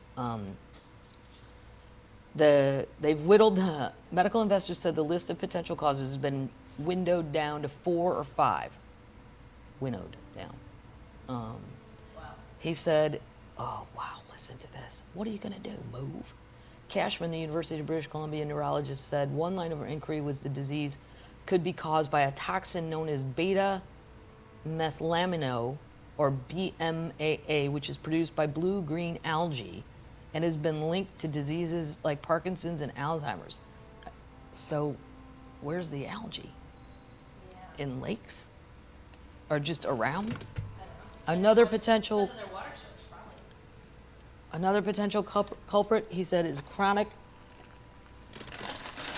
exposure to, I can't say this either, domoic acid, I don't know, a neurotoxin found in shellfish off the coast of New Brunswick. So, what, you mean if I'm eating, that's my dad. I can't talk to you right now. Is it eating too many oysters? Seriously. I mean, what, if the neurotoxin is found in shellfish, do I have to eat it or is it in the air too? He said the team was not ruling out that it could be a new prion disease or a syndrome caused by infectious agents such as bacteria, a virus, or fungus. And then there's just personal stories about people that were like are completely messed up by it. But it was the craziest thing because I'm like, this is what my aunt had, and then but she was she was 81. Yeah. This girl's 20. Some of these people are in their 20s. It's bizarre. Like your brain shouldn't normally just atrophy at 20. No. That's bizarre. Stay tuned. Stay tuned. All right. Okay. So, I told you guys to go look at what's her name, the girl that I don't even know who she is. That got Ellie Kemper and the Veiled Prophet. So the first we'll have to say what the Veiled. I'm going to tell you because this to me is it's worth instead of people just berating her on Twitter. She did apologize. Here's something I'll never have to do. Apologize for being in a debutante ball. List of things I know for sure. That's never going to happen. She apologized. She said, I was not aware of the history of the Veiled Prophet Ball at the time. But, I don't believe you. well, yeah, you're 19, but so you're just saying your parents were racist? Right. They're part of this secret society? Or not even racist, but did they know? Sometimes I think the super rich don't think about stuff like that. It doesn't mean they agree with the racist past. It's just what they do. The same way, I show up at my lake bar. They go to balls, I guess. I don't know. I know as a kid, like my parents know all about this. And it's hilarious because my dad always addressed my mom as the Queen of Love and Beauty. And we knew he was joking, but I didn't know that that's what you're called if you win the prize in this ball. You are crowned the Queen of Love and Beauty. So my parents would say it to mock that. And then my mom would call herself. And then she goes, well, I was the VP, Queen of Love and Beauty twice. I go, what? She goes, on the playground, Kathleen, on the playground. And it's a thing in St. Louis. This is how fucking complicated.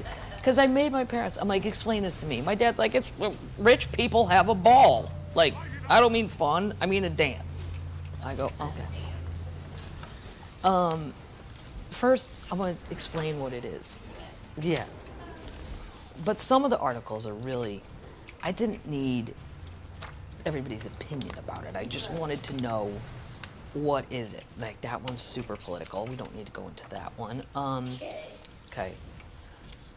The lady that won this, who's born in Kansas City and from St. Louis. I thought you had to be from St. Louis, but I guess they count it if you, rich people don't care as long as you're from Missouri, probably. Wait a second. This one is saying what they do now. Just so they get some credit. They used to have the VP Fair. Now, I knew that because you could bring a cooler under the arch, and they shot off the greatest fireworks. And when I was like 18, 19, you could take a cooler of beer under the arch. They had music. I saw Linda Ronstadt one time. Sammy Hagar, he loved St. Louis. Like every Friday, our radio people would go, St. Louis, we got a big concert announcement. The Red Rocker is returning. And we'd all buy tickets and go again. Didn't we just see him last Friday? I know, Kath, but I can't drive 55. It's fucking awesome. But then they would set off fireworks. So they must have paid for all that. They just have a terrible history. But now they try to form themselves as more of a booster organization, try to do good public works and things like that. It's tied up with the history of class leaders and money in St. Louis and those issues. You can't extricate race from those issues. In 1878, the city's elites wanted to take back the power of the city. They wanted to show that they were still the people in control of the city. They hated any kind of organized labor. That was a big thing they were about. And they of course, no blacks, no Jewish people, very few Catholics. Because I said to my mom, she goes, well, darling, don't you know? She's being ridiculous. She goes, darling, don't you know? Us Catholics had our own debutante ball. I go, what was that? I don't know any of this. She goes, it was called the Fleur de Lis. And so I said, but I read that they did take Catholics, that it was no blacks people, no Jewish people, but she said very few. They took a couple, but probably like Anheuser-Busch because of the money. Matter of fact, I know Bush because one of his daughters was the queen of love and beauty. But so the Catholics form it out. Yeah, the organization maintains its founding purpose was to plan and host events that would attract the world. I don't know about that. Yeah. Back when these sorts of things set the social calendar, the VP's Queen of Love and Beauty debutante reigned supreme, and the VP parade was the event of the summer for some St. Louisans. So they threw a parade, and us, the poor people, were allowed to attend. There's a rapper, Tef Poe, I guess he's from St. Louis. He said, "We just grew up in the understanding that this was not for us." Me too. I knew it was rich people, but I didn't really, number one, I don't care what they do. It doesn't involve me. I don't know what they do. I don't care what they do. But anytime you're part of a secret society, you're on a slippery slope to something shitty. What's the secret? Why do you have secrets? What's going on? The VP critic, and then they have a veiled prophet. That's like a guy. It's always a guy, and you never know who he is. It's like a mystery. You know what all this is? This is when you have too much free time. This is ridiculous. The veiled prophet. I'm like, what does veiled prophet even mean? The Slaybacks borrowed the name the Veiled Prophet of Khorasan from Irish poet Thomas More's Layla Ruka. They, from the mystic crew of Comus of New Orleans. In Moore's poem, the Veiled Prophet was a horribly disfigured man who considered himself a prophet. I don't even understand what I just read. And I'm not going to try. That's just that. It's somebody who's horribly disfigured. That was a thing Thomas More made up. And then they adopted it, and that's going to be your VP person. But it's always somebody famous. Like, it was a secret, though. You're not supposed to know who it was. One time, though, it was revealed it was the CEO of Monsanto. Like, what? For these critics, the tight-knit society of influential business and political leaders and their traditions of secrecy, ritual, and cultural appropriation is a force for institutionalized racism in St. Louis. Well, rich people are going to do what they do. I don't want to go to a ball. I feel like it's a cattle auction of women. Like, let's bring our daughters. I mean, do they do it to the dudes? Do they parade the sons and go, here's our pretty good looking sons? You had to qualify to get in this thing. You had to be like cute and you had to be smart. Like, what? The past and future are connected, and I think St. Louis, we have to do a better job of wrestling with that. That's what the rapper guy said. There's no known historic tie to the KKK. Black members were banned until the 70s. The problem is the Veiled Prophet, the original drawings of him, he looks like a Klan guy, because he's got a hood and a robe and some sort of, I don't know, cane or weapon. That's a Klan guy. That the Klan wasn't invented back then. The Klan didn't come around till later. So it wasn't. It was just some weird thing that unfortunately. Maybe they influenced the Klan.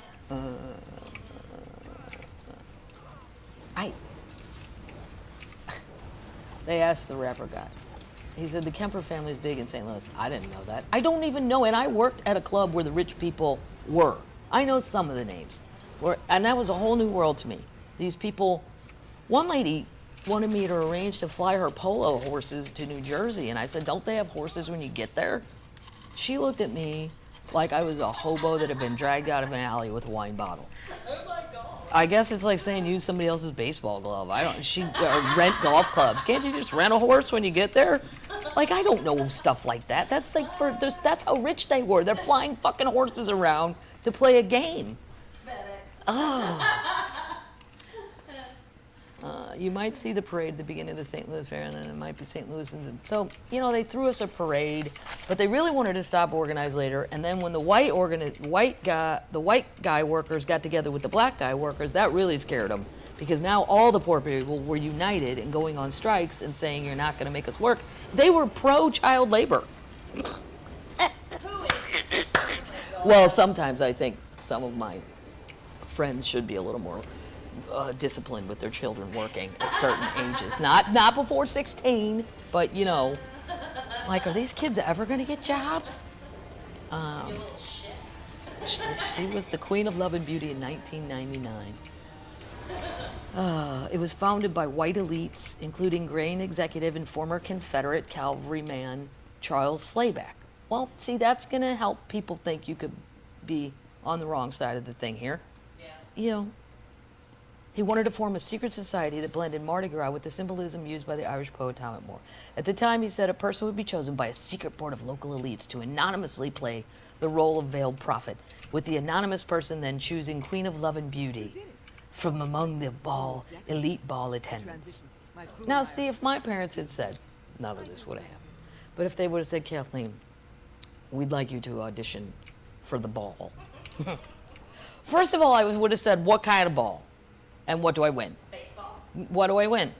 Because if there's no prize, I'm not putting forth the effort. I got to get something. Do I get paid?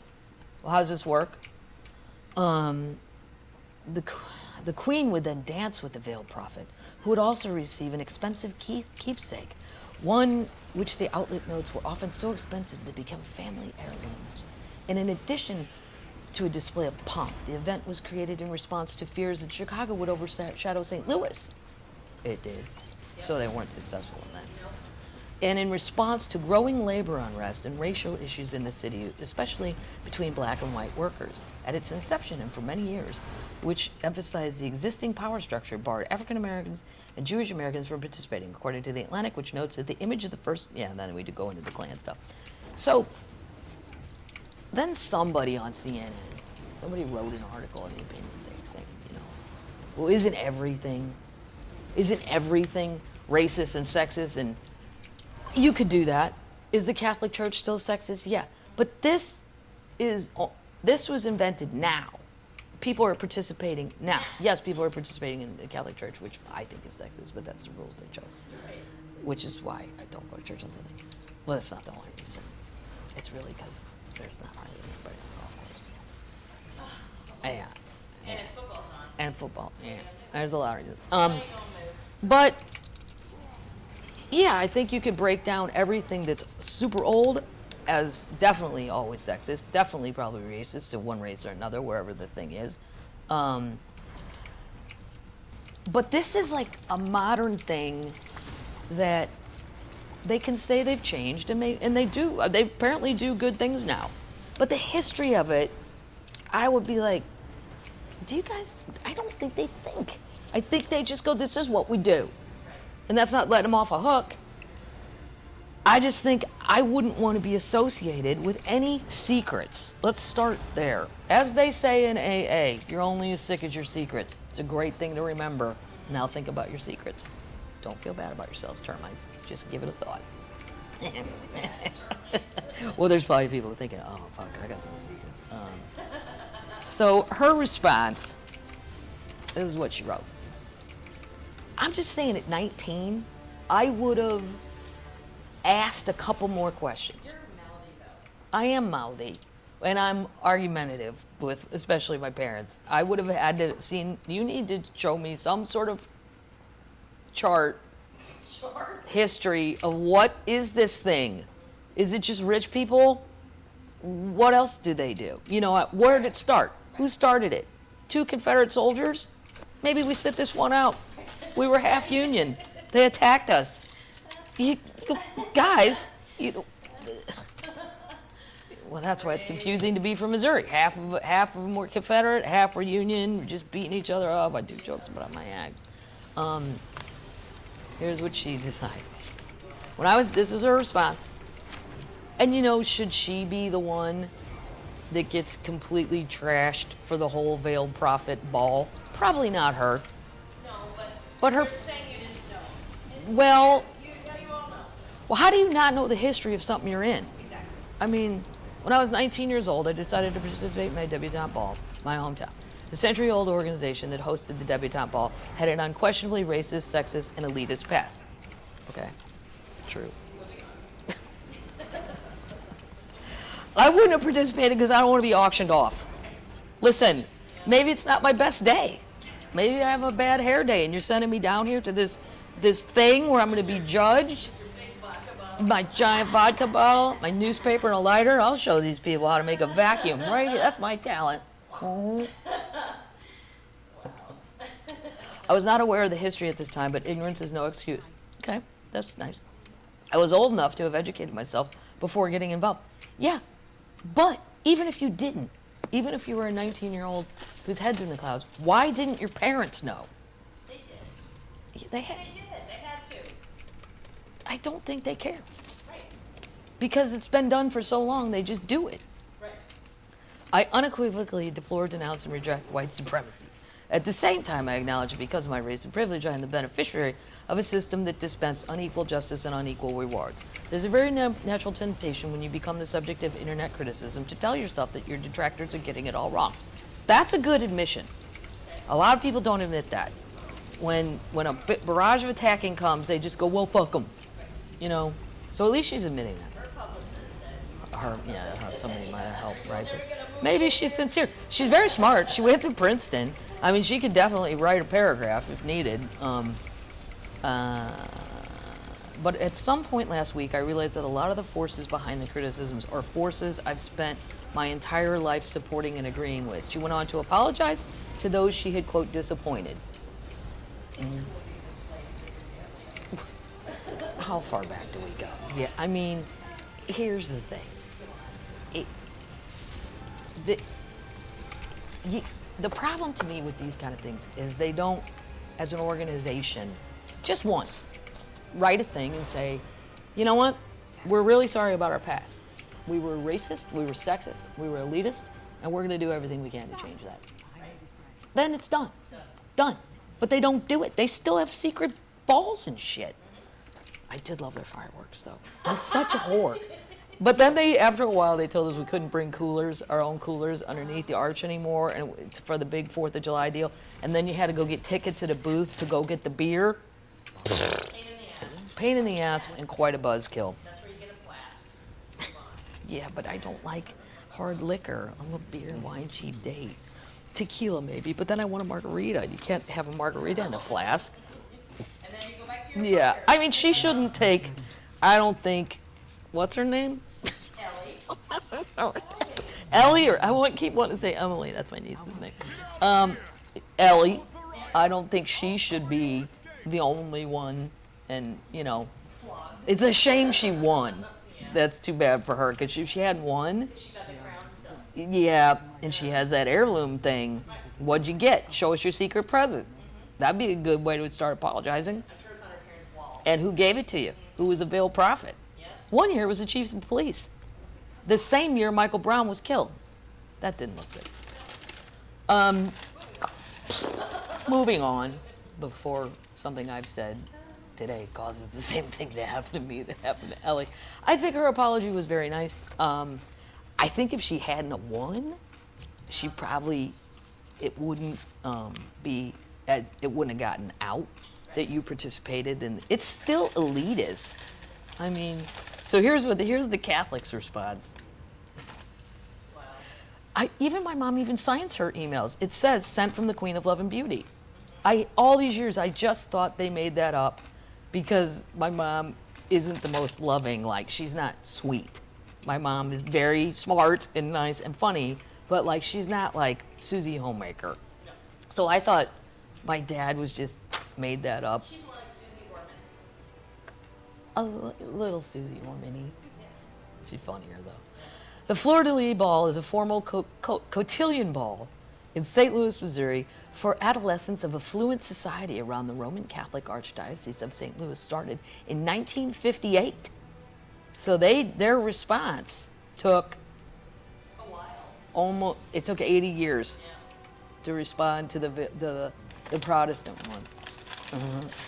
It teaches etiquette and ballroom skills to young debutante men and women. What's a ballroom skill? Dancing? Oh, like in The Sound of Music? The foxtrot and stuff? Oh. 4 years of classes. 4 years of classes?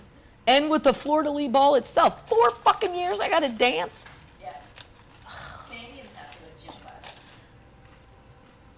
Canadians learn dancing in gym class? Ballroom dancing. Ballroom dancing? Yeah, grades 4 to 12. How often has it come up? 1 month every year. Well, how often has it come up in your real life? Never. But have you ever? Absolutely. In public? I can two-step. I'm not saying you can't. I'm saying, have you ever broken out into a foxtrot? Like at a biker bar? Be hilarious.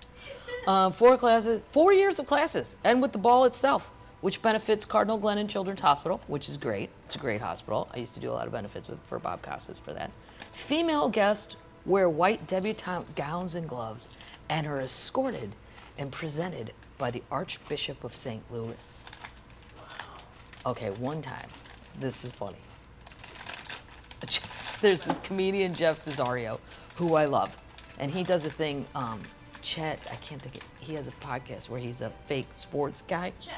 Chet, something, we'll find it in the show. It's so funny, because he really commits to it. And it's so much more creative than normal podcasts, even including this one. Because he just plays like an outdated, I don't even have to listen to a sports guy. But anyway, it was me, Drew Carey, Jeff Cesario, and Bob Costas. And Bob is the MC of the night. And we're in this giant ballroom in St. Louis. And it's all for the hospital, for the kids' hospital. This is all going really good so far. And I think the lineup was Jeff, me, Drew. So, and stay clean, you know. And there's a lot of super duper high up Catholics because of the Pope's there. Well, the Archbishop came in, and he was pimped out in purple, a cape, like a fucking Harry Potter wand type deal, scepter, like, oh, I mean, it was his going out outfit. It was a Saturday night. I'm going down to whatever hotel we were in St. Louis, and he gets up and gives the invocation, the prayer deal, right? And he says a few words, and he leaves. But he physically leaves the room. But as he's walking out, Jeff gets up and says, "How about a hand for the artist formerly known as Prince?" I was like, oh my God, oh my God, oh my God. Oh my, I was so nervous because all I can think of is I'm gonna get in trouble, someone's gonna hit me. So I didn't even say it, and someone's gonna hit me just because I'm sitting next to him and he's my friend. A lightning bolt. And there was this weird pause, and then everybody laughed really hard because he left. But everybody, I think, was like, oh, you know, we can't, yeah. So I just think if you're joining a secret society, you might want to look into that. Because why, if it's a good thing, why is it secret? Right. Something wrong with that. Be the Boy Scouts otherwise. Yeah, it could be anything that they tell you what they are. I don't know. So I think she took a very, very harsh beating for something her parents probably told her. This is what we do when you're 19. You're going to this dance, you're gonna act right. Act right. You're gonna go pick out a pretty dress, and then all the rich people will know you're available. I mean, it's so archaic. I never even looked it up. I knew it was rich people. I knew they gave me free fireworks on the 4th of July under the arch, which you see the reflection of them in the arch. It's a really great place to watch fireworks. Over the Mississippi, it's beautiful. It was great. But I never looked them up because I didn't care enough. I just thought they were stupid for, why? That's some weird dentist calling me. I'm not picking that up. Why I didn't care enough, it just seems archaic. And the rich people are always going to be friends of other rich people. We all work in our circle. So what are you going to do? Make them stop? I mean, it's a non-thing. It was always a non-issue to me. But if I was going to be involved, and my parents said, here's what we're doing, I don't know that I would have had enough guts to go against my parents at 19. Probably not. But she does kind of leave her parents hanging out here. Like, I was unaware, and I should have been educated. Oh, let me see who is in charge of that. You guys, why is this dental people calling me? Stop. So, The Unbreakable Kimmy Schmidt, I've never seen it. Maybe I should go watch it. And I never saw an episode of The Office. Don't yell at me. I don't know why. I'm busy! Not during COVID. You know what I've been watching, and it's just not that. Here's the one. This is the one you can't, and then I'll end on this. You can't ever say this out loud at a party. Because when you say this, people look at you like you just said, I've shit in my own pants. I've never seen a Star Wars. What? Yep. None? There is none of them. There's so many. Yeah, I don't even know. And they're everywhere. There are, the reactions are the same as if I'd said, by the way, you may not know it, but I just shit in my pants. Because they look shocked, and then they're like, no! What? How is that possible? Yeah, I know what from Society. I know Darth Vader's. Yeah, the big guy with the mask on, and stormtroopers are those. Oh, I know Mark Hamill. I know Carrie Fisher. Mark Hamill's not dead. No, Carrie Fisher's dead. I don't know. I just don't. I never saw one. And I don't even know if it would hold up anymore.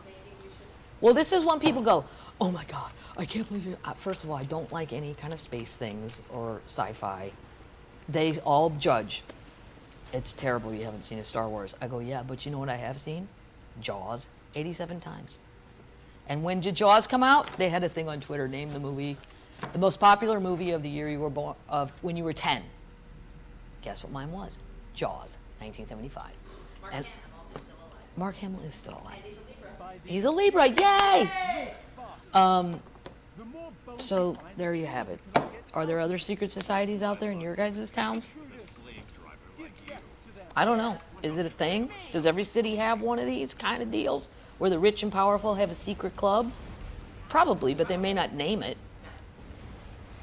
Ours went a little off the rails, though. Let's make it Mardi Gras with Confederate soldiers. What? Thomas More. Let's bring Thomas More. He had nothing to do with this. Let's bring an Irish poet into it. Poor guy got railroaded. He didn't even have anything to do with these crazy ideas. Harrison Ford, yeah, I know he was in Star Wars. I just don't have any desire. I never did. And we only got to go to like 2 movies a year because there were too many kids. And we had a vote, Jaws or Star Wars. I voted for Jaws. But that was right before my dad was going to take us to Florida, my mom and dad. I'm like, maybe you should have not put Jaws on the a voting agenda, because now none of us wanted to give me Ocean. He drives us 24 hours down to St. Pete. And we're like, I'm not getting didn't you see the movie?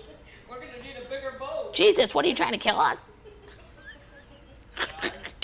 Fire! Yeah. Do I think I could be the queen of Love and Beauty if I walked around with my flicky big lighter? I am the queen of Love and Beauty. Because I cannot believe all these years my mom's phone says that, sent from the Queen of Love and Beauty. And I just thought my dad made it up. Yeah, he was just being silly and facetious. I didn't know they were mocking a whole secret society their entire life. You forced our hand. The termites are concerned. I'm going to stop the podcast. I'm going to try to do everything in my power to not do that. It's not a lot of work for this part. It's a lot of work with the editing and the hoop-de-ha and the show notes that Paddles has to do. It's a lot of work for you, you know. I'm going to try to manage it, though. And then somebody said every other week, but I don't think that'll go as good. I don't know, termites. What if it was every other week? I don't know. Maybe. Are there any podcasts like that that are every other? The only ones I listen to are crime. I don't know.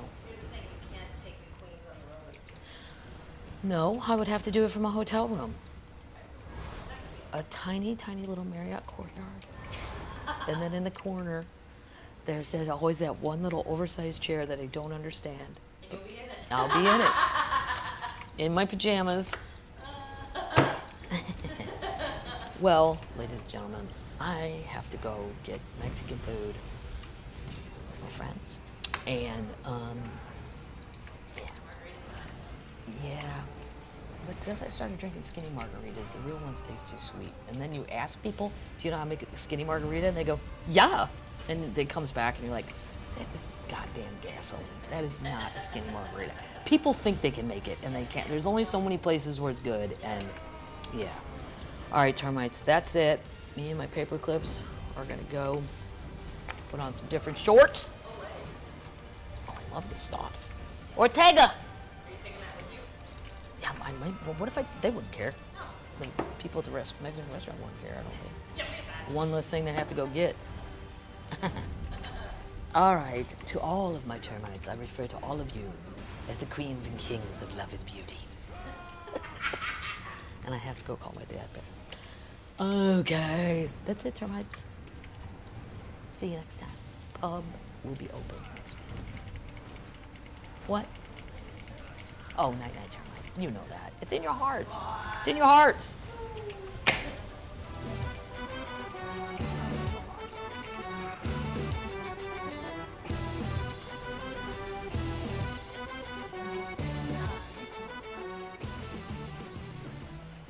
Let's take it apart.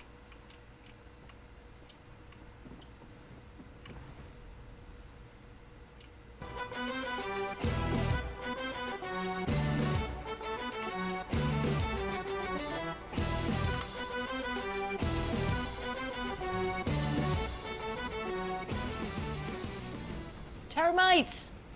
The pub is open! It's Tuesday! I think I tape Shit. these usually on Shit. Sundays, for the My record. fingers were in the wrong Sunday spot and I was morning trying to do before something football. else. This year is only 7 days old, and I'm done. I'm finished with 2021. It fucking sucks. We have had a 3-hour American Revolution.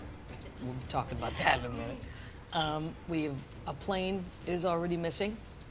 I think they're just starting to find the pieces of it.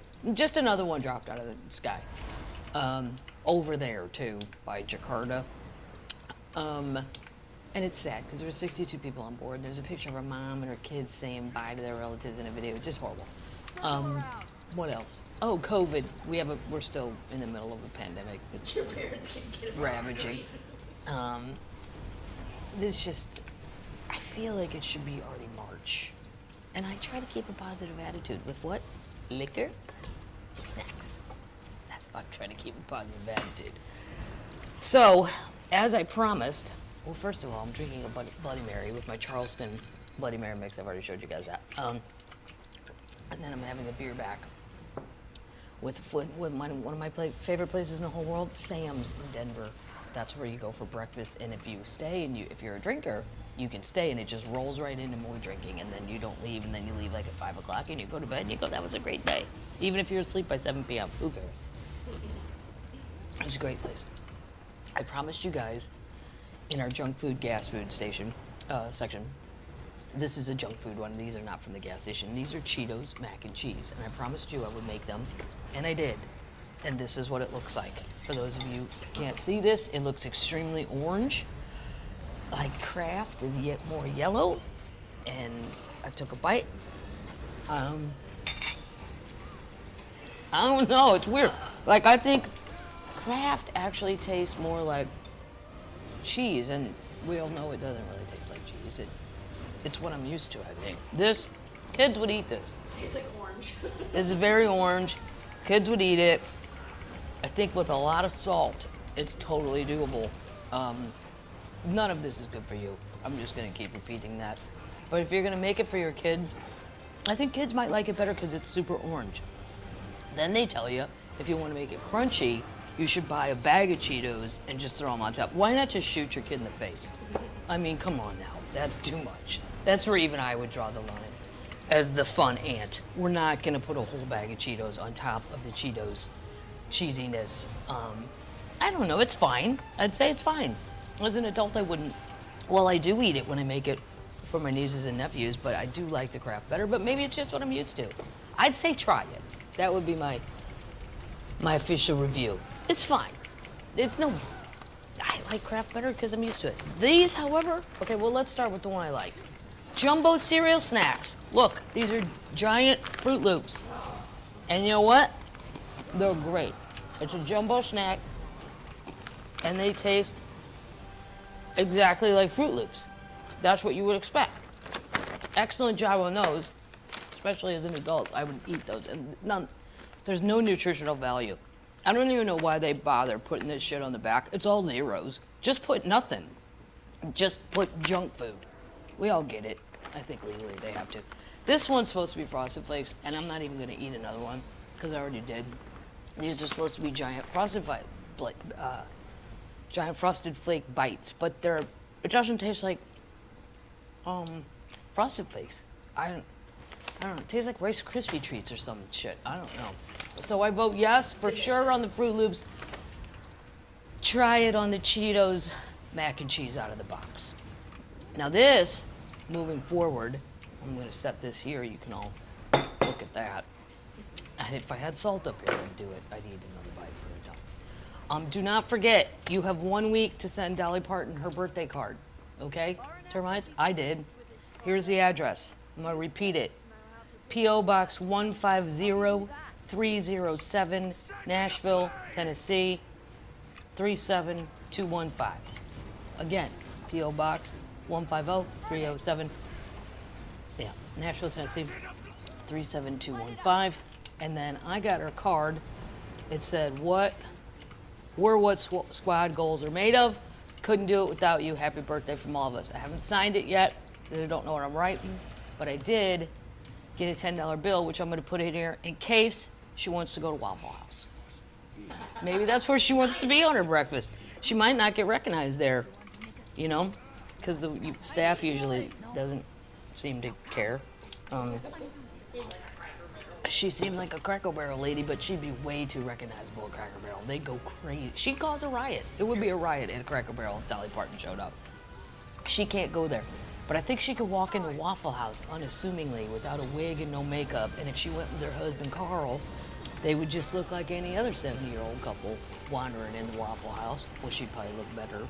I don't know what Carl looks like. I don't even know that I've ever seen a picture of the man. Apparently he doesn't like to do things, which is fine. He's an asphalt guy, I read.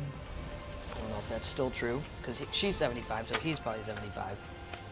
And normally I start this show with a Dolly quote, but you know what?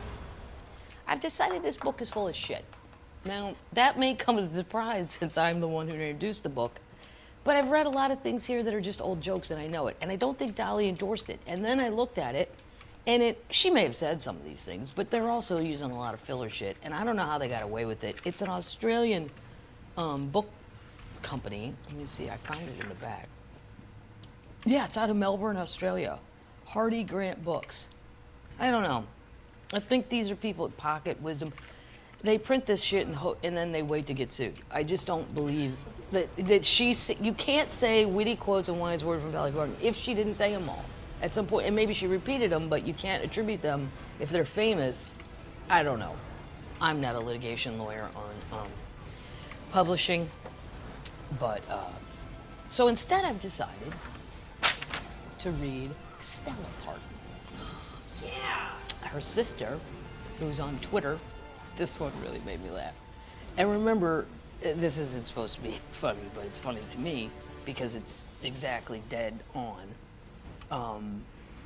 Her Twitter feed, I think it's just at Stella Parton. I just printed this one out. I follow her. And remember, these are, you know, you would think, you know, East Tennessee, Hill people, you would think they'd be pretty far down the Trumpy trail, shall we say? Trump train, as my neighbor's sign says. Stella's not on the Trump train. And this isn't the political part. I'm trying very hard not to go down that road.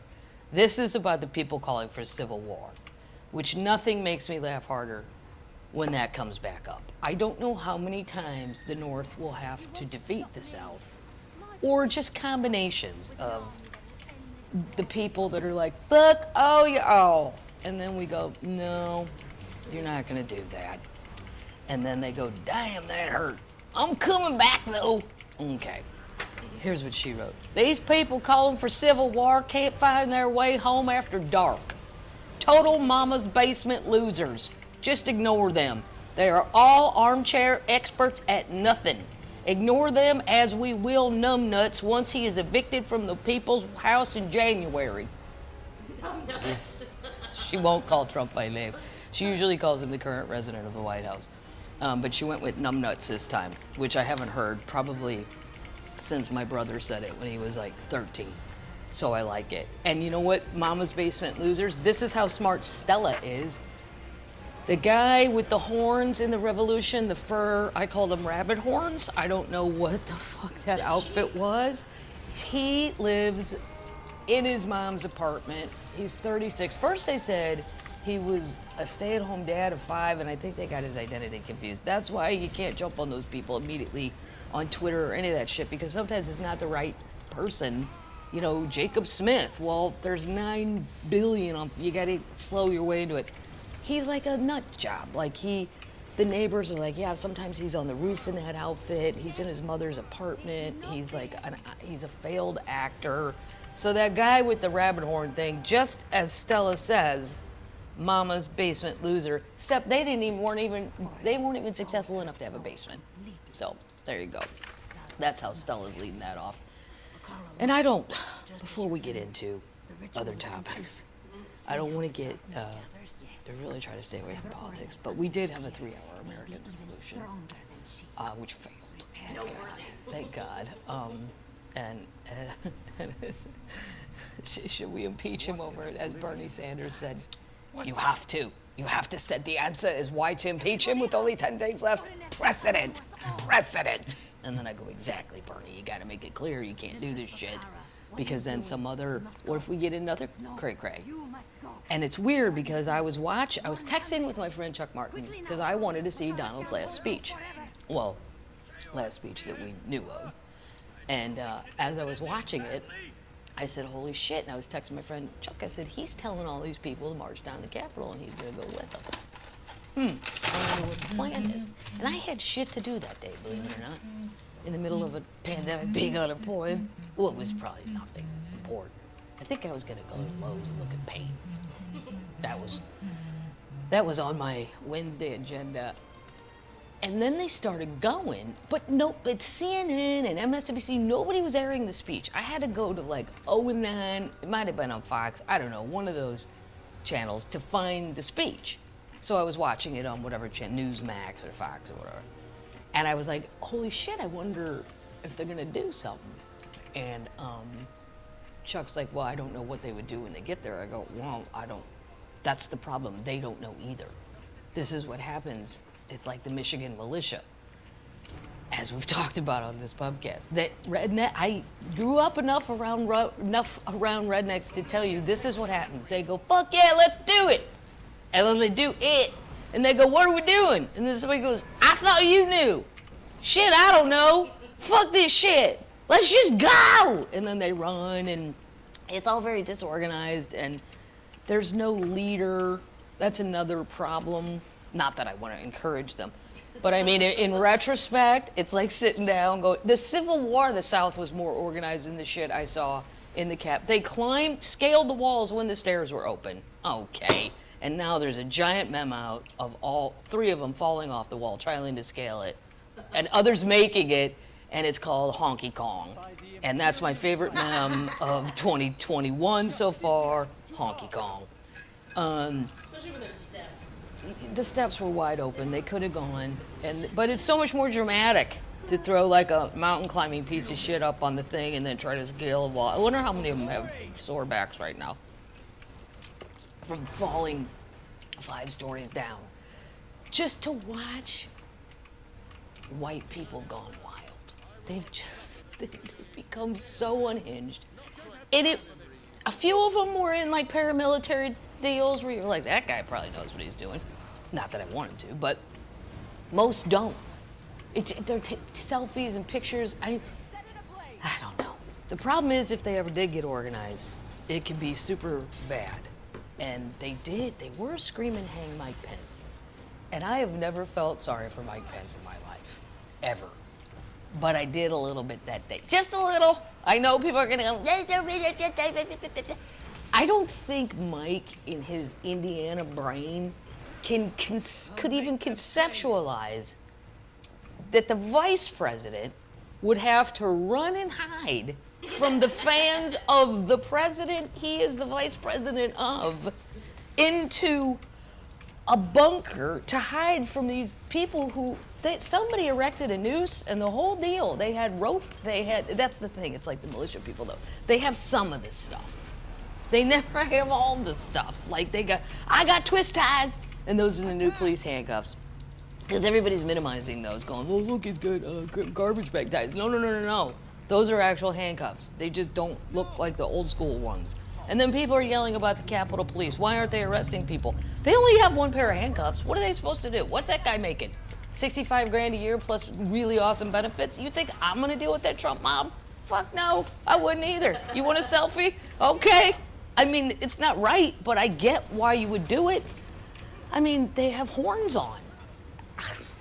What do you want out of me? I'm Claire McCaskill, or I think Claire said it. They're used to tourists. That's why Lewis started texting me. Why aren't these police doing anything? I said, well, they're in shock. Basically on some level, Capitol Police are mall cops. Nothing ever happens, rarely. And when it does, it's completely manageable. I mean, I've walked around the outside, every time I go to DC and I work at, there's a wonderful theater there, the Warner Theater, and I used to years ago work at the Improv. That was great too. And every time I'm there, because I, as a Midwestern person, I'm always so happy to be somewhere where there's like all this famous stuff, history stuff. I walk all around, and you used to be able to, which I'm sure you will not anymore, all around the Capitol steps, and you'd see the Capitol cops, and I mean, how do you not get bored? I mean, you're just standing there all day, nothing ever weird happens, which is a good thing, but it's boring, I would think. I would be bored, and understandably. And then you think, oh, he's giving a speech down at Freedom Plaza. It's not funny because people died, but the next thing you know, there's 50,000 people in horns with misspelled signs. I saw one, what did it say? It didn't say hang my pin. Oh, triumph for treason, but treason was completely misspelled. I mean, just wrong, not even close. Yeah, just bad. I think, sadly, that mob is going to curtail a lot of our freedom for going around the Capitol, which I always thought was cool.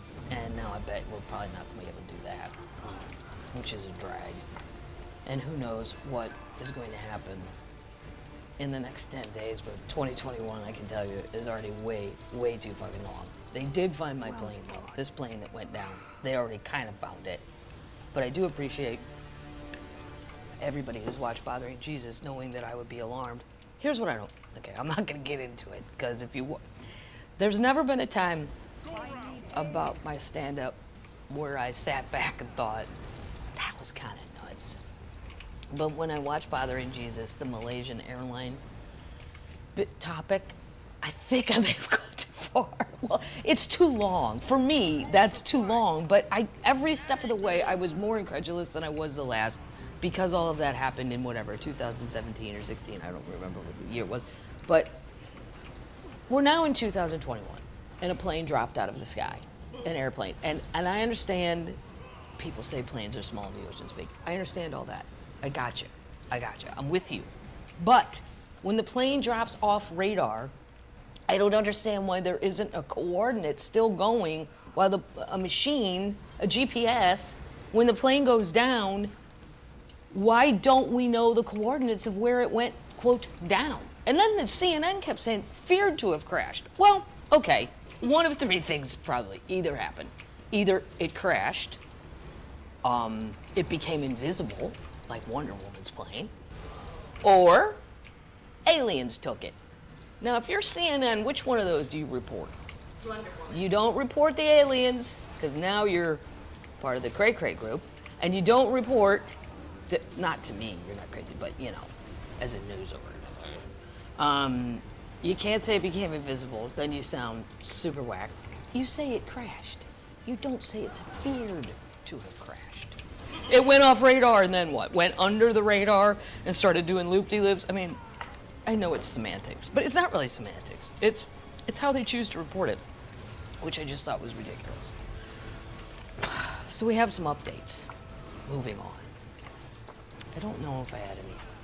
Well, speaking of the revolution, I should probably do this first, because this is part of what happened with the American Revolution, as I want to call it.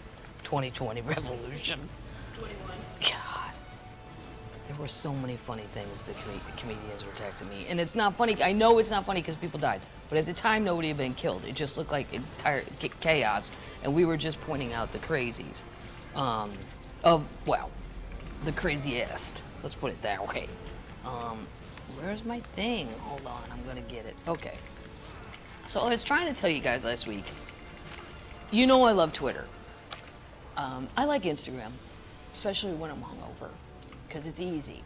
I just scroll and look at pictures of beagles, and then my friend Carrot Top's always doing something funny, and comedians are on there, and it's just pictures. Instagram's lovely. It's like Vicodin. It's just wonderful. Wonderful with a glass of wine. That's what I'm saying. That's Instagram. But it doesn't, there's no real news on there. Like, I like Twitter because you can create your own news feed. If I wasn't a public person, I probably wouldn't even write on Twitter. I'd be like my friend, I won't say his name. I won't say his last name. I'll say his name, Drew. He's a voyeur. That's what I would call him, a Twitter voyeur. Which is fine. And I wish sometimes, but I've had a lot of fun talking to fans, and I enjoy a good Irish, argument. I like it. I don't mind fighting. As a matter of fact, I like it, I think. Not fighting, but, thinking, thoughts, arguing, thoughts. But most of the people on mine, and we all seem to be sort of the same mind track anyway.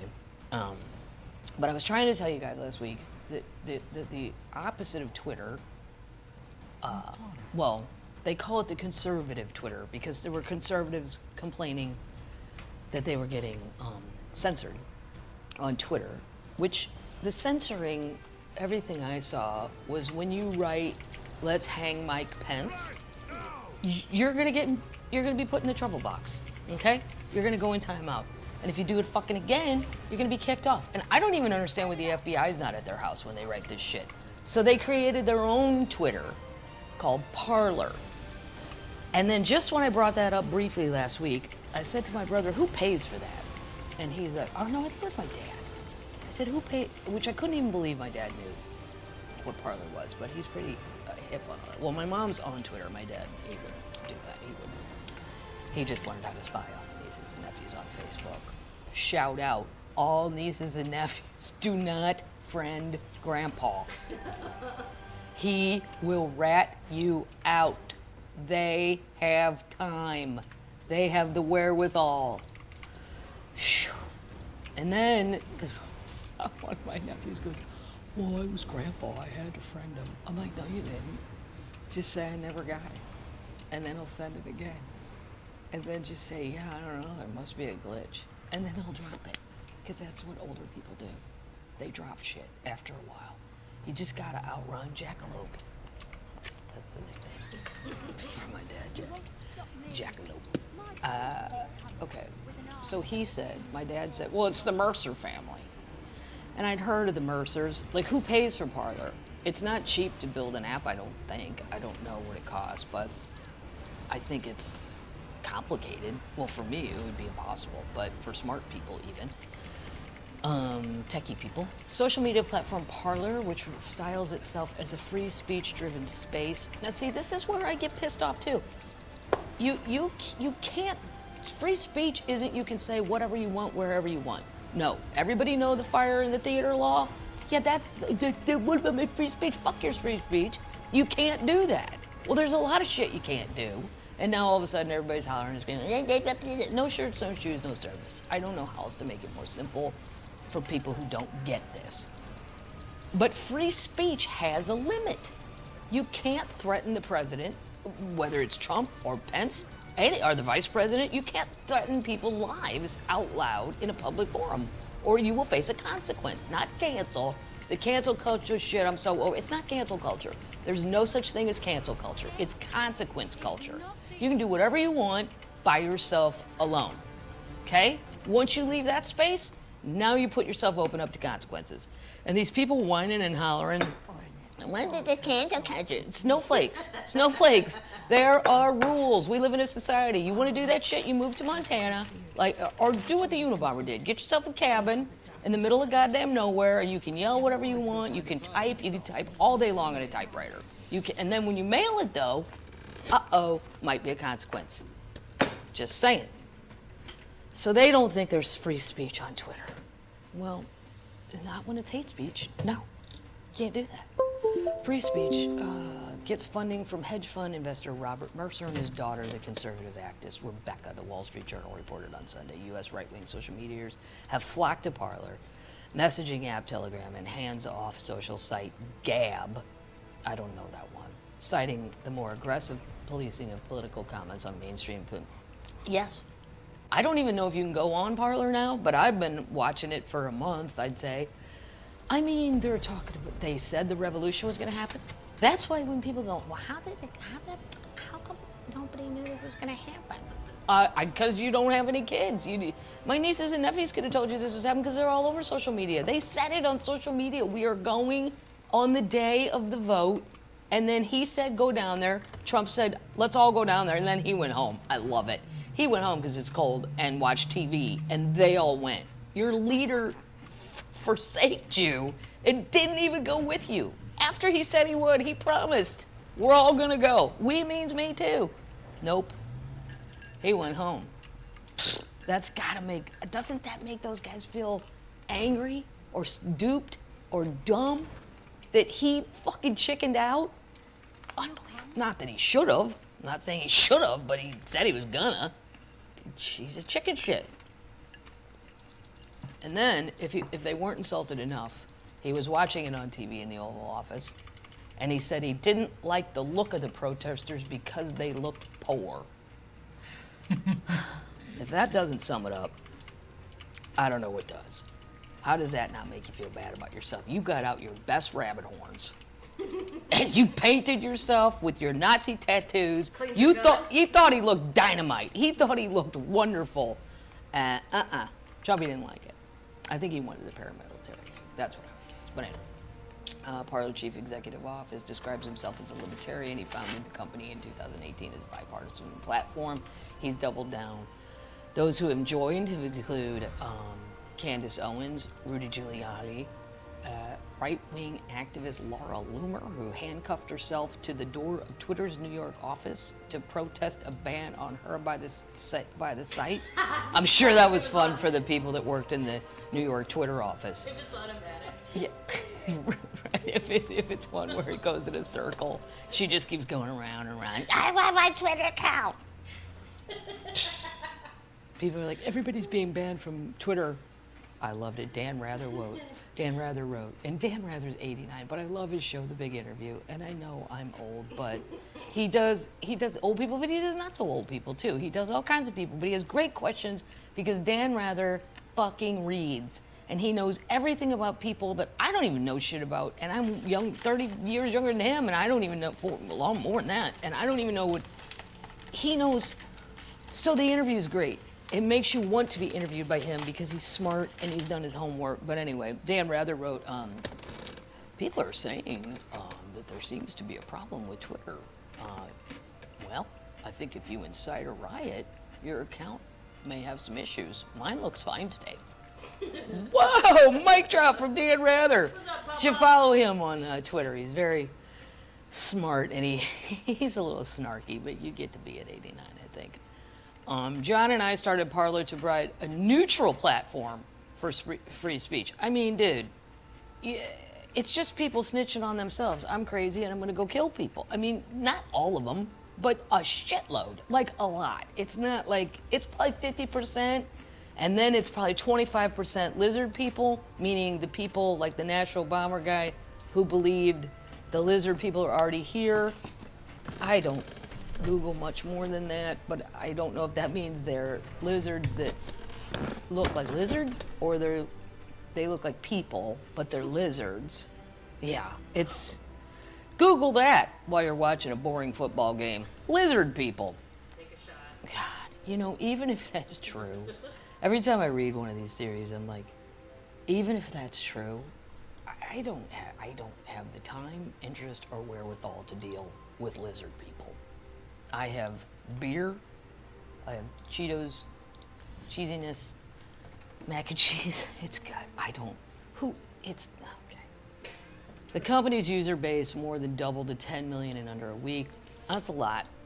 So the Mercers, you can Google the Mercers. I did Google the Mercers. They're in with Steve Bannon. They're in with Breitbart. And this was their Breitbart, however it's pronounced. But then just before I did this pubcast, this all happened last night. Well, it's going to happen tonight, Sunday night at midnight, even though I say it's Tuesday, but I need a day to edit. termites. This magic doesn't happen on its own. Neither does this hair, by the way. Very fly away. It's super fly away. I'm turning into Ron White, but he has the greatest hair on the planet. His has a little more texture than mine. Mine is like a old doll that's been in the basement. Amazon said that told Parler it's shutting off its servers from midnight on Sunday. Okay. They're going down. And everybody, Google, okay, here we go. And I'm trying not to be political. I really am.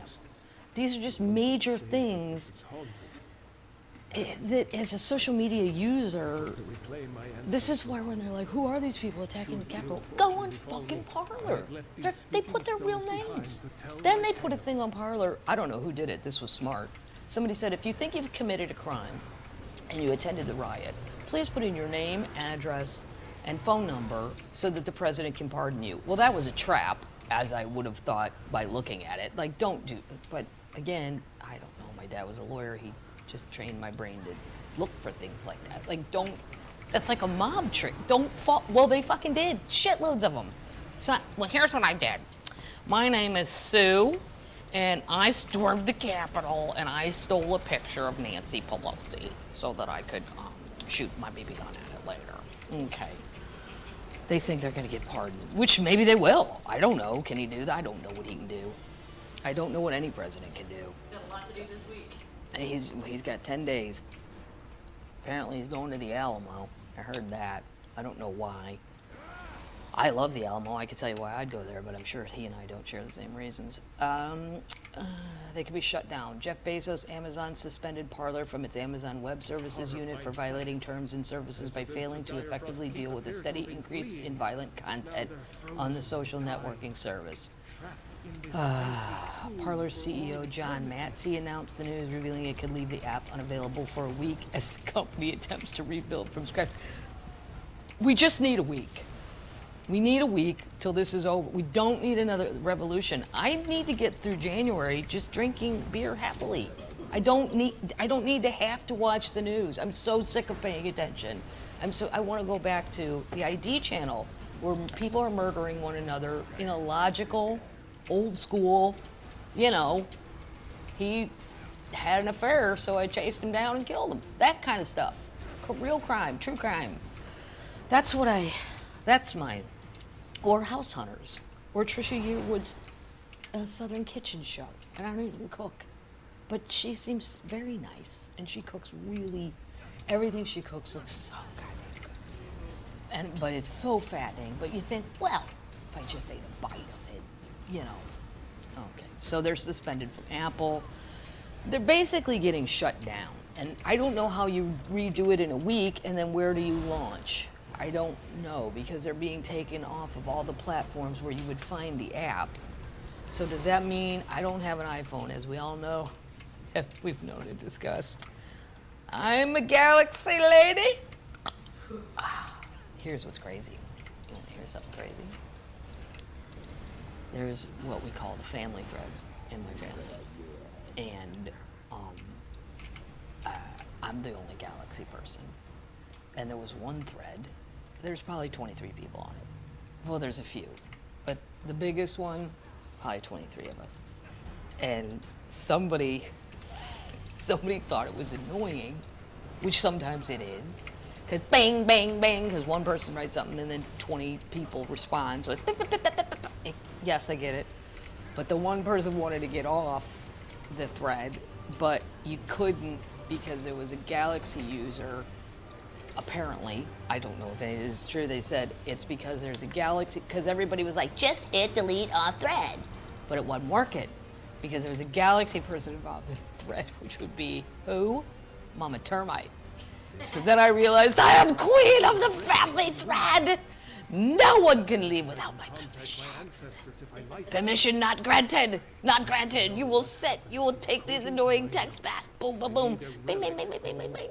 The torch of Ares to light the flame located in the hall of the dead. Because I don't have Apple stuff on my phone, so I think like in Apple Podcasts you used to be able to go in there, or not podcasts, but apps, and you could get Parler, and now I don't think you can. And so I don't know. They'll figure something else out, but we need to buy time so they can't plan more shit until Trump is gone. And then we don't have more people dying, more people getting killed, and, hurt too. Okay. Did you see the girl from Knoxville? My name's Elizabeth, and I got maced. And the guy, she's like, I'm from Knoxville. And whoever was reporting, I think it was the Irish guy who I like so much, Donny somebody on CNN, he goes, what were you planning on doing? The revolution! But she said it like, duh, we all know about it. I'm like, no, well, I do, because I'm unemployed, and I read Parler. I didn't sign up for it, though, because when you sign up for Parler, I tried, but they ask you for too much information, unlike what I was being, too much bullshit, to sign up for an app. So there's a guy on Twitter. Would you kill Donald? Yeah, it's an interrogation. Are you willing to die for Mike Pence? What? I don't know what to say.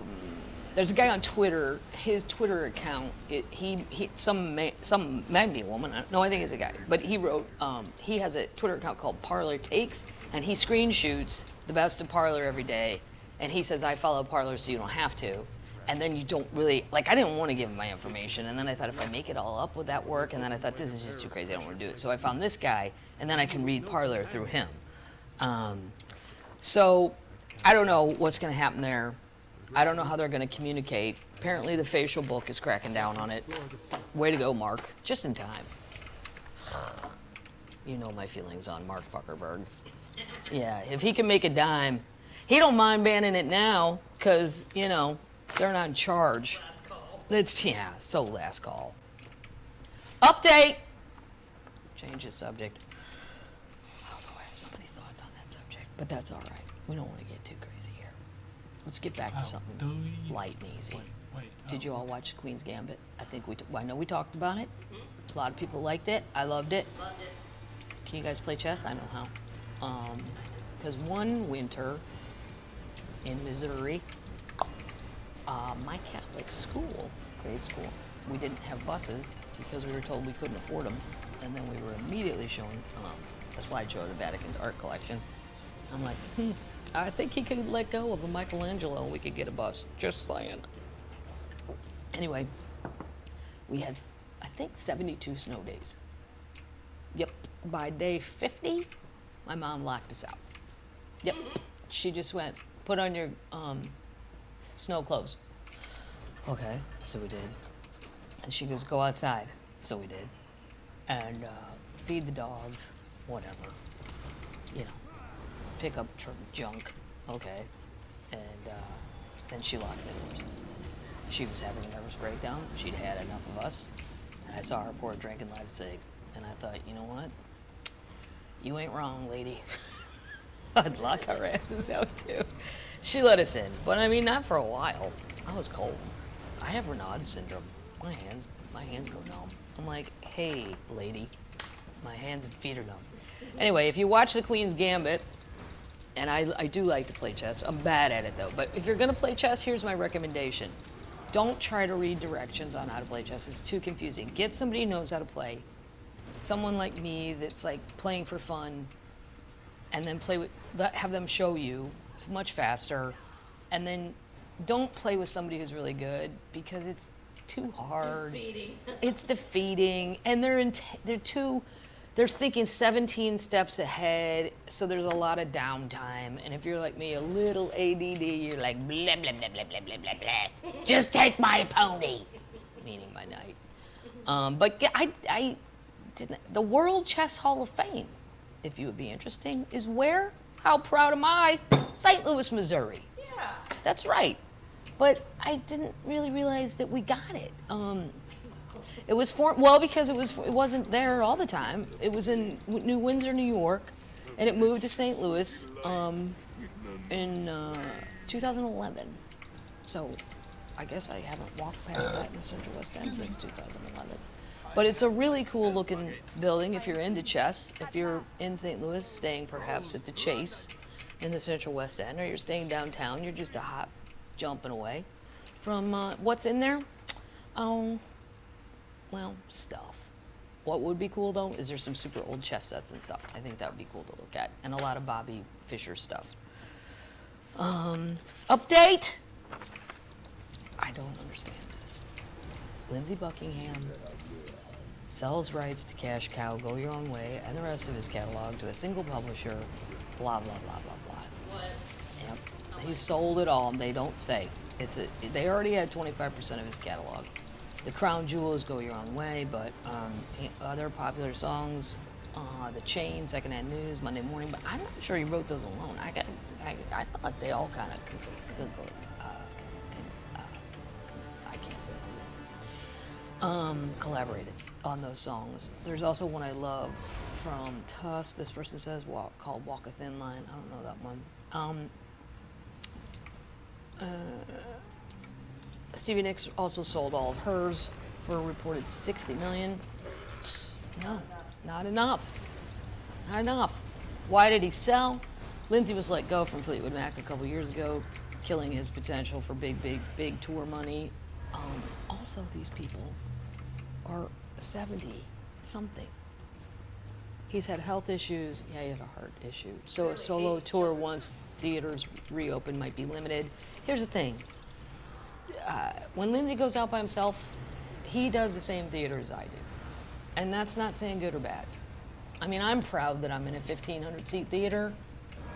I worked my whole life to get to that. Sometimes they're 3,000. That would be the most for me. That'd be like really maxing out. And I can do it in some cities.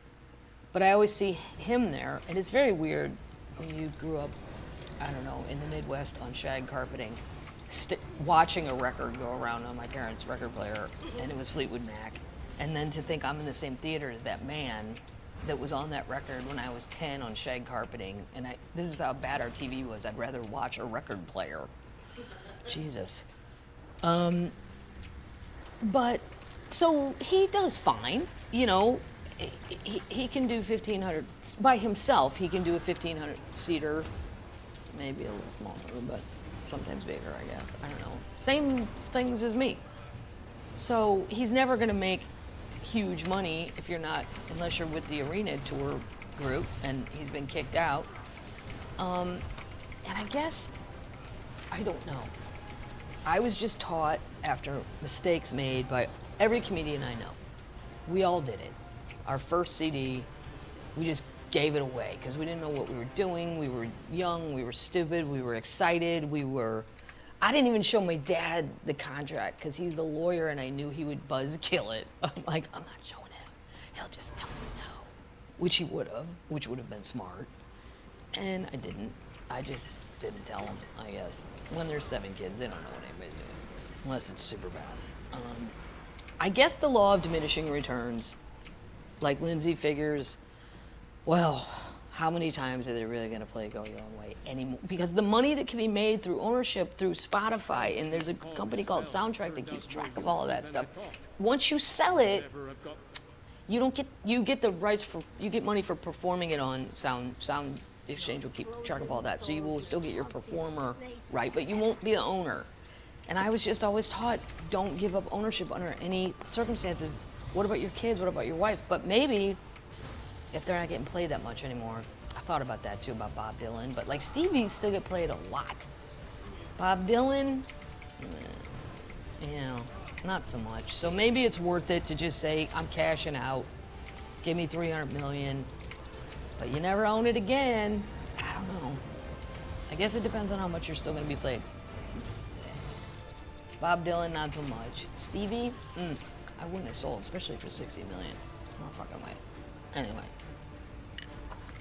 let's move on to one of my favorite subjects of the week. This is, again, not funny, but I am dealing with it, and it doesn't shock me. Eventbrite. Everybody knows Eventbrite, right? Eventbrite sites are targeting Florida seniors charged money for fake vaccination appointments. Okay.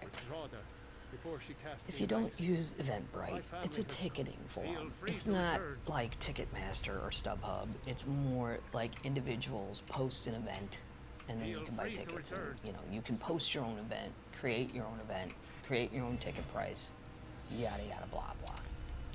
Somebody in Florida, not Eventbrite itself, but someone on Eventbrite, they reportedly targeted for fake vaccination appointments, prompting local health officials to issue warnings to residents on Monday. Florida, pudgy Ron DeSantis. It doesn't say pudgy. I made that up because he's such a goddamn. My parents are involved in all this, so I know a little more than I should. And some female reporter said, what's the deal with the rollout? And he goes, well, I'm not going to tell people how to do the rollout. That's up to them. That has nothing to do with the state. And then the guy goes, well, it's the health department. And the health department is the state. I mean, I just can't even get my head around. He signed an executive order on December 23rd, pudgy puddin' pie, mandating that those 65 and older would be the first people of the general public to receive the vaccine. And in Florida, if you're 65, you are fucking young. Not everywhere, but in those areas where my parents hang out. After healthcare workers and those living in long-term care facilities. So those people are first. And then, according to Pasco County Health Department spokesperson Melissa Watts, some seniors have recently arrived at vaccination centers around the company claiming to have appointments, only to find out that their reservation was fraudulent. The Tampa Bay Times reported the Eventbrite websites reportedly charged people to schedule appointments, prompting officials in both Pasco and counties to notify residents that there is no cost to register for the COVID-19 vaccine. You should not be charged to register. Registration is free. Okay. Fake Eventbrite account to register. I mean, how much of an asshole do you have to be? How many bottom feeders are there out there? In Florida, I know it's well, because ironically, it is a swamp, and the swamp creatures come out. But then it goes on to, the news comes as the Time reported challenges. We're going to talk about these challenges in a minute. To seniors across Florida scheduling appointments to receive the coronavirus, with an overwhelming demand, jamming phone lines and website servers on Monday. Due to the high demand and technical issues, Pinellas County suspended online and over-the-phone registration by 7 p.m. and somebody else, their call hours got cut. The challenge with the vaccine comes as the Sunshine State has recorded over 1.9 million COVID cases and more than 22,000 deaths and more than 63,000 hospitalizations. Last week, Florida health officials announced they had detected the first case of the new, more infectious strain of the coronavirus, first found in the United Kingdom, Colorado, and California. Almost every state has had it by now. That's just on the rampage, but we can't talk about that because we've got, rednecks scaling walls when there's steps available. The honky Kong's happening, so we can't focus on what we need to be focusing on. Here's what's crazy. So my mom and dad are in Sarasota, and they did choose to go down there. They could have stayed in Missouri, but I agree with them. We're old, we don't do well in the cold. We're not going to do anything different down there than we wouldn't do in Missouri, except we can golf safely, no problem there. We can walk the dog without being freezing, all that. Absolutely true. So they're in Sarasota, and I don't know what's going on in the rest of Florida except for what I read. But I do know that the system there is they're supposed to go online at 3 o'clock Eastern and get in an online line to get a vaccine spot. You're trying to get a spot. So basically, this is like trying to get tickets to the most popular concert ever in the history of mankind for old people, which I would say might be Julio Iglesias or Engelbert Humperdinck. Those would be two I'd throw out there. Maybe Judy Collins. I've looked at life from both sides. I think that was her. That might have been Jody Mitchell. Anyway, so they've been trying this, my mom and dad. And then they're like, we get in, which I'm shocked. But they are pretty techno because we brought them a long way. I mean, they're okay. They get it. You know, my mom's got it going on her iPad. She's an iPad person because secretly she does a lot of the slot machines. And she doesn't really know it, but she's on my Sprint account, and I get these messages. You've just purchased $9.99 worth of loot games. I don't know what it is, and I don't question her. I just let her have her little thing. For $10 a month, if that's what keeps mom happy gambling. And you know what? She'll never hear this podcast, so, because they don't know how, which is excellent. They think it's at night. I can't handle the critique. There'll be too much criticism. But anyway, they're pretty adept, and they can't get in, and then the thing spins. Much like it did when I went to try to get Florence and the Machine tickets. You go in the Ticketmaster thing, and it says, you're in a queue. And then you sit there, and it spins, and it spins, and it spins. And then finally, my dad's like, I don't know why, but on my computer, meaning his iPad, they're the people that take pictures at the grandkids events like this. My dad's like filming. I'm like, Dad, you're blocking like 75 people with that. Put that shit down. Well, this is my camera. Okay, well, we'll get you a different camera. How about your phone? No, it's too small. I don't like it on my phone.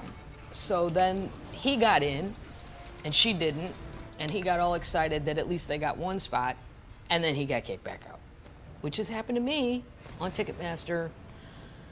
I don't understand how all that works, and some of them are my own events, and I don't understand how I can have a show go on sale. For instance, this happened recently, well, when we were still working, Newark went on sale. And then within 10 minutes, there were 25 tickets on StubHub to that show. Now, I didn't do that. And those tickets were like the first rows and more expensive. And I just do not believe that 60 human beings bought those tickets and then went, oh shit, we can't go that night. Put them on StubHub. No. Something weird is going on. I am not Pearl Jam. So I don't have the wherewithal or the interest really in even finding out because it's too hard. I don't know. Whatever, man. I hope everybody gets a ticket. It's the same way I hope I get a ticket to shit. You know, go early, go often. That's all I got. But for old people, then my dad found this site where you have to have a QR code coming in. I'm like, okay. You're gonna ask seniors in Florida to come in with your QR code? Somebody tweeted me that too. Their parents are in Florida. Because when I put that up on Twitter, and people were like, my parents are encountering the same thing. And then somebody said wherever their mom and dad are, I don't know what county or whatever, you have to show up with a QR code. Okay, that is way beyond that's beyond my galaxy. I don't even have an app for the Q. I know what they are and I know what you do with them, but mine doesn't do it. I don't know. And then what would be really funny is I know if you went to my mom, do you have your QR code? Well, I'm not sure what that is. Remember that thing you took a picture of? Yes. I go, why? They're going to need to see that. Well, I don't know where my pictures are. Right. You returned. I thank you. I love you. And then the seniors that were camping out overnight. Sanjay Gupta, here's why I'm really proud of Sanjay Gupta, the doctor on CNN too. He said his parents waited 9.5 hours in line, and they finally got it. They did, but they camped. Now he could have pulled a million strings. And believe me, if my mom and dad, if I was Sanjay Gupta, there would be phone calls. Well, can't you call one of your famous friends? Can't you do something? What about Seinfeld? You know what? Sanjay coulda, but he knew he shouldn't, and he didn't, and he told them, look, can you just take one for the team? It will be terrible if I move you guys up. Could have done it on the down low, but he didn't. Just a wonderful man. Kind of secretly in love with Sanjay, even though I made fun of him about bothering Jesus. He's cute, and his hair is getting a little out of control. So that's what's going on in Florida. My parents do not have a vaccine yet, so we're not going around them until that happens. Spring, maybe. Seasons, exactly. They're seasonal parents. They're having a wonderful time in Florida. They're very happy. It's very warm. Animals that can kill you in your state. Update. I forgot to do this segment last week. I was discombobulated because of the holidays. You know what I really think would be funny is if like you fuck up something big, like in, I don't know, say April, and then somebody says, hey man, you know, you're supposed to do this, this, and this, you need to do it. You go, and then you just go, I know, but you know, it was the holidays. But like there weren't any holidays. Because I don't know if someone would know how to respond to that. They would just think, oh, this lady's crazy, right? Georgia. What do you think can kill you in Georgia, Paddles? The heat. Georgia. Water or land? I'm not going to tell you water or land. Snake. Yep. No. You're right. Venomous snakes. Most likely to kill you in Georgia. Copperheads, cottonmouths, coral snakes, timber, pygmy, and eastern... Yeah, they have coral snakes. They go that far north. Eastern diamondback rattlesnakes are the leading cause of deaths. In 2017, snake bites in Georgia increased by around 40%. Oh, yeah. I think we may have already done Georgia, because I did Hawaii. I did tiger sharks. Yeah, I'm sorry. I'm repeating that. I got lost in my spot. Okay, I left off at Indiana, which was deer. I said farmers. Which, yeah, farmers. They could kill you. Iowa. What do you think's the thing most likely to kill you in Iowa? Like wolf. A wolf. Good. Coyote. Good guess. A wolf or a coyote. Good guess. Wrong answer. Domestic cattle. What? What? Yep. It's a cow. Those cows look peaceful, but they got hate in their eyes. They got hate I'll be right and back. pissed. Here's what happens. According to CDC's map, the most likely animal-related death in Iowa is being attacked by a large mammal. A deeper study by the CDC revealed that Iowa is one of the 4 states that are home to 16% of all cattle operations in the United States and 21% of the nation's cattle. Working with livestock comes with significant risks, and there have been many farms and ranch fatalities over the last few decades. Many of the causes of death are listed as blunt force trauma to either the head or the chest, often caused by getting trapped in an enclosed space with cattle that are known to be aggressive. That's so crazy, because I have walked, I mean, I'm not bragging, but I have walked around many a cow pasture in this country and on my aunt's farm in Ireland, and I've never once thought, You didn't try to tip them. no, I never tried to tip a cow. I always thought that was mean. I know people think it's funny, like cow tipping, because they sleep when they're, if you're not rural, if you're not a rural person, cattle sometimes sleep while they're standing up, and you can go over and just tip them over and they fall over. But I always just thought it was fucking mean. I don't like pranks in general, but that poor cow, imagine if you were sleeping and some enormous giant came and threw you out of bed. That's not fun. But anyway, I walked around tons of cattle, and I never once thought, I bet that bastard would kill me right now. It's never occurred to me. They look sweet. And if you've never seen a picture of a blow-dried cow, somebody blow-dry with a hand blow-dryer, blow-dry one of those Scottish, the Scottish, Highland cows. the Highland cows, yeah, with the red hair. It's beautiful. You really should Google a cow blow-dried, because we just see their hair when it's wet and mucky and muddy and... What about the show notes? Put it in the show notes, yeah. Blow-dried cow. Blued dry cow? Blued cow. Blick dry. And this would be anticlimactic, but that's the same thing in Kansas. You're most likely to get killed by... I thought they were going to say a car hitting a cow, because sometimes cows get out, but you'll see it. It's not like a deer that's going to jump. I mean, if a cow's in the road, you'll see it a long way before you hit it. So, same thing. The majority of the victims are men over age 65. That's because they're old turtles out there farming. They shouldn't be in those. They're in those stalls with the cattle, I'm sure. And then the cow gets pissed. And there you go. All right, I'm gonna save this one for next week. You gotta do 2. I did 2. Iowa and Kansas. Same thing. You didn't do Kansas. I just said cows. Same thing. Yeah. What else? There's nothing else alive in Kansas except 3 of my friends. Jayhawks. No, I mean animals. This was a great little story, because I don't know how much time I have. I talked about the American Revolution a little longer than I thought. Sorry about that. And I'm sorry about it if it sounds political. I don't know when we've snapped so far. I kind of feel good though that my regular Republican friends can be freed now and say, well, I'm not part of that. Like this whole, you know, we're gonna hang people outside and stuff. I mean, Mike Pence, let's hang. And I guess they were chanting, where's Nancy? She got, because I couldn't believe it. I was texting to my friend Chuck and then Lewis, holy shit, they're taking Pence and Pelosi in some secret tunnel. Like, I wouldn't even have, here's the problem. I know rednecks enough to know that they are capable of crazy shit, but they're never organized. And I would have known that. And I would have not been that scared of them. It's the Michigan militia. Yes, they have these things, but will they do it at the when it comes down to it? That's what we're talking about. When it comes down to it, will they do it? I say no. They talk a big game till shit gets to the final mark, and then they chicken out. So I would have just been standing there, and maybe, I don't know, maybe I'd been hung outside. Possible, I suppose. I like this story. Another Missouri story, and I didn't go looking for it. I mean, it just came up, and then people did start tweeting it to me, which was great too. But this is a crazy story.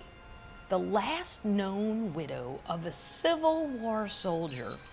He was a Union soldier, just stating for the record, has died at the age of 101, ending a remarkable life story that she had to keep to herself, that she had kept to herself for over 80 years. When Maudie Hopkins of Arkansas died in 2008, it was believed there were no known Civil War widows left in the nation. Then, in December 2017, Helen Viola Jackson of Marshfield, Missouri, which is south of St. Louis. I didn't know that. I had to look that up. It's a small town, but looks to be about an hour or more south of St. Louis. Decided to tell her own astonishing tale, story, whatever. By the way, I'm looking at a picture of her, and at 101, looks great. I never wanted to share my story with the public, she said in 2018. I didn't feel that it was important. And I didn't want a bunch of gossip about it.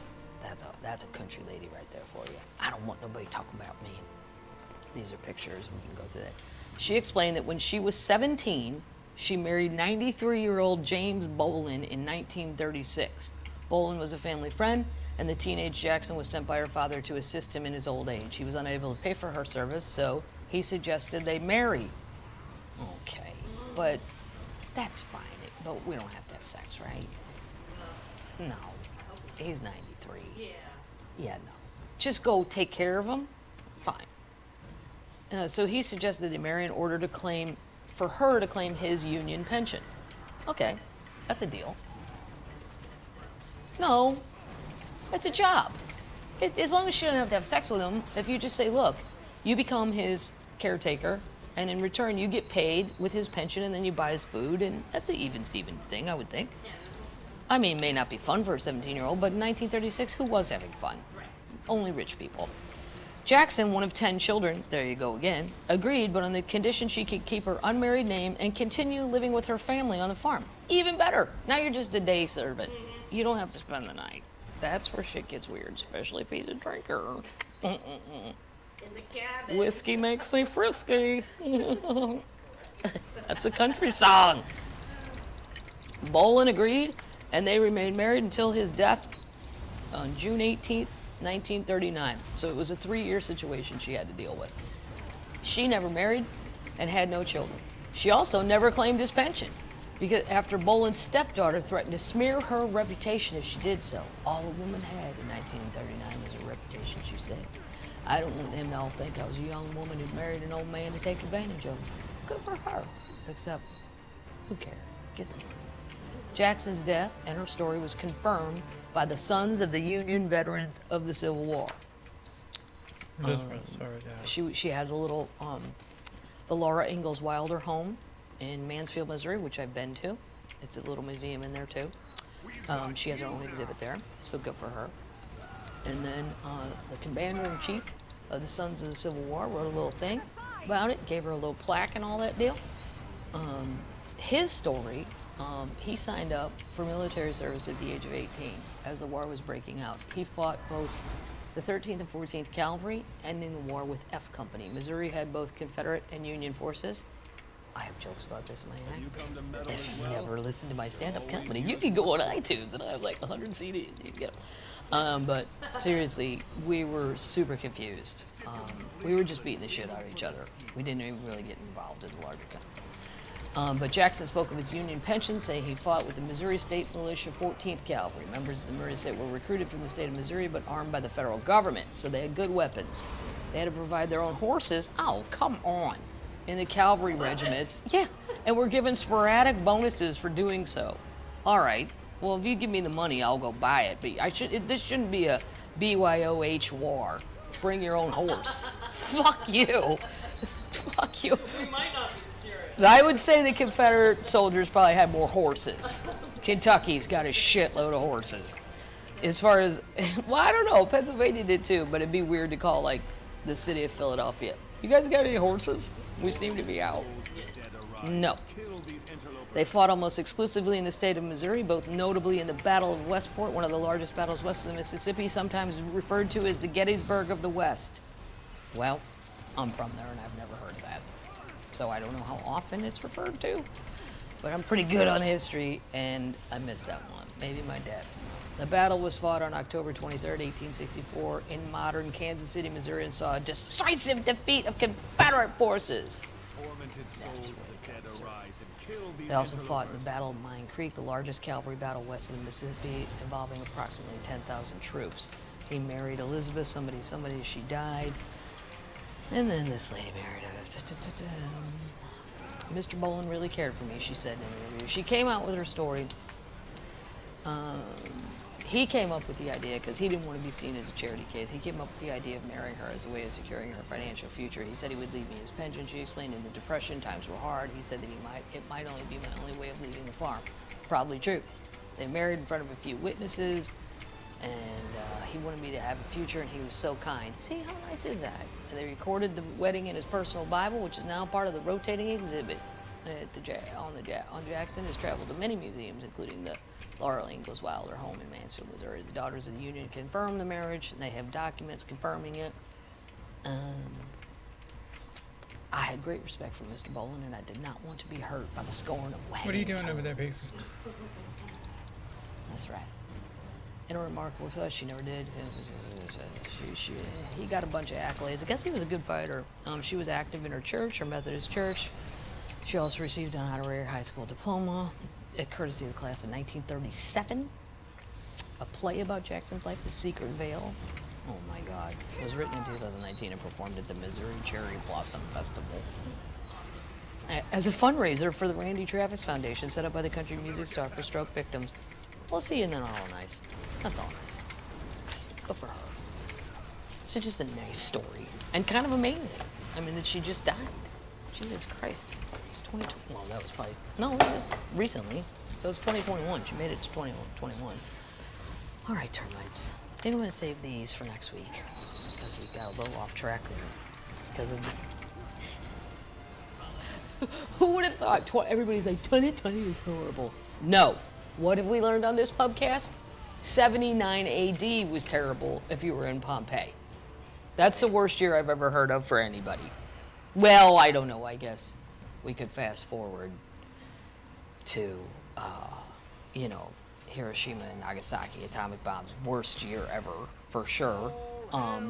But I would not have thought that I'd do the pubcast, and then a week later, and we're not even halfway through January of 2021, we've already had a mini revolution. It was unsuccessful, but it was attempted, and attempted vehemently, not just talk. They showed up with rabbit horns. I think I should save these. Well, I'm gonna do this one. It's not really a mystery. It's a mystery to me, because I don't really understand what they're thinking, and I don't really understand a lot of things in Florida as time goes on. And I work a lot in Florida. I work in Sarasota, I work in Clearwater, I work in Stuart, Orlando, Tampa, and I always have nice shows. The people that come are fun and smart, and I don't know though, I've driven across Florida, Alligator Alley, I've driven way down in Florida. There's that upper part. I love the Panhandle. I'm 50% redneck. I mean, I love it. Love it. Destin, all those places. I'll tell you what's really underrated, the Destin. beaches of Pensacola. Mm-hmm. And I like downtown Pensacola. There's sort of a New Orleans vibe about it. It's mini. Destin's Not nice. New Orleans, but here's what we got going on in Florida. Termites. This is how the article starts. Meet George Jetson. Orlando unveils plans for the first flying car hub in the United States. Yep, this is from the New York Times. It's not like from some bullshit. It's real. I know we don't have flying cars. That's what I'm saying. Florida, here's what Florida's talking about. Can we have python jerky? And then somebody else is going, what about our flying cars? And then somebody goes, we don't got no flying cars, Cletus. Well, that's because there ain't no place to park them. Dumb fuck. An announcement that drew immediate comparisons to the Jetsons. The city of Orlando, Florida, and a German, always count on the Germans, a German aviation company. What were they in charge of too? The Zeppelin, the Hindenburg. There was some German aviation for you. How about that? How about the Hindenburg? Sometimes the Germans succeed with their technology, or what would you even call it? Engineering, and sometimes they don't. Ergo, the Hindenburg. Oh my God, it's my Baby Shumatigan voice. Oh my God, there are people falling out of the sky. The Hindenburg has caught fire. I don't see any way of putting this out until the whole thing is a complete disaster. Disaster for the world and mankind. In case you missed it on one of the podcasts, if I was going to be a crime person in the 20s and 30s, when people talked like that, I would have chosen the name Baby Shumatigan, so that they had to say it every time I did something. And then I would leave one baby shoe, a walker, a white baby shoe walker, a white walker, if you will, at every crime scene. No, I would never hurt people. Just bank robbing, things like that. You know, where people don't get hurt, but I get the money. Very Bonnie and Clyde type deal. You know, just to hear the guy have to go. In another shocking turn of events, Baby Shumatigan has struck on the south side of Chicago, leaving the residents and police in terror. And then boom, you just see in black and white a picture of one baby shoe left at the crime scene. Come on. I might name my next tour that, Baby Shumatigan, or I might name it, do you have any ranch? And then at the end of my show, I will either throw out baby shoes, sign, or ranch packets. What do you guys think? You're free to answer in the YouTube comments. Do you have any ranch? Meaning those teenagers that stayed at my house for 3 days. It didn't matter what I fucking said. It didn't matter what food I bought for them or cooked for them. Literally, I could have said, here's some lasagna. Do you have any ranch? What? It doesn't go with that. We're not having sound. No, it's even with not even as a dip. Like, it didn't make sense. Here's your French toast. Do you have any ranch? I thought, oh my God. And they were skinny. I don't know how, they ate like 5 bottles of it. I'm like, wow. Anyway, let's get back to this. So what do you guys think? I have to name these tours because I don't particularly enjoy doing that, but you have to demarcation point of this is a new set of dates on the road. Baby Shumatigan, or do you have any ranch? But that's the way it would look on the poster. It wouldn't look like, do you have any ranch? Which is funnier. It would just come off as, do you have any ranch? Which would be funny too. And then I like to throw out a few things at the end of the show if possible, like hot dogs and angels. I would throw out some hot dogs. I'd like to throw out, you could either have packets of ranch or a baby shoe, and I would sign them. What would you rather take home from the show if you caught one? Or something else. Well, it could be something else. It doesn't have to be one of those two. But I'm already getting yelled at for not turning in my homework on that. What do you want to call it? I'm like, you know what? Why don't we not start yelling at me and focus on COVID? Until there's a vaccine everywhere, Mama Termite ain't doing no shows because there's no place open. Some smaller clubs are open, but I'm not going to go down there and take money away from the young comics that actually need the money. That, yeah, I mean, that's ridiculous. I think. I know some people are doing it. No judgment. It's just what I won't do. Let's get back to the Germans. A German aviation company formally unveiled plans Wednesday. This is serious. To build the first hub for flying cars in the United States. A 56,000 square foot transportation hub, shown for the first time in renderings and a video simulation, resembles an airport terminal. Think Eero Saarinen. I don't know what that is. The so-called Veraport is scheduled to be completed in 2025. So in 4 years, we're going to be ready for flying cars. And will enable passengers to bypass Florida's notoriously congested highways, and the city and the hub's developers contend. The electric-powered aircraft will be capable of taking off vertically from the ground-based hub and reaching a top speed of 186 miles per hour, according to the Munich-based aviation company Lilium, which is working with the Orlando firm Tavistock Development Company on the project. But is the ambitious project intended to introduce Lithium's flying taxis as a more time-efficient, if costlier, alternative to ride-hailing services like Uber and Lyft viable? Well, no. It's 2021. You're going to tell me in 4 years we're going to have flying cars? I mean, I fucking hope you're right. I have never understood. Okay, for instance, you grow up in St. Louis. If you go to the Lake of the Ozarks, which I talk about a lot, it's 2.5 to 3 hours, depending on where your lake house is. It's a big lake. That was true when I was 5. It is 50 years later. If anything, it takes longer because now there's more traffic. The roads, even if the roads improved, you can only go 75 miles an hour. I don't understand why we don't, and I'm not kidding, have cars that are like mini spaceships where we rise, the wheels go up, and then we go, still use the roads as a guide, but you hop people like frogs. You don't, and you have to have rules or it would be chaos. So there's got to be rules for it, like you can hop to pass, but we're flying. Checkers, more like checkers. The ambitious, there's a caveat. The aircraft are still in the developmental phase. Yeah, Orlando's officials don't seem to be dissuaded by that uncertainty. On Monday, City Council approved more than $800,000 in potential tax rate rebates to Lilium.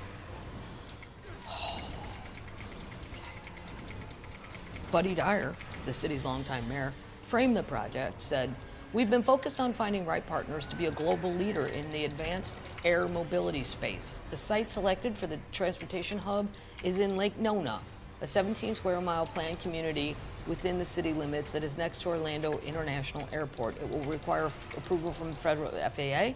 The aircrafts themselves will also fall under the agency's oversight." Where does this car, how much does this car cost? The FAA is a regulatory authority over all flight activities in the United States, including urban air mobility aircraft. Yeah, well, the FAA ain't doing nothing about that guy in LA flying around in a jetpack, my hero. Even if it's a drone, that dude made it out to Catalina and back. If that's a drone, I don't know if he made it all the way, but he was seen that way over the ocean. That guy is like someone we should be talking to. And not, I wish he would come forward, because if it's a man in a jetpack, I doubt that. I think it's a drone. But someone has figured out how to do that with a drone. That's amazing. Like, that's a smart person. Like, let's get this guy on the news and get the rest of the garbage off the news. The agency is in the preliminary stages of working with these applicants and will continue to engage them as they work to meet certification standards. Jim Gray, a councilman or commissioner whose district includes the site of the planned hub, said on Monday that tax incentives were justified, that the project would create about 140 jobs that paid about $65,000 a year on average. Okay. Do I need to go through that $65,000 a year is not enough? Do we need to go through the math on that, point out why? No, we don't. Do you want me to do my best Bernie Sanders impression? I have a Band-Aid on my head, ignore it. $65,000 is not an acceptable wage. Exactly, Bernie. That's what we need to do, Mr. Gray said during the council meeting. We need better paying jobs, so I think our investment us priming the pump to help work with this, some tax rebates, absolutely the right thing to do, but be more than 25% higher than the average salary in Orange County, which includes the city. They also said that the tax rebates were not taking away from existing funds. That's true. A rebate. You want to do that? Ireland did it for 10 years. They gave everybody tax-free shelters, rebates, and then they realized as soon as they ended that, those people would fucking leave. So, I don't know. Better think hard about that. What's your terms? How long? It should also be emphasized on rebates. That's on value, that they're on the value they're generating. We're rebating money that would not otherwise be there. That's true, but you're also not pay any tax to start a business there if this is really going to happen. I don't know. In January 2019, report on the emergence of flying cars, analysts at Morgan Stanley said that the autonomous urban aircraft may no longer be the stuff of comic books. Really? Somebody from Morgan Stanley said this. I mean, I hope they're right, but I haven't seen a clue. We don't even have enough hookups for people with the electric cars to hook up. But they took a longer view on technology, stating flying cars would be common by 2020. Right, okay, 2040. Oh, that I believe. With the global market projected to be 1.4 trillion and 2.9 trillion by then. Right, 2040. You said 2025. I suck at math, but I believe that's a 30-year difference. 30 years from now, the flying car hub you build in 2024 will be completely outdated. You will be laughed at. It'll be like me carrying my BlackBerry around. Or how about my T-Mobile Sidekick? Or my pink baby fat phone by Kimora Lee Simmons flip phone. The original. The original.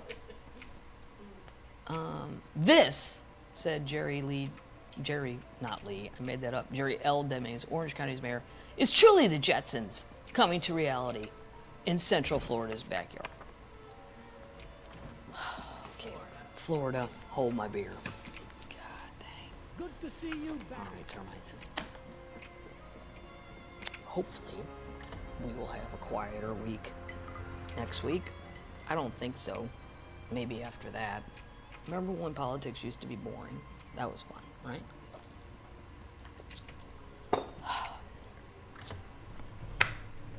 Hopefully, you know what else attacks people in the government or the Capitol Police people, Feltar Police people. I don't let them in too, honestly. What am I really supposed to do? I can shoot all these people. I can't do that. Football's on. Football's on. It's very exciting. And the NHL is starting. The NHL is starting. That's exciting. There's kind of a lull in sports after the Super Bowl. It's going to be weird. We're going to have to get through that. People say, how are we going to get through COVID? How am I going to get through February? Yeah. That's the real question. I mean, golf kind of starts, but, you know, I guess I could do something. I paint. Oh, by the way, I have no news from my four queens except this one. Tanya. Loretta Lynn, who I believe is 87 or older. For sure 87. She has a new album, and guess who will be singing on it? Tanya. It'll be available later in January. I'm not sure when. I think the 21st. Something like that. So there's a little something to look forward to. Vikings. That's the last thing I'm going to leave you guys with. Have you watched Vikings? I loved it. It's so historically accurate. It's so great. The actors are so great because you don't know any of them because they're foreign, and they're actually good. Every time I see one of these things, I picture an American like Keanu Reeves going, "We're gonna do it!" And I just go, "Oh, thank God they hired real like Swedish and Norwegian, and they filmed a lot of it in Ireland." If you've never seen Vikings, if you like history, it gets violent. That's why people go, "Well, I watched Vikings, but it got so violent." Well, that's what happened. What do you want? Oh, here's a whole miniseries called Nice Vikings. Are you sure? Well, that's not why they became famous. It's a cartoon. Yeah, it's a fucking fantasy. Vikings was great, and I binged it, and the ending was great. A lot of people, after an epic thing like that, you know, and the money that they spent and the filming, and I even liked it better than Game of Thrones, but I'm also not like a fantasy person. Thrones got a little out there sometimes for me. This sticks to the facts, what the Vikings did, how they did it, how they went about it, and then how they went from, they had about a 700-year, really great run, and then people caught on. When you see that ship that looks super cool, don't trust those fuckers. They're gonna hurt you, and they're gonna hurt you bad, and they're gonna take your stuff, and drink your beer, and take your wife. That's what they're all about. And they might take you as a slave, just FYI. So they had a good 700-year run, and then, you know, people caught on and protected themselves from their raids and all that. But the ending was just great. You hate to have a bad ending when you've invested that much time and money. Like, people didn't like the ending of Thrones. I thought it was fine. I didn't have a problem with it, but a lot of people, I don't know what people want, but Vikings ended the way it should have, historically. And I highly recommend it. It's on Amazon Prime. I don't know that it used to be on that, but whatever. That's where it is now. And then, but if you've never seen any of it, you should go back to the beginning. Maybe that's what I'll do in February. Bored shitless, I'll start rewatching stuff. Maybe American Horror Story Coven, so I can watch who? Stevie. She's in that year. Some of Ryan Murphy stuff gets too gross or too horrifying for me, but that's it, termites. Don't forget your birthday card. This is the last time I can tell you this, because by the time the next podcast comes, her birthday will have come and gone. And I think, as an American hero, Dolly Parton, I was going to get one of those musical cards. And you know what? Some assistant will probably open this and steal the $10. I already thought about that. I'm like, Dolly ain't going to get this. But that's okay. You know, there's somebody, maybe some kid or relative will go, fuck yeah, $10. Somebody will be happy $10 arrived. And it ain't gonna make or break me either which way, so maybe she'll really get it and go to Waffle House. Or Carl. Or maybe White Castle, the drive-thru, if she doesn't want to get recognized. I love the Castle. Castle's in Nashville, for sure. Not in Castle, over Crystal. I want to start a fight on Twitter, do that. Last time, Dolly's address, P.O. Box 150307, Nashville, Tennessee, which is TN. For those people who don't know your state abbreviation. 37215. All right, that's it. We're gonna sign off now. You guys ready? Night, termites.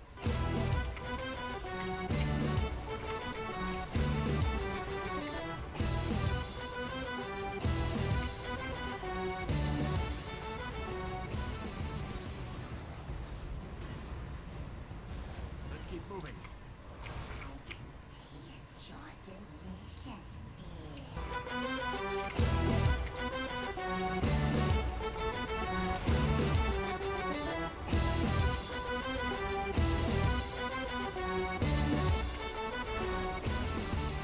Termites! Welcome, the pub is open! It's open with what? Fire! Fire! It's episode 24, can you believe that? I know. What are we drinking today? Just a little Mick Ultra. Another fine product from Anheuser-Busch. Out of what? My Old Smoky Moonshine glass. I think I've told you guys about the Old Smoky Moonshine place in Gatlinburg. Oh, it's great. Moonshine's just the best, but always be careful, because you think you're drinking Punch Punch, and you're really drinking gasoline.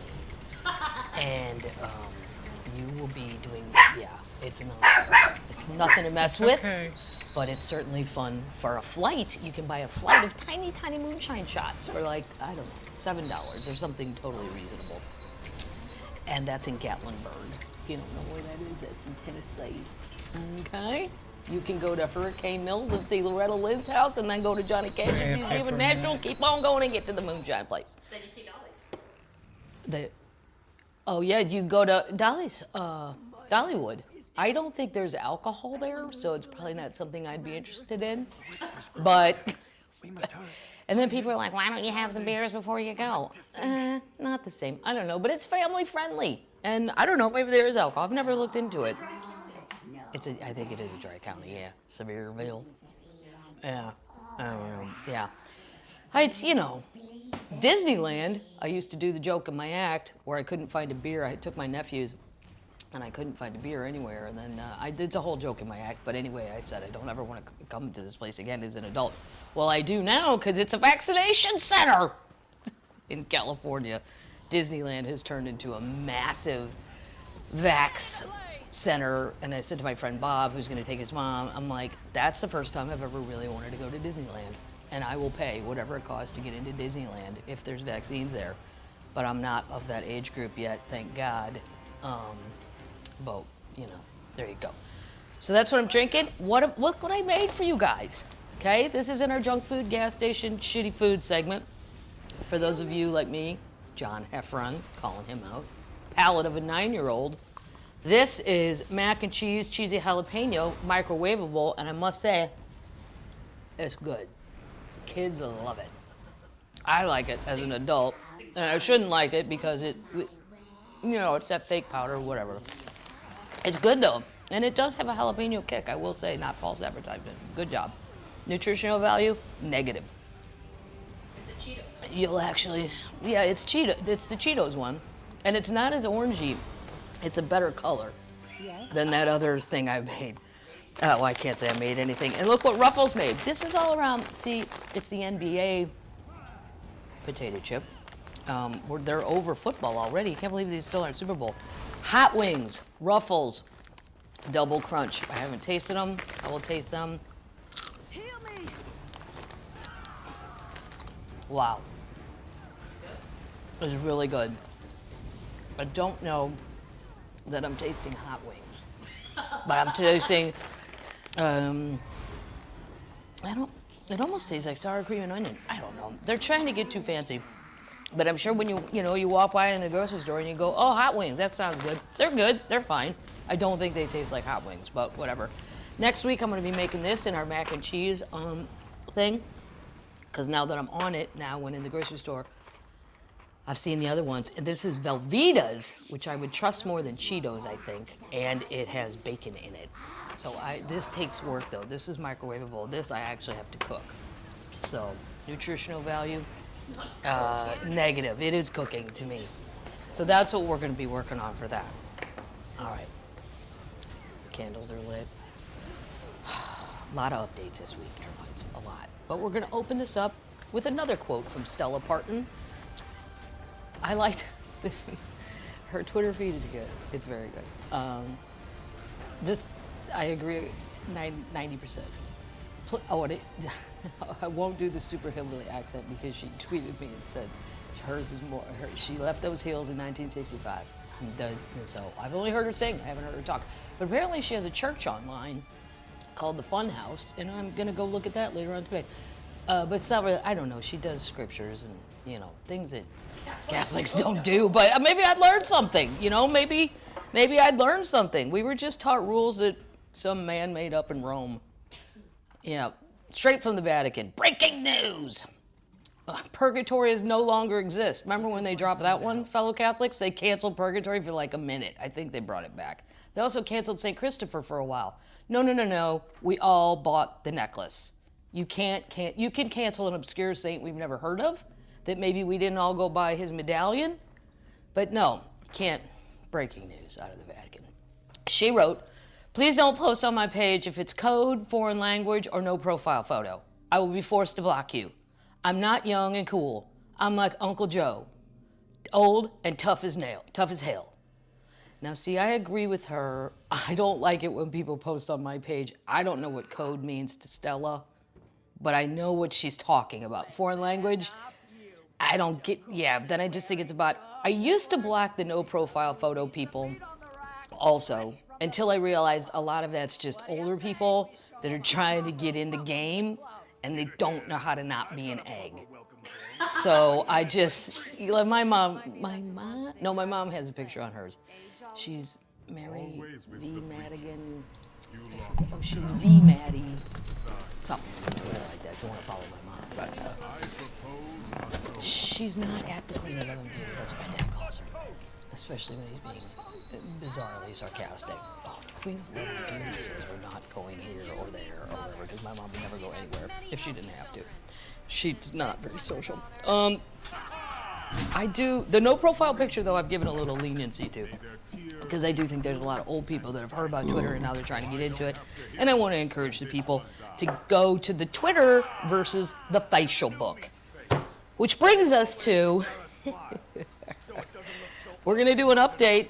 You know I don't like to be political, but the 3-hour American Revolution we had needs a little, some. Okay, the new one just came online.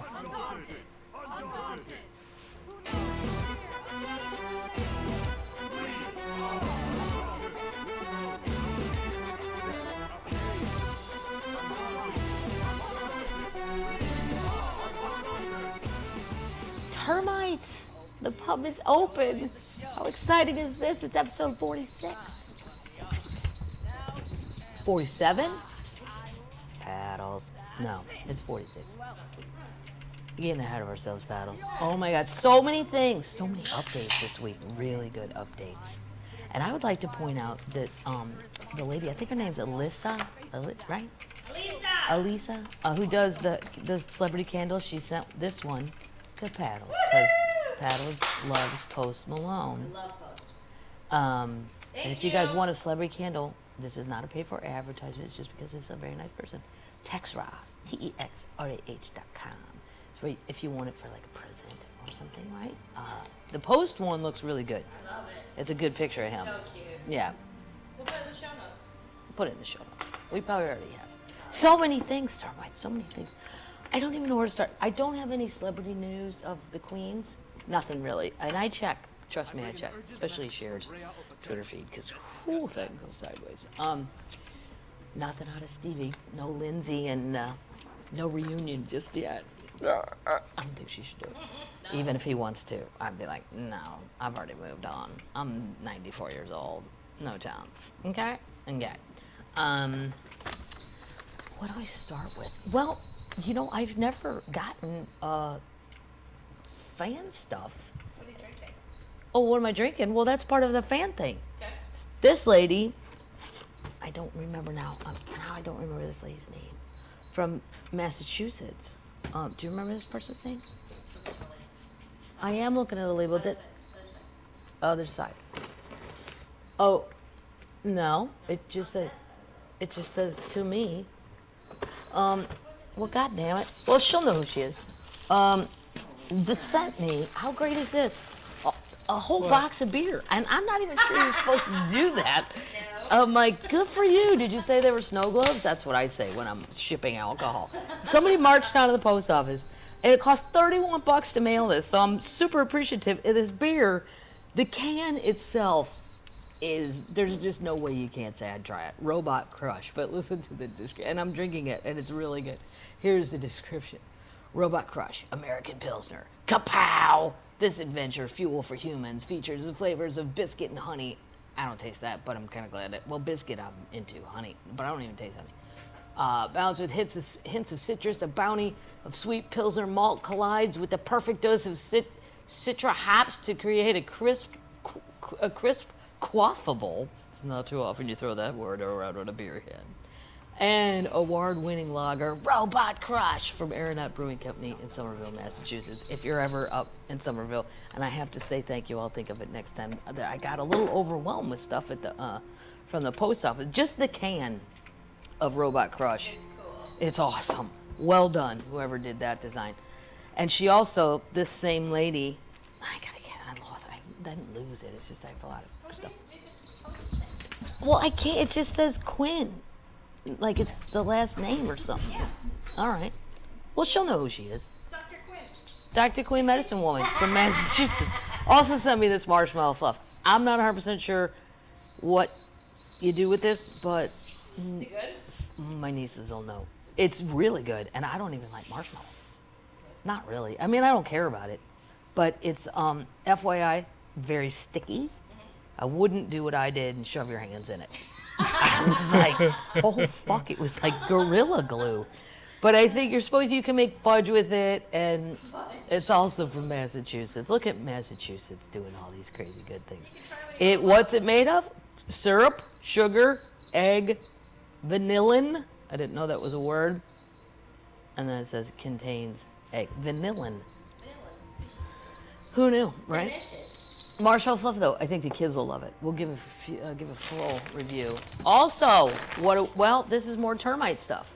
This lady's thing really made me laugh hard. And some of you guys are writing really nice letters. Because I always think, well, this is fun, but does it really matter? Oh, this is from Max. This is a dude. He got me a doggy coin. Yeah, he did. And look, there's the Shiba Inu. It has its own little stand. I see. I'm supposed to take the doggy coin. I should have done this beforehand. But it comes out, and then it goes on that stand, and it will forever live next to Post Malone. Right now, I've lost about $100 on the doggy coin. I'm hoping the dog starts barking again. Oh, shit, I can't even.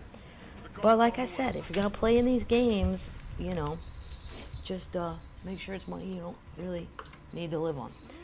There's the doggy coin. It's very exciting. Thank you, Max, from... he said it's not a golf ball in the rough, but because that was so far the most random thing. But this I wanted. I was going to go buy one, and now I don't have to. Oh, he's from Orlando. Or that's where he's going to come see me. He's going to come see me in Orlando. So, Max, we'll see you in Orlando. It's very exciting. He also marched down to the post office. I don't know how much this costs. Yeah. You guys are spending some money. I like it. You know, we're doing the Lord's work. All of us. It's not just me. You send beer. It's part of the Lord's work. Before I get into these, let me put this in here. It's going to get confusing. This. Well, I will. This is so funny. This is a Midwest person. Iowa, Cedar Rapids. I used to work at a club there called Penguins. Are you familiar with it? They have wonderful merch. And I think it still exists. The t-shirt I got from Penguins was my road sleep shirt for like 10 years, and I lost it in a fucking comedy condo. And I know somebody that cleaned the condo took it. You know, come on, it's my sleep shirt. It was so soft. All their colors were neon back in the day. It was like early 90s. Anyway, this postcard, I know this store because I've been in it in Des Moines. I think it's the same one where they sell, it's all like Midwest things, and it said, this is the Midwest, a map made by people who aren't from the Midwest. It has, like for North Dakota, it says Alaska, Calgary, like they don't even know. Wisconsin, it just says snow, and then they put Vancouver in that. Madison Lake. Then it's South Dakota, and they write, this is a tricky one. They don't even know that it's South Dakota. Kansas, they got Dorothy, Toto, Auntie M, and then below it they go, or wait, is this one Kansas? No, that's Oklahoma. They have Missouri marked as Mississippi, and it said Mississippi City. Jackson, no. Branson, yes. And then they have Nashville in the corner of Missouri, which they have marked as Mississippi. Nice. Yeah.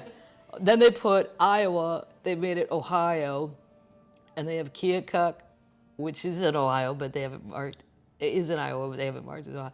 It's just so funny. That's from Ray Gun. It's Ray Gun, yeah, that's the store. It is the coolest, fun store. This person, Caroline from Cedar Rapids, Iowa, sent me a magnet. It said they ran out of ranch. And it's like Jesus dying. Midwesterners be like, they ran out of ranch. And it's literally as bad as the crucifixion. So funny. And then some nice lady, and again, because we're doing the Lord's work, I'm going to accept this. Although normally I wouldn't, but they've already gone through the trouble. A Kroger gift card for $25. Yeah, well, I'm going to go buy more ranch. Because some of this stuff I throw out, and I'm tasting on behalf of Jesus. This lady said I've kept her company. I'm looking forward to seeing it soon. But I can't really read. Oh, well, here's the person. Rebecca. So it's Becky from West Lafayette, Indiana. But yeah, it's just fun. You're like, wow, 25 free bucks at Kroger. Nice. I'll go get some more ranch and keep tasting them. And crackers. Yeah, extra crackers. I have to have my tasting crackers. So thank you so much. You don't have to do any of that, but it certainly is fun. Moving on to what are we eating? Well, I have Tessame's Everything Bagel Ranch. Now, Here's my ranch rankings, this piece of paper. And Tessemae isn't even in the top 14. But that doesn't mean they suck. I mean, I tasted one on here that I thought sucked. So let me taste Tessemae's everything. Bagel ranch? I mean, wow. Is there anything we haven't thought of with ranch? Jesus. Everything bagel ranch. It's too sour. Oh. It's tangy. Oh. Yeah. You taste the everything bagel. It's pretty good. Wait, I'm getting a second wave. Like at a wine tasting. No, it's good. Let me tell you. It's just out of the gate, super tangy. I think you'd have to mix it with. Do you get the bagel thing going? No, Taste I don't bagel? taste a bagel at all. I taste dill. Well, Well, and I like dill. I don't know. I'd not do that. okay. Yeah. Also, look at this. Texas Pete's Dust. You guys like Texas Pete? Yes. The hot sauce? Well, they have dust. Dry seasoning. Throw it on your chicken. You won't be upset with me. Now, this is super stupid, but I can't wait. I can't wait when the kids are here. You've been eating marshmallow When the kids come over, because it's roulette. Yeah, but they'll actually like that. This one, this is just so fuck with them. It's Doritos roulette. So some of the chips are normal, and then some are super duper hot. But I'm not gonna tell them that. I'm just gonna go. No, go ahead. You want a Dorito? Go ahead, take some. Taste some. Oh my God. You forget how good Doritos are till you eat They're one. great. I got a hot one, the first one. Holy shit, it's hot. Oh my God. Have some beer. What did they do? That's not edible. They're made for children. They're not made for children. These are for adults. Oh, God. My God. That's it. I am going to make the kids do it, though. Just to wait, and then I'm going to film it, and they won't know it. And then I want to post them on Instagram, and they'll be like, oh, my God, this is great. Thanks, God. Oh, my God, like, we're going. Yeah. Oh, my God, we got, like, 700 likes. This is great. Okay, termites. So much to talk about. Update. Tennessee. Uh-oh. Good news. Good news, Tennessee. You are getting a Buc-ee's. Yeah. Yes. Get ready for beaver nuggets, y'all. This is what they wrote. I did not say y'all on purpose. Buc-ee's is coming to East Tennessee. The popular convenience store chain announced Tuesday that they are breaking ground on their Crossville. What's Crossville, Tennessee famous for? Golf. Golf capital of Tennessee. That's what they call it. I think there's a lot of retirees down there. It'll be on June 15th. So it's already breaking ground. Located along Interstate 40. The new stop will be the first Buc-ee's in the Volunteer State. According to the companies, it will occupy more than 53,000 square feet, 120 fueling positions. That's fantastic. Yeah, along with thousands of snack, meal, and drink options for visitors. Buc-ee prides itself on its clean bathrooms. Absolutely, they do. And some of them have the lights on the bathrooms in the women's. They're awesome. Dynamite, just the best. Friendly service, yes. Texas barbecue and a giant beaver mascot. Yes, I've got my picture taken by Buc-ee many times. It also open up at least 175 new permanent and full-time jobs to the area. And before you naysay it, I may have to do this in retirement. Company will says the starting pay will be above minimum wage, but hold on, with full benefits, 401k, and 3 weeks of vacation. Oh my God. What? Come on. Here's their official statement. Crossville is centrally located between Nashville and Knoxville, an ideal stop for folks headed to Music City or east to the Great Smoky Mountains, said Stan Beard of Buc-ee's. Crossville is also the golf capital of Tennessee, and a gorgeous destination in of itself. We can't wait for Buc-ee's to provide another great reason for folks to make their way through Crossville. Yeah, I did not know this. Buc-ee's first broke ground on its Kentucky location in 2021, and their first travel center in South Carolina is also under construction. So South Carolina, you're getting one too. It's slated to open in 2022. Florida got 2, and Georgia and Alabama. I'm telling you, if you're ever on the road and you see one, it's just a happy place. And hundreds of people in there, and you don't even feel like it. If you go in with a friend, though, take a phone, because it's easy to lose your running partner in there. And then you gotta, people get caught up. I get caught up. I was supposed to be back in the car in, I don't know, 5 minutes, and I wasn't. You know where I was? I was at the jerky bar. That's because I was amazed. I've never seen that much jerky in my life. Different kinds, and then, I don't know, there's ice cream in there. It's just, everything in there feels happy. So congratulations, Tennessee. Let me put my ranch rankings away. Update! Oh my God. Time for my home state, my home city. Getting the little attention again. Probably not the best attention. The couple who pointed guns at protesters in front of their mansion. Remember her with the mustard on her shirt? People went as these two as Halloween costumes, which I think was the funniest idea. I don't think visually, but if I had to be funny visually, well, I can't. I just can't do it. But that was fucking funny. They've pleaded guilty to misdemeanor charges because they pointed guns at people. Here's the update. Mark and Patricia McCloskey, the white St. Louis couple who were seen waving guns at Black Lives Matter protesters outside their home, pleaded guilty Thursday to misdemeanor charges. They're both lawyers, by the way. The couple, who are attorneys, and have used last year's viral moment to launch themselves into the national political spotlight, were initially facing felony charges. However, on May 17th, a judge appointed a special prosecutor to the case. Then, by the way, this whole thing doesn't even matter because the governor already said he's going to pardon them. He thinks it's absolutely fine to come out of your house and point guns at people.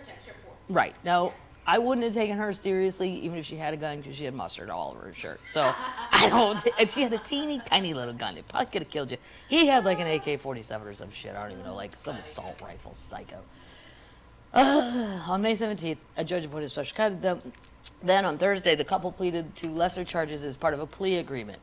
Under the agreement, Mark McCloskey pleaded guilty to assault in the 4th degree, and Patricia pleaded guilty to harassment in the 2nd degree, according to a statement handed to reporters by the special prosecutor in the case, Richard Callahan. The couple must pay fines of $750 and $2,000 and hand over their weapons to state officials so they can be destroyed. I'm sure they have more, but okay, if we want to ceremoniously destroy their weapons. The particular resolution of these two cases represents my best judgment of an appropriate and fair disposition for the parties involved, as well as the public good, Callahan said in a statement. Here's the picture where she had mustard all over her shirt. The special prosecutor was assigned after the local circuit attorney who originally charged the couple referenced the case in her campaign materials. By the way, this guy is running for a Senate seat now in Missouri. We're going to keep... Oh, yeah. Oh, yeah. Since the incident of June 28th, the McCloskeys have spoken out via a variety of conservative news outlets and were featured speakers at the 2021 National Republican National Convention. Oh yeah, I remember that, at the National Convention. He has launched a campaign to represent Missouri in the U.S. Senate. The couple have claimed in numerous interviews that they felt threatened by the peaceful demonstrators who were walking in front of their home. I will never back down, he said. This is on his campaign website. He's, quote, stood up to the mob. In his statement, which was distributed by his Senate campaign, McCloskey said, 1 year ago, an angry mob crashed through my gate. Let's stop right there. Let's stop right there, Mark. It's not your gate. Right. It is a gated street of rich people. I know exactly where the house is, and those streets were blocked off because where the area is located, some of the areas around it aren't that great. And they're not economically thriving, so they don't want, they don't want things going sideways in their fancy rich neighborhood. But it's not your gate, Mark. It's a gate that is provided to that street, and you're not the only home on that street. There's other people on that street, so it's technically our gate, if you want to start going down that road. Threaten my wife, my home. No, they went through the gate, not knowing it was private. Now the gate would imply that to me, so I would agree with that. They didn't come on his land. They didn't have weapons. You went crazy. Yeah. Just say it. The protesters, Callahan pointed out, were a peaceful group that included women and children and had made a wrong turn on their way to the protest in front of the mayor's house. Maybe, but those streets that are gated, you'd have to make a pretty concerted effort to get that gate down. They're big and they're heavy. Yeah. I don't know how they did it. There was no evidence that any of them had a weapon, and no one I interviewed realized they had ventured into a private enclave. Well, that's the other thing. I don't even understand. Taxpayers, we pay for the streets. How do they get to be private? I don't know. It's not just in St. Louis. It's happening. I don't know. Right. It's like the Malibu people that want the beach to be private. Fuck off. No, you don't get to own the ocean. Right. You don't get that. Thanks to who? Governor Moonbeam, Jerry Brown, that made all the beaches in California public. And believe me, had he not, none of us would ever get to go on the beach. They'd own them all. They'd own it all. Everybody in Manhattan Beach, Hermosa Beach, Malibu, Santa Monica, they would just go, oh no, I own that part. Oh, that part over there is owned by Paddles. So it wouldn't be public anymore. Paddles owns all the McCloskey acknowledged that he and his wife brandished guns to put other people in imminent fear of physical harm. That's exactly what I did. That's what the guns were for, the statement read. Anytime the mob, they're not a mob. These are people protesting. So is every protest then a mob? Because, come on. And threatens me. Nobody threatened you. They walked down the street. and laughed at your shirt. And then you became a meme. A mustard stain-ridden meme. He's also a wackadoodle that sues everybody. Like, all he does apparently, from stuff I've read, is he's always involved in some shit. I do the same thing again to protect my family. As far as I know, it's just him and her in the house. And they were out in the house. I never heard about other people. Who's the family? Who's in there? Dog? Cat? Ferret? What do you got in there? Ferret. Where's your ferret? Officials have said McCloskey and his family were not threatened, although the statement noted there was back and forth conversation that resulted from the McCloskey's display of guns. Yeah, I'm sure, but somebody said, hey, whack job, what are you doing? We're walking to the mayor's house. Callahan said he did not take into account reports that Missouri Governor Mike Parsons also has considered, he already said he'd do it, pardoning the couple as part of his decision to offer lesser charges in the plea agreement. Oh, they're very happy with the outcome. Just pay us fine and move on. Are you happy you became a Halloween costume? Are you? I would be goddamn mortified. Because you look crazy. God damn. That was your update. That's pride, all right. 2,000, so they had to pay $2,750. They won't care. Update!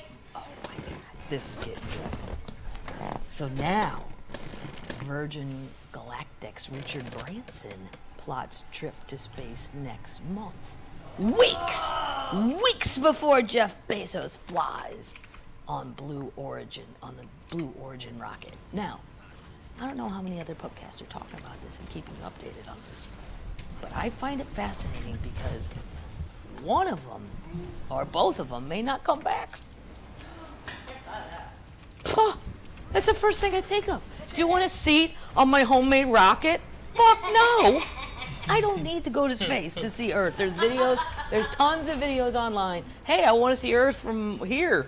Okay, type it in. There you go. To get in this thing, plus, like we said, there's only 6 seats. What if I get stuck next to Chatty Cathy from, say, Duluth? Yeah. You know, I don't. It's only an 11-minute ride. Yeah. You know how quickly you could ruin someone's dream? In 11 minutes or less. So here's the deal. The Amazon CEO announced this week that he and his brother will be heading to space on July 20th on Blue Origin's New Shepard spacecraft. However, according to a report by Doug Messier on Parabolic Arc website, I don't know what that is, Virgin Galactic is working on a plan to send Branson on a suborbital flight aboard the VSS Unity Spaceship 2 rocket plane over the 4th of July. Oh, how patriotic. If that's true, Branson would beat Bezos into space by 16 days. Messier said his sources wish to remain anonymous, but the U.S.-based journalist has been connected to credible sources in the past. Branson's Virgin Galactic space company has neither confirmed nor denied. When asked, we are in the process of analyzing data from our successful May 22nd flight, they said. So they're not going to tell you no. Whatever. But this is the difference. New Shepard is a reusable rocket with an attached crew capsule for passengers. Okay? That's, New Shepard will launch vertically for about 2.5 minutes before the main engine cuts off. The capsule will then be separated from the rocket. Passengers will be weightless for about 4 minutes during the 11-minute flight. That's probably the point where someone will shit in their pants. So that won't be fun. Those on board will be high enough at an altitude of 307,000 feet to see the curvature of the Earth. The spacecraft will coast for a few minutes in space before re-entering the atmosphere. New Shepard will land using autonomous rocket-powered vertical landing system. See, I told you it's going to be like feet coming out, like yeah, not. I said, is it going to be the ocean or is it going to be those things? So one of these two, I'm rooting for Richard, if I got to choose, because I loved checking in to Virgin Airlines in Los Angeles, because everything was blinking and they had wonderful, it was like fun music and everybody was happy. It was just a very happy, he seems like a happy, crazy inventor guy. Bezos, uptight. And something just arrived from Amazon. It's Sunday. I feel bad that the dude, I didn't even know I was ordering it to be delivered on a Sunday. So I don't, this is just more about that. We don't need to know anymore. Just know that that's happening. We'll see. What do you guys think? Who gets there first? Paddles? I think Branson too. And he's older. He's in more of a hurry. He's like 7. Yeah, he's in 70. So. Update!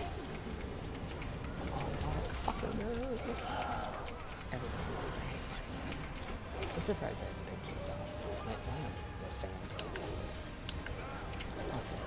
been I have a new hero. Pink Floyd. Pink Floyd's Roger Waters. I can't say. Pink Floyd's okay to me.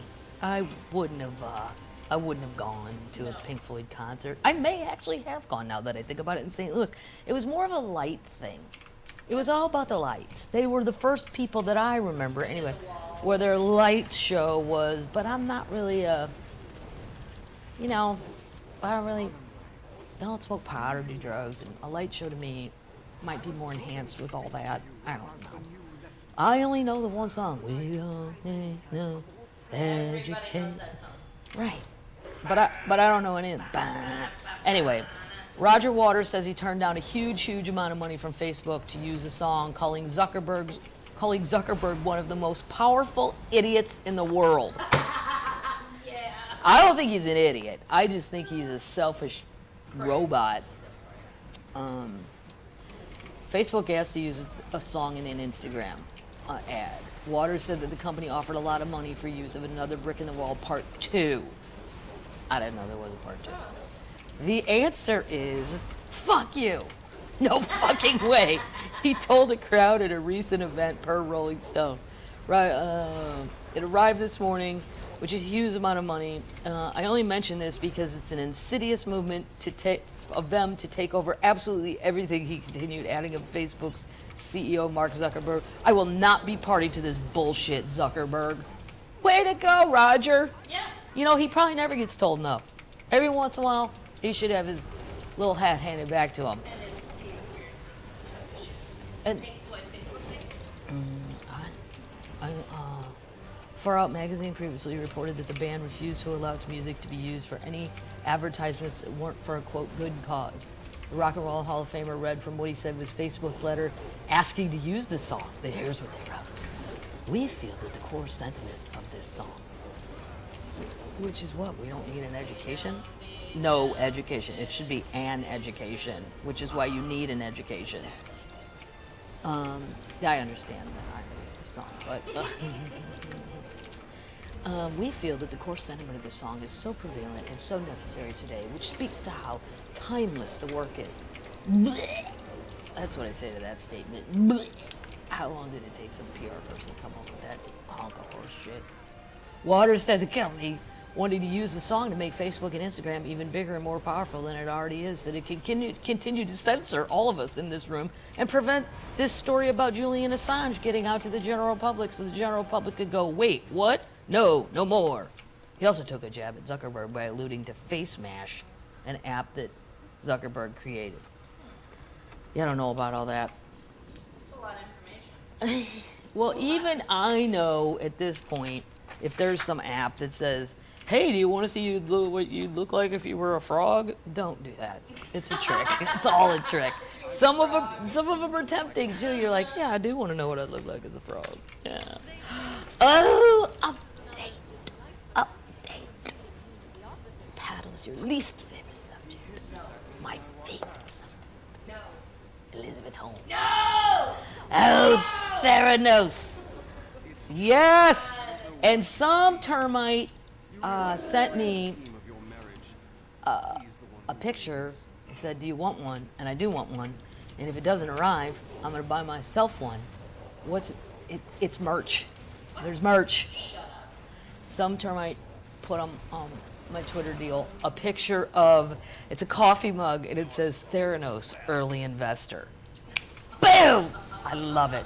When it comes to fame and infamy, former Theranos CEO Elizabeth Holmes has apparently cornered the market. Internet sellers are cashing in on mugs, t-shirts, and even shower curtains in the week before her criminal fraud trial starts in August.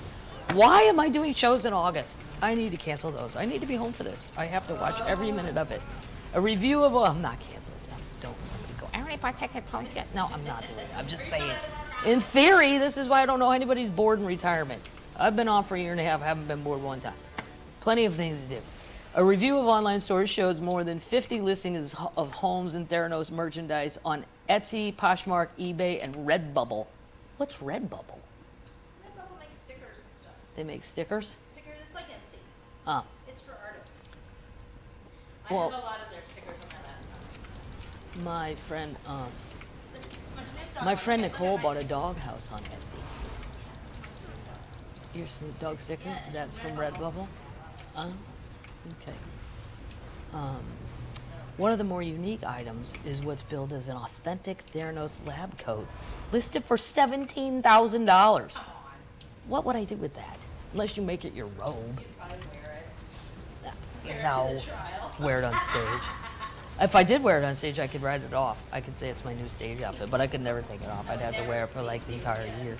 The entire tax year, I'd have to wear it. Holmes, a Silicon Valley darling, is facing federal wire fraud and conspiracy to commit wire fraud charges in connection with allegedly deceiving investors, patients, and doctors about her company's blood testing. And we know that. No. In a TikTok, one young woman is seen posing in a mirror wearing a pink t-shirt that reads, Elizabeth Holmes is my girl boss. Yep. Another TikToker shows off a mug featuring Holmes on one side and Theranos on the other. She says, I truly do wish that Elizabeth Holmes had an MLL so I could join it. An MLM, is a controversial multi-level marketing operation that the U.S. Federal Trade Commission cautions may be a pyramid scam. And another kid pulls out a t-shirt out of a package claiming, y'all, it's here, the Queen of Theranos, Elizabeth Holmes. The search of Instagram also shows customers posing with their merch. I love it. There's an obsession with fraud. Yes, you see it with the Wall Street bets. People love to talk how much they've lost. There's an obsession with fraud, gambling, and taking bad risks. Everybody loves a good villain. Exactly. A mug that says Theranos Early Investor is his Etsy shop most popular item. Anthony said it's a little more low key and you can stash it in your drawer and when your boss walks by. He said he's had over 200 visits on the mug in the last few months. We're gonna have a few more now, and I'm coming to buy one, Anthony. So I hope you're not out. Love it. Yeah. Why? This guy makes some money. It's funny. He will make the money. She's not getting any of this money. No, this is just people that were creative and thought of funny shit. And I say, more power to them, Paddles. People out there being creative, making a buck. Good. Here's an update. Sometimes I check in on the royals. I'm a little fascinated. Not really like so many people would be. I'm more of a distant voyeur of the royal family.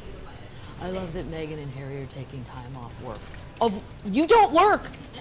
Stop with that. You don't have, you're a, what was it, what do they call him on that one board? Chief Officer, Impact Officer. Completely made up.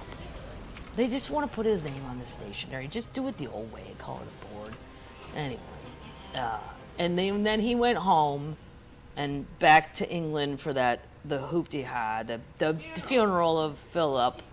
And then they're like, oh, you know, he was like, apparently they seem kind of frosty towards me. Well, you know, you did go on family in TV, global TV, and call your whole family racist. I mean, I've heard of things getting fucked up at Thanksgiving, but that took that to a level that I don't even think an average family could. You can do it. He did do it, but I don't think anybody's gonna be real happy about it. No. Well, Megan wrote a book. It's a children's book. Rich people always write children's books. I'm not saying there's people that do write children's books that aren't rich people, but a lot of famous people that were rich, they get bored, and then some publisher goes, how about a children's book? Have you thought of that? Oh my God, we have so many ideas. Well, her book flopped. It's called The Bench. Yeah, it only sold 3,200 copies in its first week.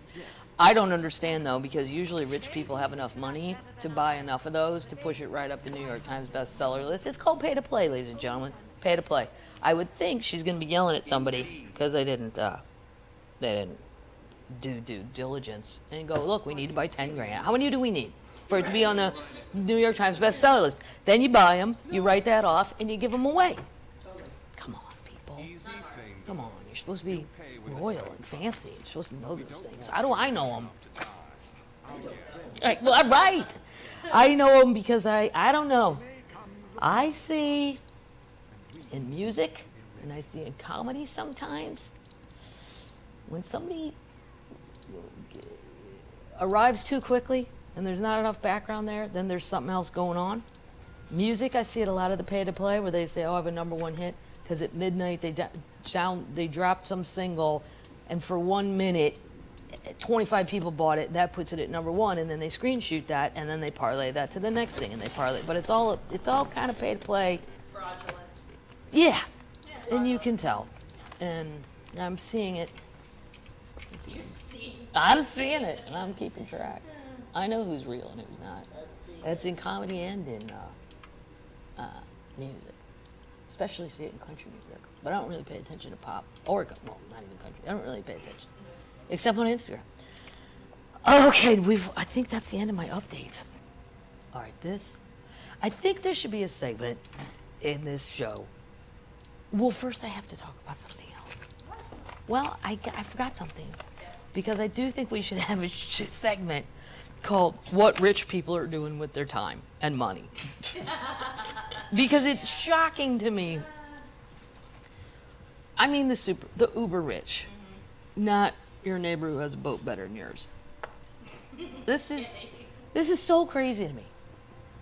Okay, I don't know anything about coins or stamps. Start with that. I remember when I was little, I would hunt for like pennies from a certain year in my grandma's like whiskey bottles full of coins. I don't know, my dad probably made it up. Not a normal sentence. Yeah, she would fill up whiskey bottles with coins. And then I think my dad probably said, now if you get in there and find one from 1911, it's worth $50. And that's all I need to hear. And then I'm foraging around like a pig looking for a truffle all day going, Dad, if I find one, I'm going to be a millionaire. And I believed it. But I never could get into stamps. It's too organizational. You got to have that book, and they got to stick in there. Yeah. I don't understand it. Super nerdy. Yeah, it's pretty nerdy. But, well, in my opinion, the nerds wouldn't think that. Well, they might. So most of my nerd friends know they're nerds, and they're kind of proud of it. Yeah. Jackie Cation, very funny comedian. Cool nerd. Cool nerd. Cool nerd. But proud to be a nerd. Yeah. My friend Lorene, nerd. Super nerd. But just super nerd. Awesome. She should have a cape. She should have a cape. Maybe I'll make one. I'll have somebody on Etsy make one. I don't know how to sew, but it's super nerd. Super nerd. Yeah. And then like with the Wonder Woman stuff on it, she would like that. Oh, so great. This 1933 it's called the Double Eagle coin. And I'm going to tell you about this. I never even heard of this. The Mona Lisa of coin collectors just sold for $18.9 million. This ultra rare coin had been expected to sell for between 10 million and 15 million. Now, I had silver dollars. I still have them from my grandma. And so sometimes when I would have friends over, this is like when I'm 8, not 8, 9, at the very most 10 years old. I'd say to a friend, "I want to see my silver dollars," and I thought it was cool. But I'm a kid, and you don't have much else to show. Well, there's my baseball glove, there's my fort, here's my silver dollars. That's it. It's taken nearly a decade, but there's finally a new world. But there's finally a new world's most expensive coin, the 1933 Double Eagle. It was gold. Footwear designer Stuart Weitzman. This is what rich people are doing. You're a shoe person. It was his coin. It sold for an astonishing $18.9 million at a special auction at Sotheby's on Tuesday morning. The hammer price easily beats the $10 million previous record holder in the 1794 flowing haired silver dollar. What? My silver dollars are like from the early 1900s. I'll have to go see if they're worse than you think. Googling it and put it in the show notes. Flowing hair silver dollar. Yeah, 1794. It's pretty cool. That sold for $10 million in 2013. The record was set following a 3.5-minute bidding war between 3 people. There are 3 people on Earth with this kind of money to buy a coin that what do you do with? When your geeky friends come over, go, you want to see my Liberty coin? What is she called? My Double Eagle? You want to see it? You want to see it? I'll show you, but only for like a minute. I'm not leaving it out. It's in a special game. I just don't know what you do. A painting, at least you could put up in your house. I guess the coin, you could frame it and put it on the wall. $18 million. Yeah. In a 3.5-minute bidding war between 3 would-be buyers at the auction house. The identity of the Double Eagle's owner has yet to be disclosed, and it's clear that they really wanted the coin. Prior to the start of the auction, it had been expected to fetch between 10 and 15 million. It's easy to see why it sold for so much. Considering it's the Mona Lisa of coins, it was originally cast as a $20 piece, but was never issued after Franklin Roosevelt decided to take the U.S. off the gold standard. Teddy Roosevelt, I think, or I don't know who initially said do it. The coins were ordered destroyed, but in small number, including this one, survived. This particular example is the only privately owned example of the coin and was bought by Weitzman for a then record $7.9 million in 2002, held at an auction on behalf of the U.S. government. The Double Eagle is part of the Sotheby's 3 Treasures auction of Weitzman's most cherished collectibles. Why is Stuart Weitzman selling all his shit? Is he sick or something? Weird. Also included were 2 of stamp collecting's holy grails. The 165-year-old British Guiana 1-cent magenta stamp and a sheet of inverted genies. What? Those items sold for $8.3 million and $4.9 million, respectively. In total, Weitzman's 3 treasures sold for a combined $32 million. All of the sellers, they're all going to charity, including the Weitzman Family Foundation, which supports medical research and higher education. Well, that's awfully nice. The auction brought in slightly less than the high-end estimate of $37 million, but considering the Double Eagle sold for a record-setting fee, we imagine neither Weitzman or Sotheby's won't come away disappointed. That's what rich people are doing, people. This is, just saying. It's amazing to me what they'll spend money on. Just to have it. Yeah. It was one of the last ones in circulation. Do we know that? Has everybody really looked? Check your sock drawer. Maybe you got a Double Eagle gold. It's a pretty coin. Oh, this isn't enough. Okay, this is what I want to go back for before I talk about this.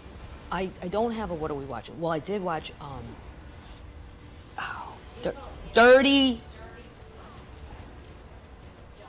John, season 1 with Connie Britton. It was so good I binged them all. It's about a con man. I love cons and frauds and stuff. Connie Britton is so good in this. The guy is really good at being hateable, whoever he was, whatever actor. Eric Bana, but he did a really good job at being frightening and hateable and an asshole. And it's based on a true story, which I really loved. It was like watching a Dateline come to life, but watching how the whole thing unfolded. And basically, he's a con man. He's full of shit. He wasn't who he said he was, and he was very, very dangerous. So that was really good. The LA Times. The LA Times. Oh, but yeah, they produced. But if you're driving along, because I've had some long drives lately, I don't remember who told me. It might have been a termite. I think a termite told me. Yes, one of you termites did. It's a podcast called A Death in Cryptoland.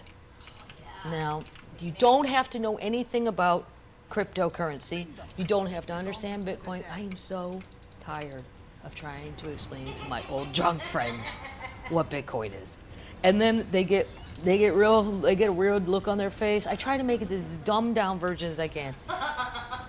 And I preface it with, I don't understand math either. I don't. This is just a gamble. And then they get a weird look in their eye, and then they're like, let's have another drink. And I'm like, did you understand anything I said? Not really. But, you know, I don't know, Kathleen. Glad you're having fun. Yeah. I'm glad. I'm happy for you. You're blessed. Okay. All right. I am. So, A Death in Cryptoland. There was a Canadian lad named Jerry Cotton. And this isn't going to hurt your head, I promise. But when you go to buy cryptocurrency, you pick an exchange to buy it through, like you would say the New York Stock Exchange is where I choose to buy my stock. It's really kind of your own choice. Well, you can go set up, it's all going through that exchange. But in the crypto world, there's lots of exchanges. And for a long, like I use Coinbase. And then I bought stock in Coinbase, because now it's on the New York Stock Exchange, so now it's valid and all that. But none of this was regulated in the beginning. It was all very loosey-goosey because banks wouldn't take their money. They just regulated themselves, but not even really. So this Jerry Cotton guy, he created an exchange called Quadriga, I think. And so all these people are buying Bitcoin, sending all this money. Well, then it turned, Canadians were, yeah, which is even shittier. Yeah. Because all they do is say sorry. Yeah, they're apologetic, you know. Oh, did I steal all your money? I'm sorry. So sorry.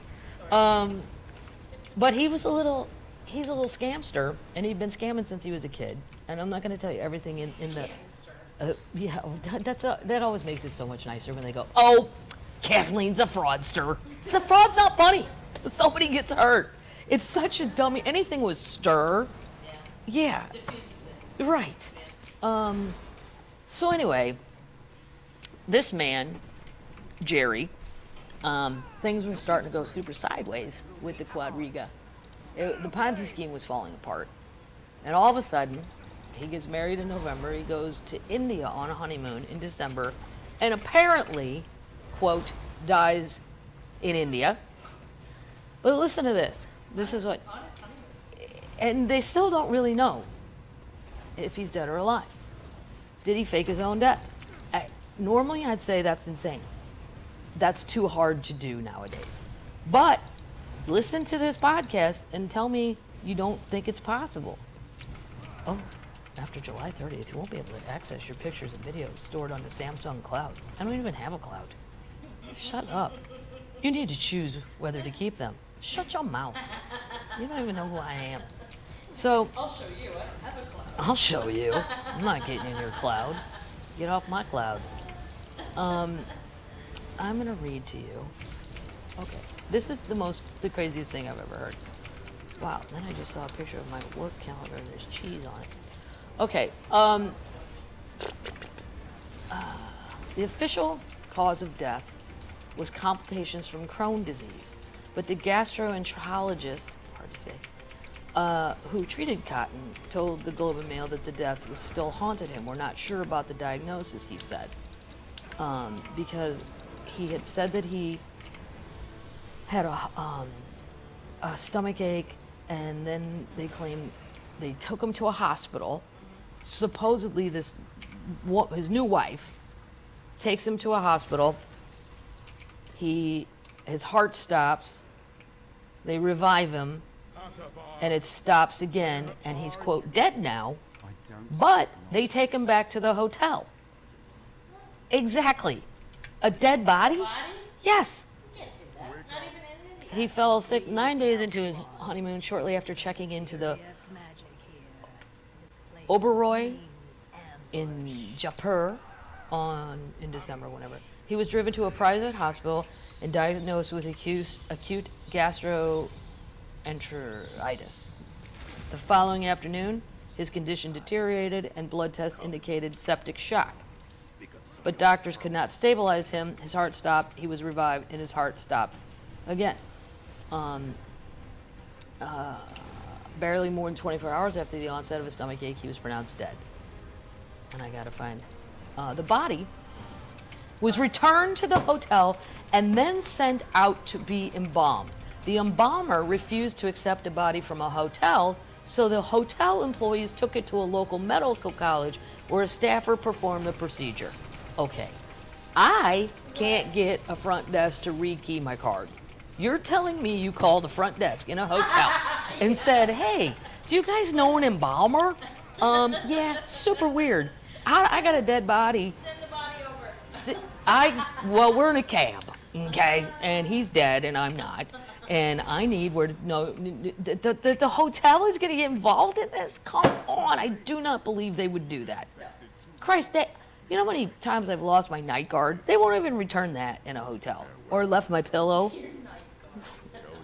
I have a very special pillow. And they never return it. I've lost like 10 of them. My special pillow? No, that's the my pillow guy. I don't have his pillow. Psycho. They took it to a medical college where it's different. And the hotel employees took a dead body. What? To a local medical college. I can't even get a ride in a van sometimes at O'Hare. Right. And I'm alive. You're alive. And I have tip money. Here's 20. Will somebody should run me over? No, the van's not coming for 4 times. You didn't sign up. Well, the night person told me I didn't have to sign up, that it wouldn't be a problem. Blah, blah, blah. Anyway, the following afternoon, Robertson returned with the body the next day to Canada. She left behind a dozen teddy bears they had planned to deliver to the Jennifer Robertson and Gerald Cotton Home for Orphan Children. You gotta listen to this. Now his family, but I don't even know how many people are in his family. I know he has parents. I think they're in Ontario, Canada. They say he's dead, but they don't say much. The wife, has returned a lot of their valuable. I mean, also, I keep forgetting the biggest part. When he died, they say he's the only one that had the password to $290 million that is now, even more than that, frozen in Canadian people's assets. Come on. Well, Come on.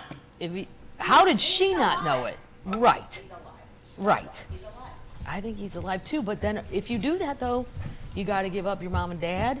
He probably doesn't have a shitload of friends because he's super nerd. And it sounds like a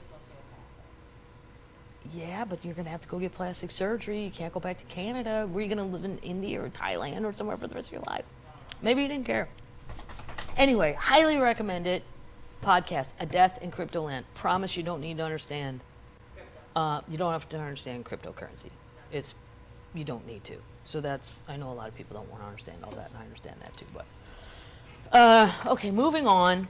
Now this is a subject that comes up with my younger siblings a lot, because my younger siblings have little kids. Well, say 12 and under. Shitloads of them. Shit. I don't know. I can't remember. I can only remember my godkid's birthday. I can't remember everybody else. Is it too many? How about a heads up? Right? How about somebody send Aunt Ken a secret text? FYI. Well, I remember my brother's youngest one because he's born on tax day. He's a tax baby, April 15th, Kevin. Anyway, Kentucky T-ball game turns into violent brawl between parents, kids left in tears. There's a video online. Paddles, you will put this in the show notes because the video, it's not funny, but it's funny. Because the one lady, these guys are fighting, men, full-grown men, are fighting each other in the baseball diamond. And there's one lady on the bench. You can hear all this in the video. She's like, "There's fucking kids here." And then she goes, "Where's my fucking kid?" She didn't even know where her own kid was. This is really funny. Not supposed to be funny. This stuff though with Patrick, my youngest brother, said that his kid was playing baseball. He's 8, and 2 adults ran and yelled at the teenage umpires and scared them so badly they changed their calls. Right, these are teenagers trying to make, they probably get $50 a game or some shit, and it's their little side job, money. And these parents have lost the amount of attention on sports and travel teams and all this horseshit. And then if you don't do it, then I have to listen to my sister go, well, what if I don't do it? And then what if they don't have a social life because I don't do it? But I don't fucking feel like driving this goddamn Springfield. You don't know what it's like. You don't know. I'm like, no, I didn't. I forgot to have them. Guess what I don't have to do? Drive anybody anywhere this weekend? The Kentucky T-Ball Championship game erupted into a brawl when parents began fighting after a spectator ran onto the field, leaving the young players in tears amid the chaos. Witnesses told such and such TV, a spectator ran onto the field in Stanton, 120 miles east of Louisville, prompting the umpire to end the game. A scheduled trophy and medal presentation were canceled. The incident began when the opposing coaches got into an argument over a call when the fan ran on the field. The other spectators said the man took off his shirt and began cursing and shoving people. Video footage posted online shows adults joining the altercation and the escalation of the melee. In one video, someone off camera can be heard yelling, "Please don't do this! Think of your family!" I added the accent. A 911 caller requested authorities respond to the park as tensions escalated. Give me a couple units to the city park. Things are getting pretty wild at the T-ball field. Believe it or not, they've had a fist fight in the middle of the field. The caller, also an off-duty officer, said, a parent told the news station she was devastated for the children. It was devastating for the kids. I couldn't believe that the adults acting like that. And I know my girl was so excited. She worked all season to get better and get the game balls. And she was just excited it got ripped away from them. Well, yep. While there will be disciplinary actions taken against the individuals, we will not be discussing those publicly, the Parks Department said. Oh my God. The changes, so in a social media post, the Stanton cops said they were investigating the fight. On Tuesday, Parks and Recreation Board announced new changes for the city T-ball game. The changes include ending of tournaments for the T-ball league and a zero tolerance policy for verbally assaulting game officials. The Lexington Herald Leader reported. This applies to coaches, players, and spectators. Umpires should eject the offending party immediately. Right, but here's the problem. Some of the time the umpires are kids. They're teenagers. Yeah. What? And they're gonna yell at my dad? No, they're gonna be scared shitless. No. Umpires should, what they should do is have one adult be like the head umpire, like a bouncer guy at a bar. A big dude. Yeah, you shouldn't have to, but look what it's come to. Umpires should eject the offending party immediately if this rule is violated. An individual who's ejected will not be allowed to return as a coach, player, or spectator to that league for the remainder of the season. Good luck stopping it. I think you need a big old dude. Maybe he holds a bat. I don't know. Something. Some sort of gun. And because there's just too many kids umping that aren't gonna, they're gonna be freaked out. You know, I would be scared if you're 15 and some adult comes hollering and screaming, foaming at the mouth because his kid really didn't get a triple or did get a triple or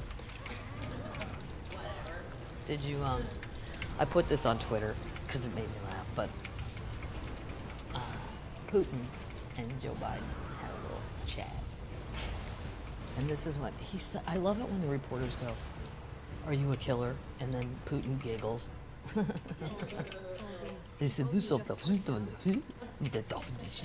and then he babbles on.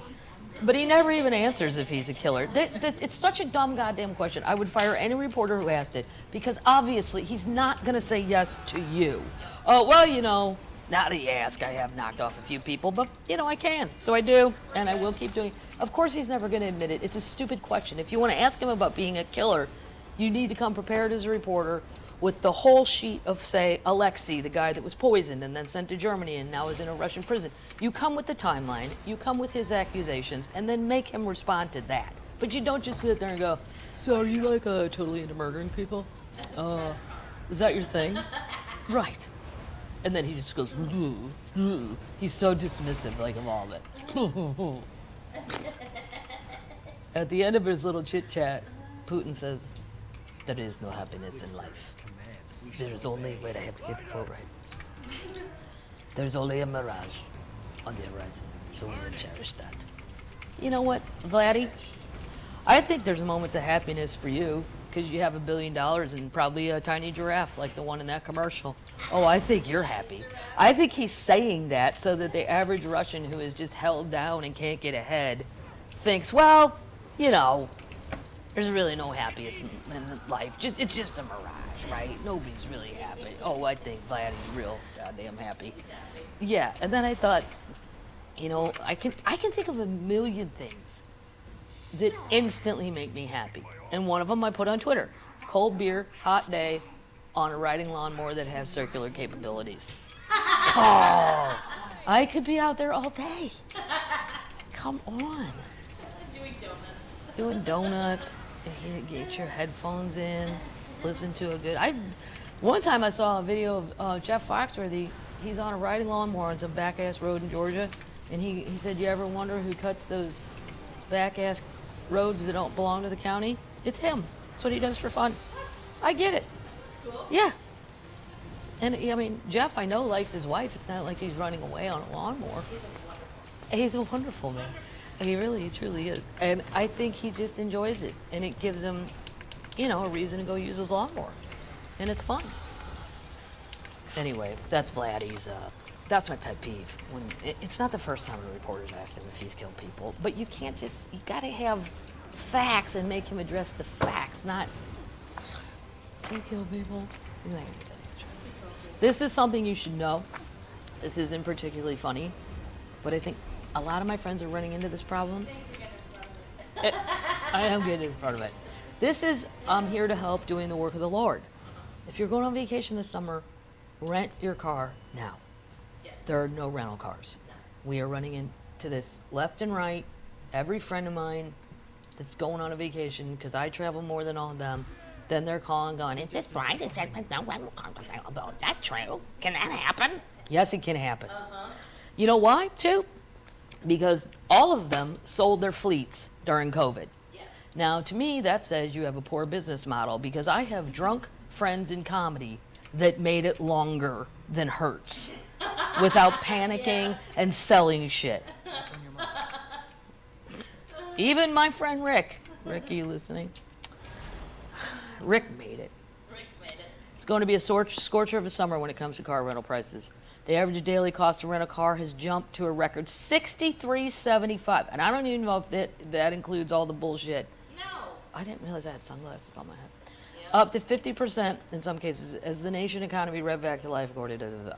What's more, demand is getting so hot with fees in August are already trending above $100 a day that many vacationers can expect to pay more than double what they'd have paid before the pandemic. You may see consumers resort to mass transit. No, you're not.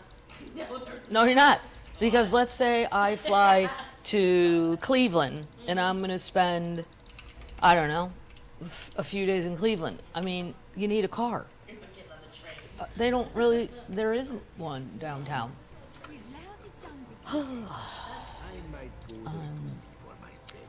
The median average price of an Avis rental car jumped to $68.07 in May, a whopping 50%. Avis prices in June and July have leaped to $81.95 a day, respectively. For August, the median is $103. It's ridiculous. The skyrocketing prices come as demand for rental car outstrips supply. Desperate to survive pandemic lockdowns that had halted global travel last year, many rental companies sold off their fleets for cash. How ghetto? How ghetto are you? I mean, 2 months in it, it's the same thing with Delta and American and all these people. 2 months into the pandemic, they're like, holy shit, we're out of money. I'm a comedian. I have saved money. What does it matter? Oh my God, I better sell the lawnmower. Holy shit, I don't have a gig. Oh my God, time to sell the Mercury. Which I'll never do. Yeah, they sold off their fleets for cash. Now as newly vaccinated Americans ready to travel again, car rental services have been hard-pressed to rebuild their fleets. Who would you sell them to? I didn't hear there was a sale. But they didn't say we're in panic mode. We're selling cars. Nobody said that. Supply chain woes were driven partly by a microchip shortage that have sent new car prices soaring. So now they can't buy the cars again. And car rental companies, which typically buy their cars from manufacturers in bulk and at a discount, have been pushed back to the back of the line amid spotty availability. What would it have cost to keep them on the lot? Nothing. They're not even moving. The insurance should have gone down too. Where you park, the airport, they're going to charge. Come on. The only way rental car companies might be pressured to lower prices, he said, if consumers get fed enough and ditch the car rentals for taxi or public, no. They're not going to do that. I travel all over this country every flipping week, and probably 80% of the places, you're not going to be able to get where you want to go on public transportation in this country. No. Not happening. New York City, fine. Something like that, fine. Chicago, fine. You can do it. But, Tampa, no. Dallas, forget it. No. All right. Thank you for that. PSA. This is I don't usually talk about sports because people get so sensitive. And there's a lot of sports I don't really care about, but this is very upsetting to me. There's a golfer named Angel Cabrera, and he won the Masters, and he's this giant Argentinian guy. And I really, really liked him, and I know you shouldn't have heroes because they smoke cigarettes and drink red wine. But him and Jimenez, the other guy, they were just like we're not going to the gym. Well, especially Angel, because he's a big man. Some of that's chubby. He's just a big guy. But I always liked him because he seemed very casual. He didn't take it too seriously. Sometimes he'd be out there just smoking a cig, daydreaming. He'd win the Masters. Hey, you got an extra marble. I'm kind of bored. It's going to be a 6-hour round. About ready to poke my eyes out. He had red wine on the driving range. Like, he'd have a wine bottle next to his stall where he's hitting balls. Well, former PGA golfer. He's probably about 50 now, I'd say. He was extradited from Brazil to Argentina so he can stand trial on multiple assault charges in his home country. I remember when he got arrested, but I didn't understand what happened. He was arrested in Brazil in January on 5 years' worth of charges, including assault, theft, illegal intimidation, and repeated disrespect to authority.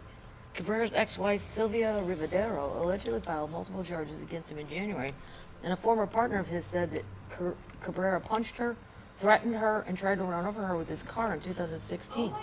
I know. The two-time major champion was on Interpol's red code list and was on the run. But you fucking won the Masters.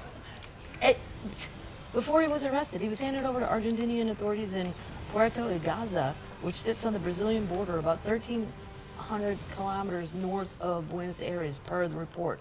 His trial is set for next month. He last competed at the Pure Insurance Championship on the PGA Tour in September, but he withdrew halfway through. Well, he had to go on the run. Hey, you gonna finish your round? No. Seems that Interpol's looking for me. I'm gonna buy a hat in a gift shop and head out. I'm gonna get a dozen balls. I promised my grandson. Let me see. I think I might. I think we may. Yeah, it's about right. This is okay.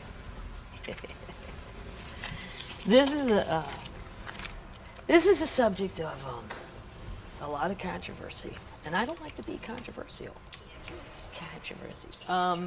Because I don't like to go down those roads if possible, because I'm not really. I don't like having controversial. But there's a comedian named Cat Williams. He's more popular with the black community. A lot of white people wouldn't, maybe younger people, but like, yeah, they would maybe think he's Prince. He's small like that. He's a tiny man, and he's got that mustache that can be kind of skinny like that. But I love him. And one time, this is, I won't say what airline, but this is where just, it was subtle racism. Not even subtle.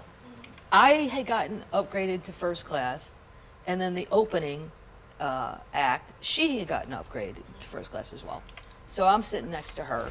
She got up to go to the bathroom, and all of a sudden I see Cat coming at me, and he's got like 8 kinds of liquor. I don't even know where it came from. He's like, oh, there are only 2 funny cats in this whole earth, and they're right sitting here right now. There's my cat, and I got so excited to see him. And he's sitting there talking to me, and then the flight attendant said to Kelly, is that man bothering her? And I think, well, he looked crazy. He dresses fun. He looks crazy.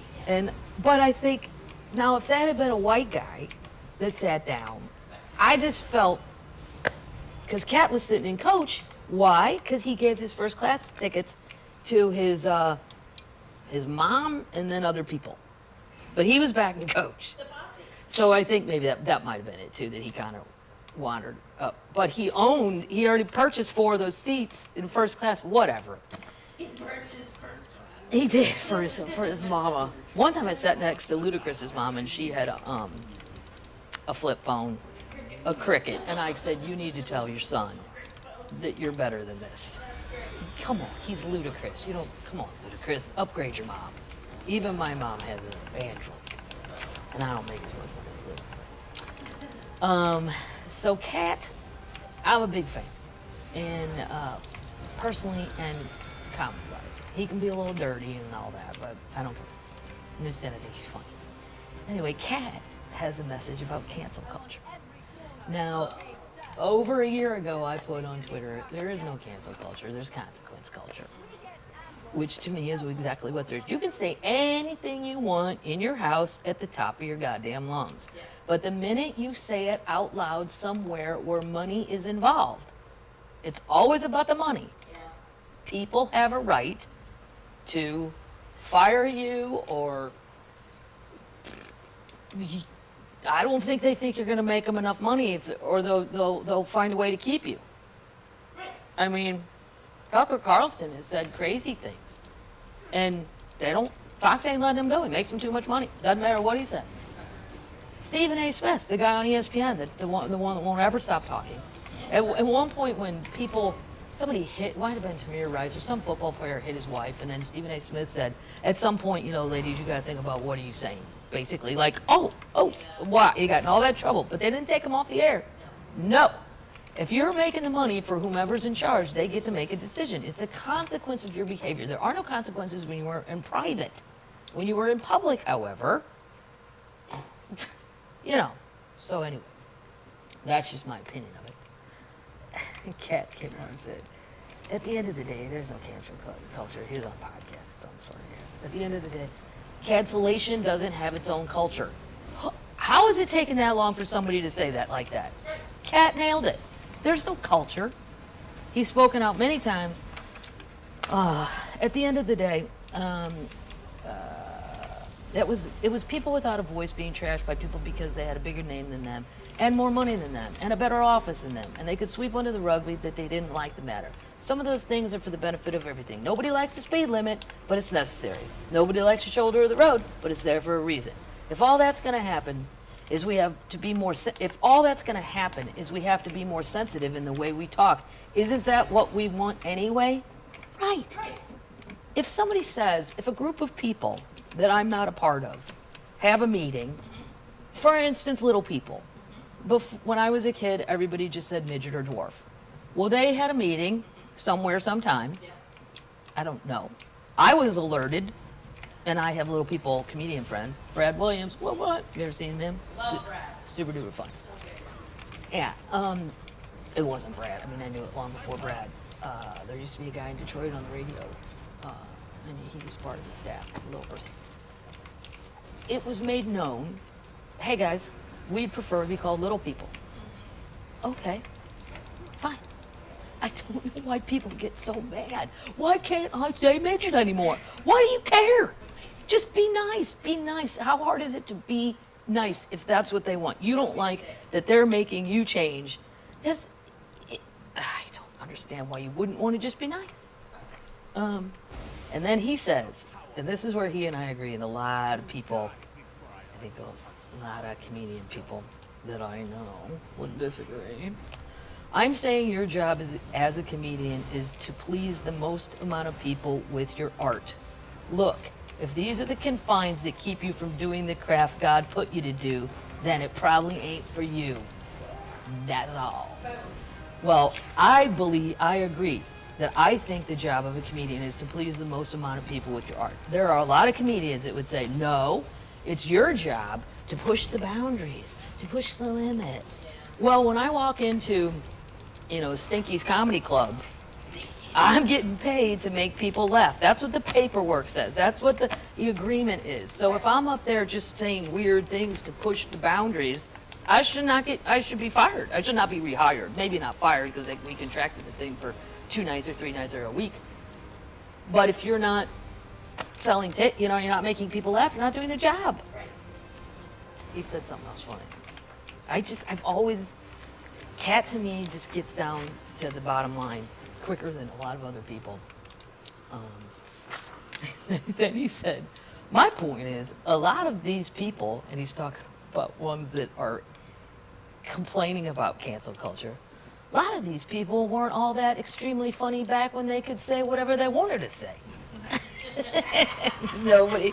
And then he doubled down, saying canceling is merely a result of marginalized groups finally having a voice. But wait, he said something else I really like. Then he goes on to say, and what I love about Cat too is he won't care. Like I would care if I said things in this, on a podcast like this, and I was very serious about it, because then the backlash, I just don't like to deal with it. And I do let it doesn't affect me, but I am aware of it. And I don't like getting in fights like that. But I like that he doesn't care. I wish I had more of that in me, I just don't. Contrary to comments from many of his contemporaries, Williams believed that this new culture of accountability, thank you, is in service of the greater good and comedy and elsewhere. I do too. He said, I don't know what people think got canceled that we wish we had back. I don't need to know. Who are they? It's done for reasons, it's done for, and it helped. That's all that's going to happen, is we're going to have to be more sensitive. Isn't that what we want anyway? But, yeah, this is where I liked what he said too. So if you want to offend somebody, nobody took those words away from you. And then he said, dirty bitch ain't been taken away from you. I've never needed to use that in my act, but I'll be remembering that. You can say that, but don't call somebody this word when you know it affects all these people. Don't use the R word when you really mean people on the spectrum. Don't say this word instead of saying autistic. Don't say this word instead of saying little people. Yeah. If you ask all the people in the NBA, all of the people that didn't make it to the NBA, if you ask them if we just lowered the goal down another foot, then they'd all tell you they could make it. Nobody likes out of bounds. Nobody likes the out of bounds. But the out of bounds got to be there, or you'll run up into the stands, right? Some of these things are for the benefit of everything. And then he repeats the speed limit thing. Yeah, I'm a big fan. Cat, he's probably not listening. I'm sure he's not listening. But I'll see him again on a plane. Throw down a little Crown Royal. How you doing? How you doing? I think that's what he had one of those baby. No, he had Crown, and it was in the most adorable tiny purple bag. I didn't even know they made them. I'm like, oh, where did you get that? I could put some of my road stuff in there. I don't know what. I have to think of what I need in there. Maybe the paper clips for all my papers, termites. Okay, termites. Well, I hope you enjoyed all those. I have these stickers and these for next week. I have a gluten-free thing I'm going to talk about on behalf of my sister. It's going to be hilarious. We're going to talk about it. Does it have gluten in it? Oh my God. She really... There are a lot of people who eat gluten-free, but my one sister really has to. Because boy, if she doesn't. Shoo.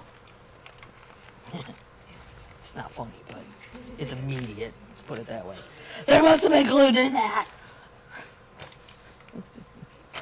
All right, termites. Thank you for everything you've said. I would only recommend the Doritos roulette if you have guests that you want to see be sneak attacked by a ship. I love my robot beer, and the kids will. Just remember that stuff. You open that marshmallow stuff. Texas Pete rub, delicious. Chicken or steak, either one, or shrimp. You can put on shrimp too. And same post. And what? Oh, and St. Post. Thanks to the lady from www.texride.com, TXRH, because these are fun. And I'm almost out. Who's this one? Stevie's out. Ow. Fuck. God, that's hot. It's on fire. Shit. Okay, termites. Thanks to Elisa.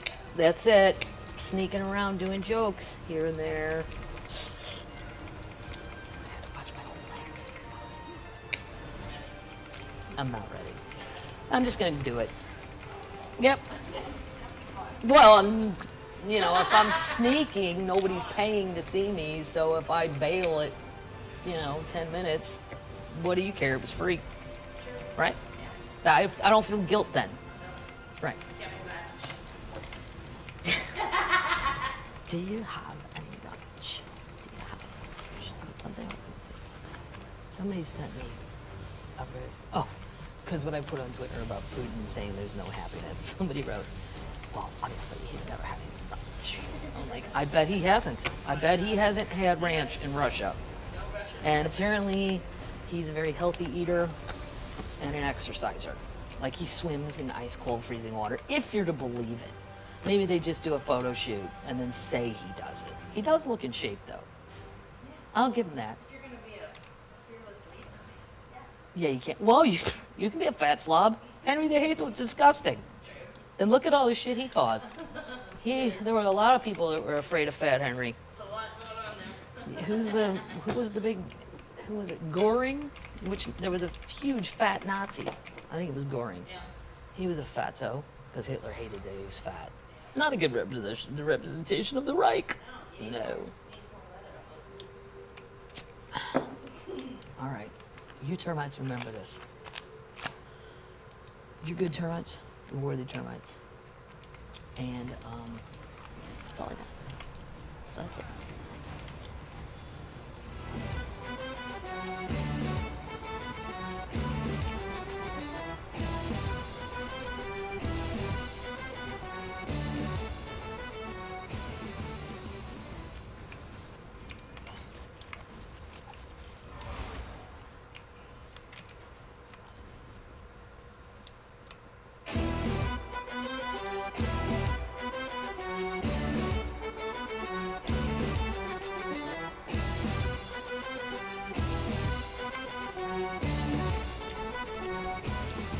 Termites.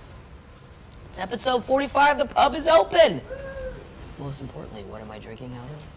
My brand new, brought to me by my friend Bob Reed, my brand new Graceland mug. And he said there were only like 2 left because of COVID. I guess they couldn't make Elvis things. I jokingly said, "Oh my God, you're going to Graceland?"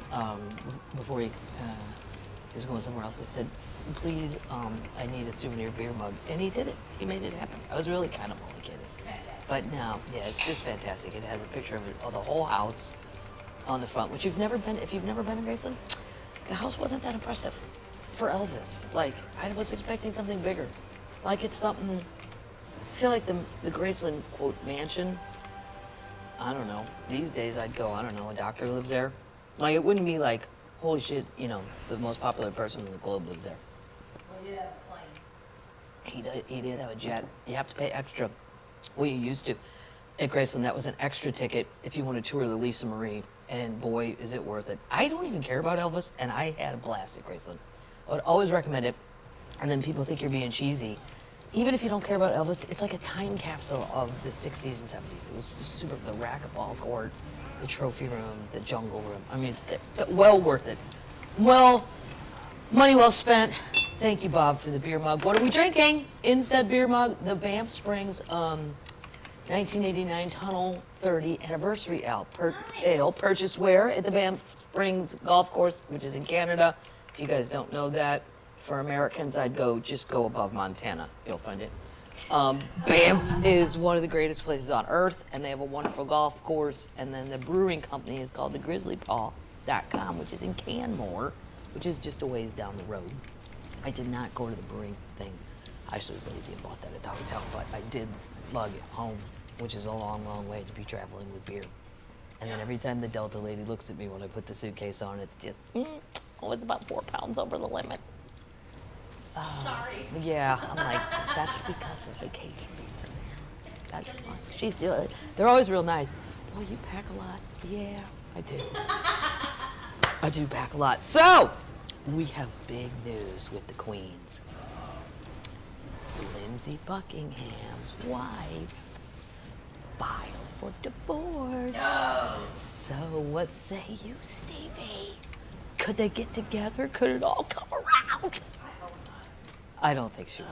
I think he's too affected. Every interview I see of him, I want him to be fun, and I want him to smile.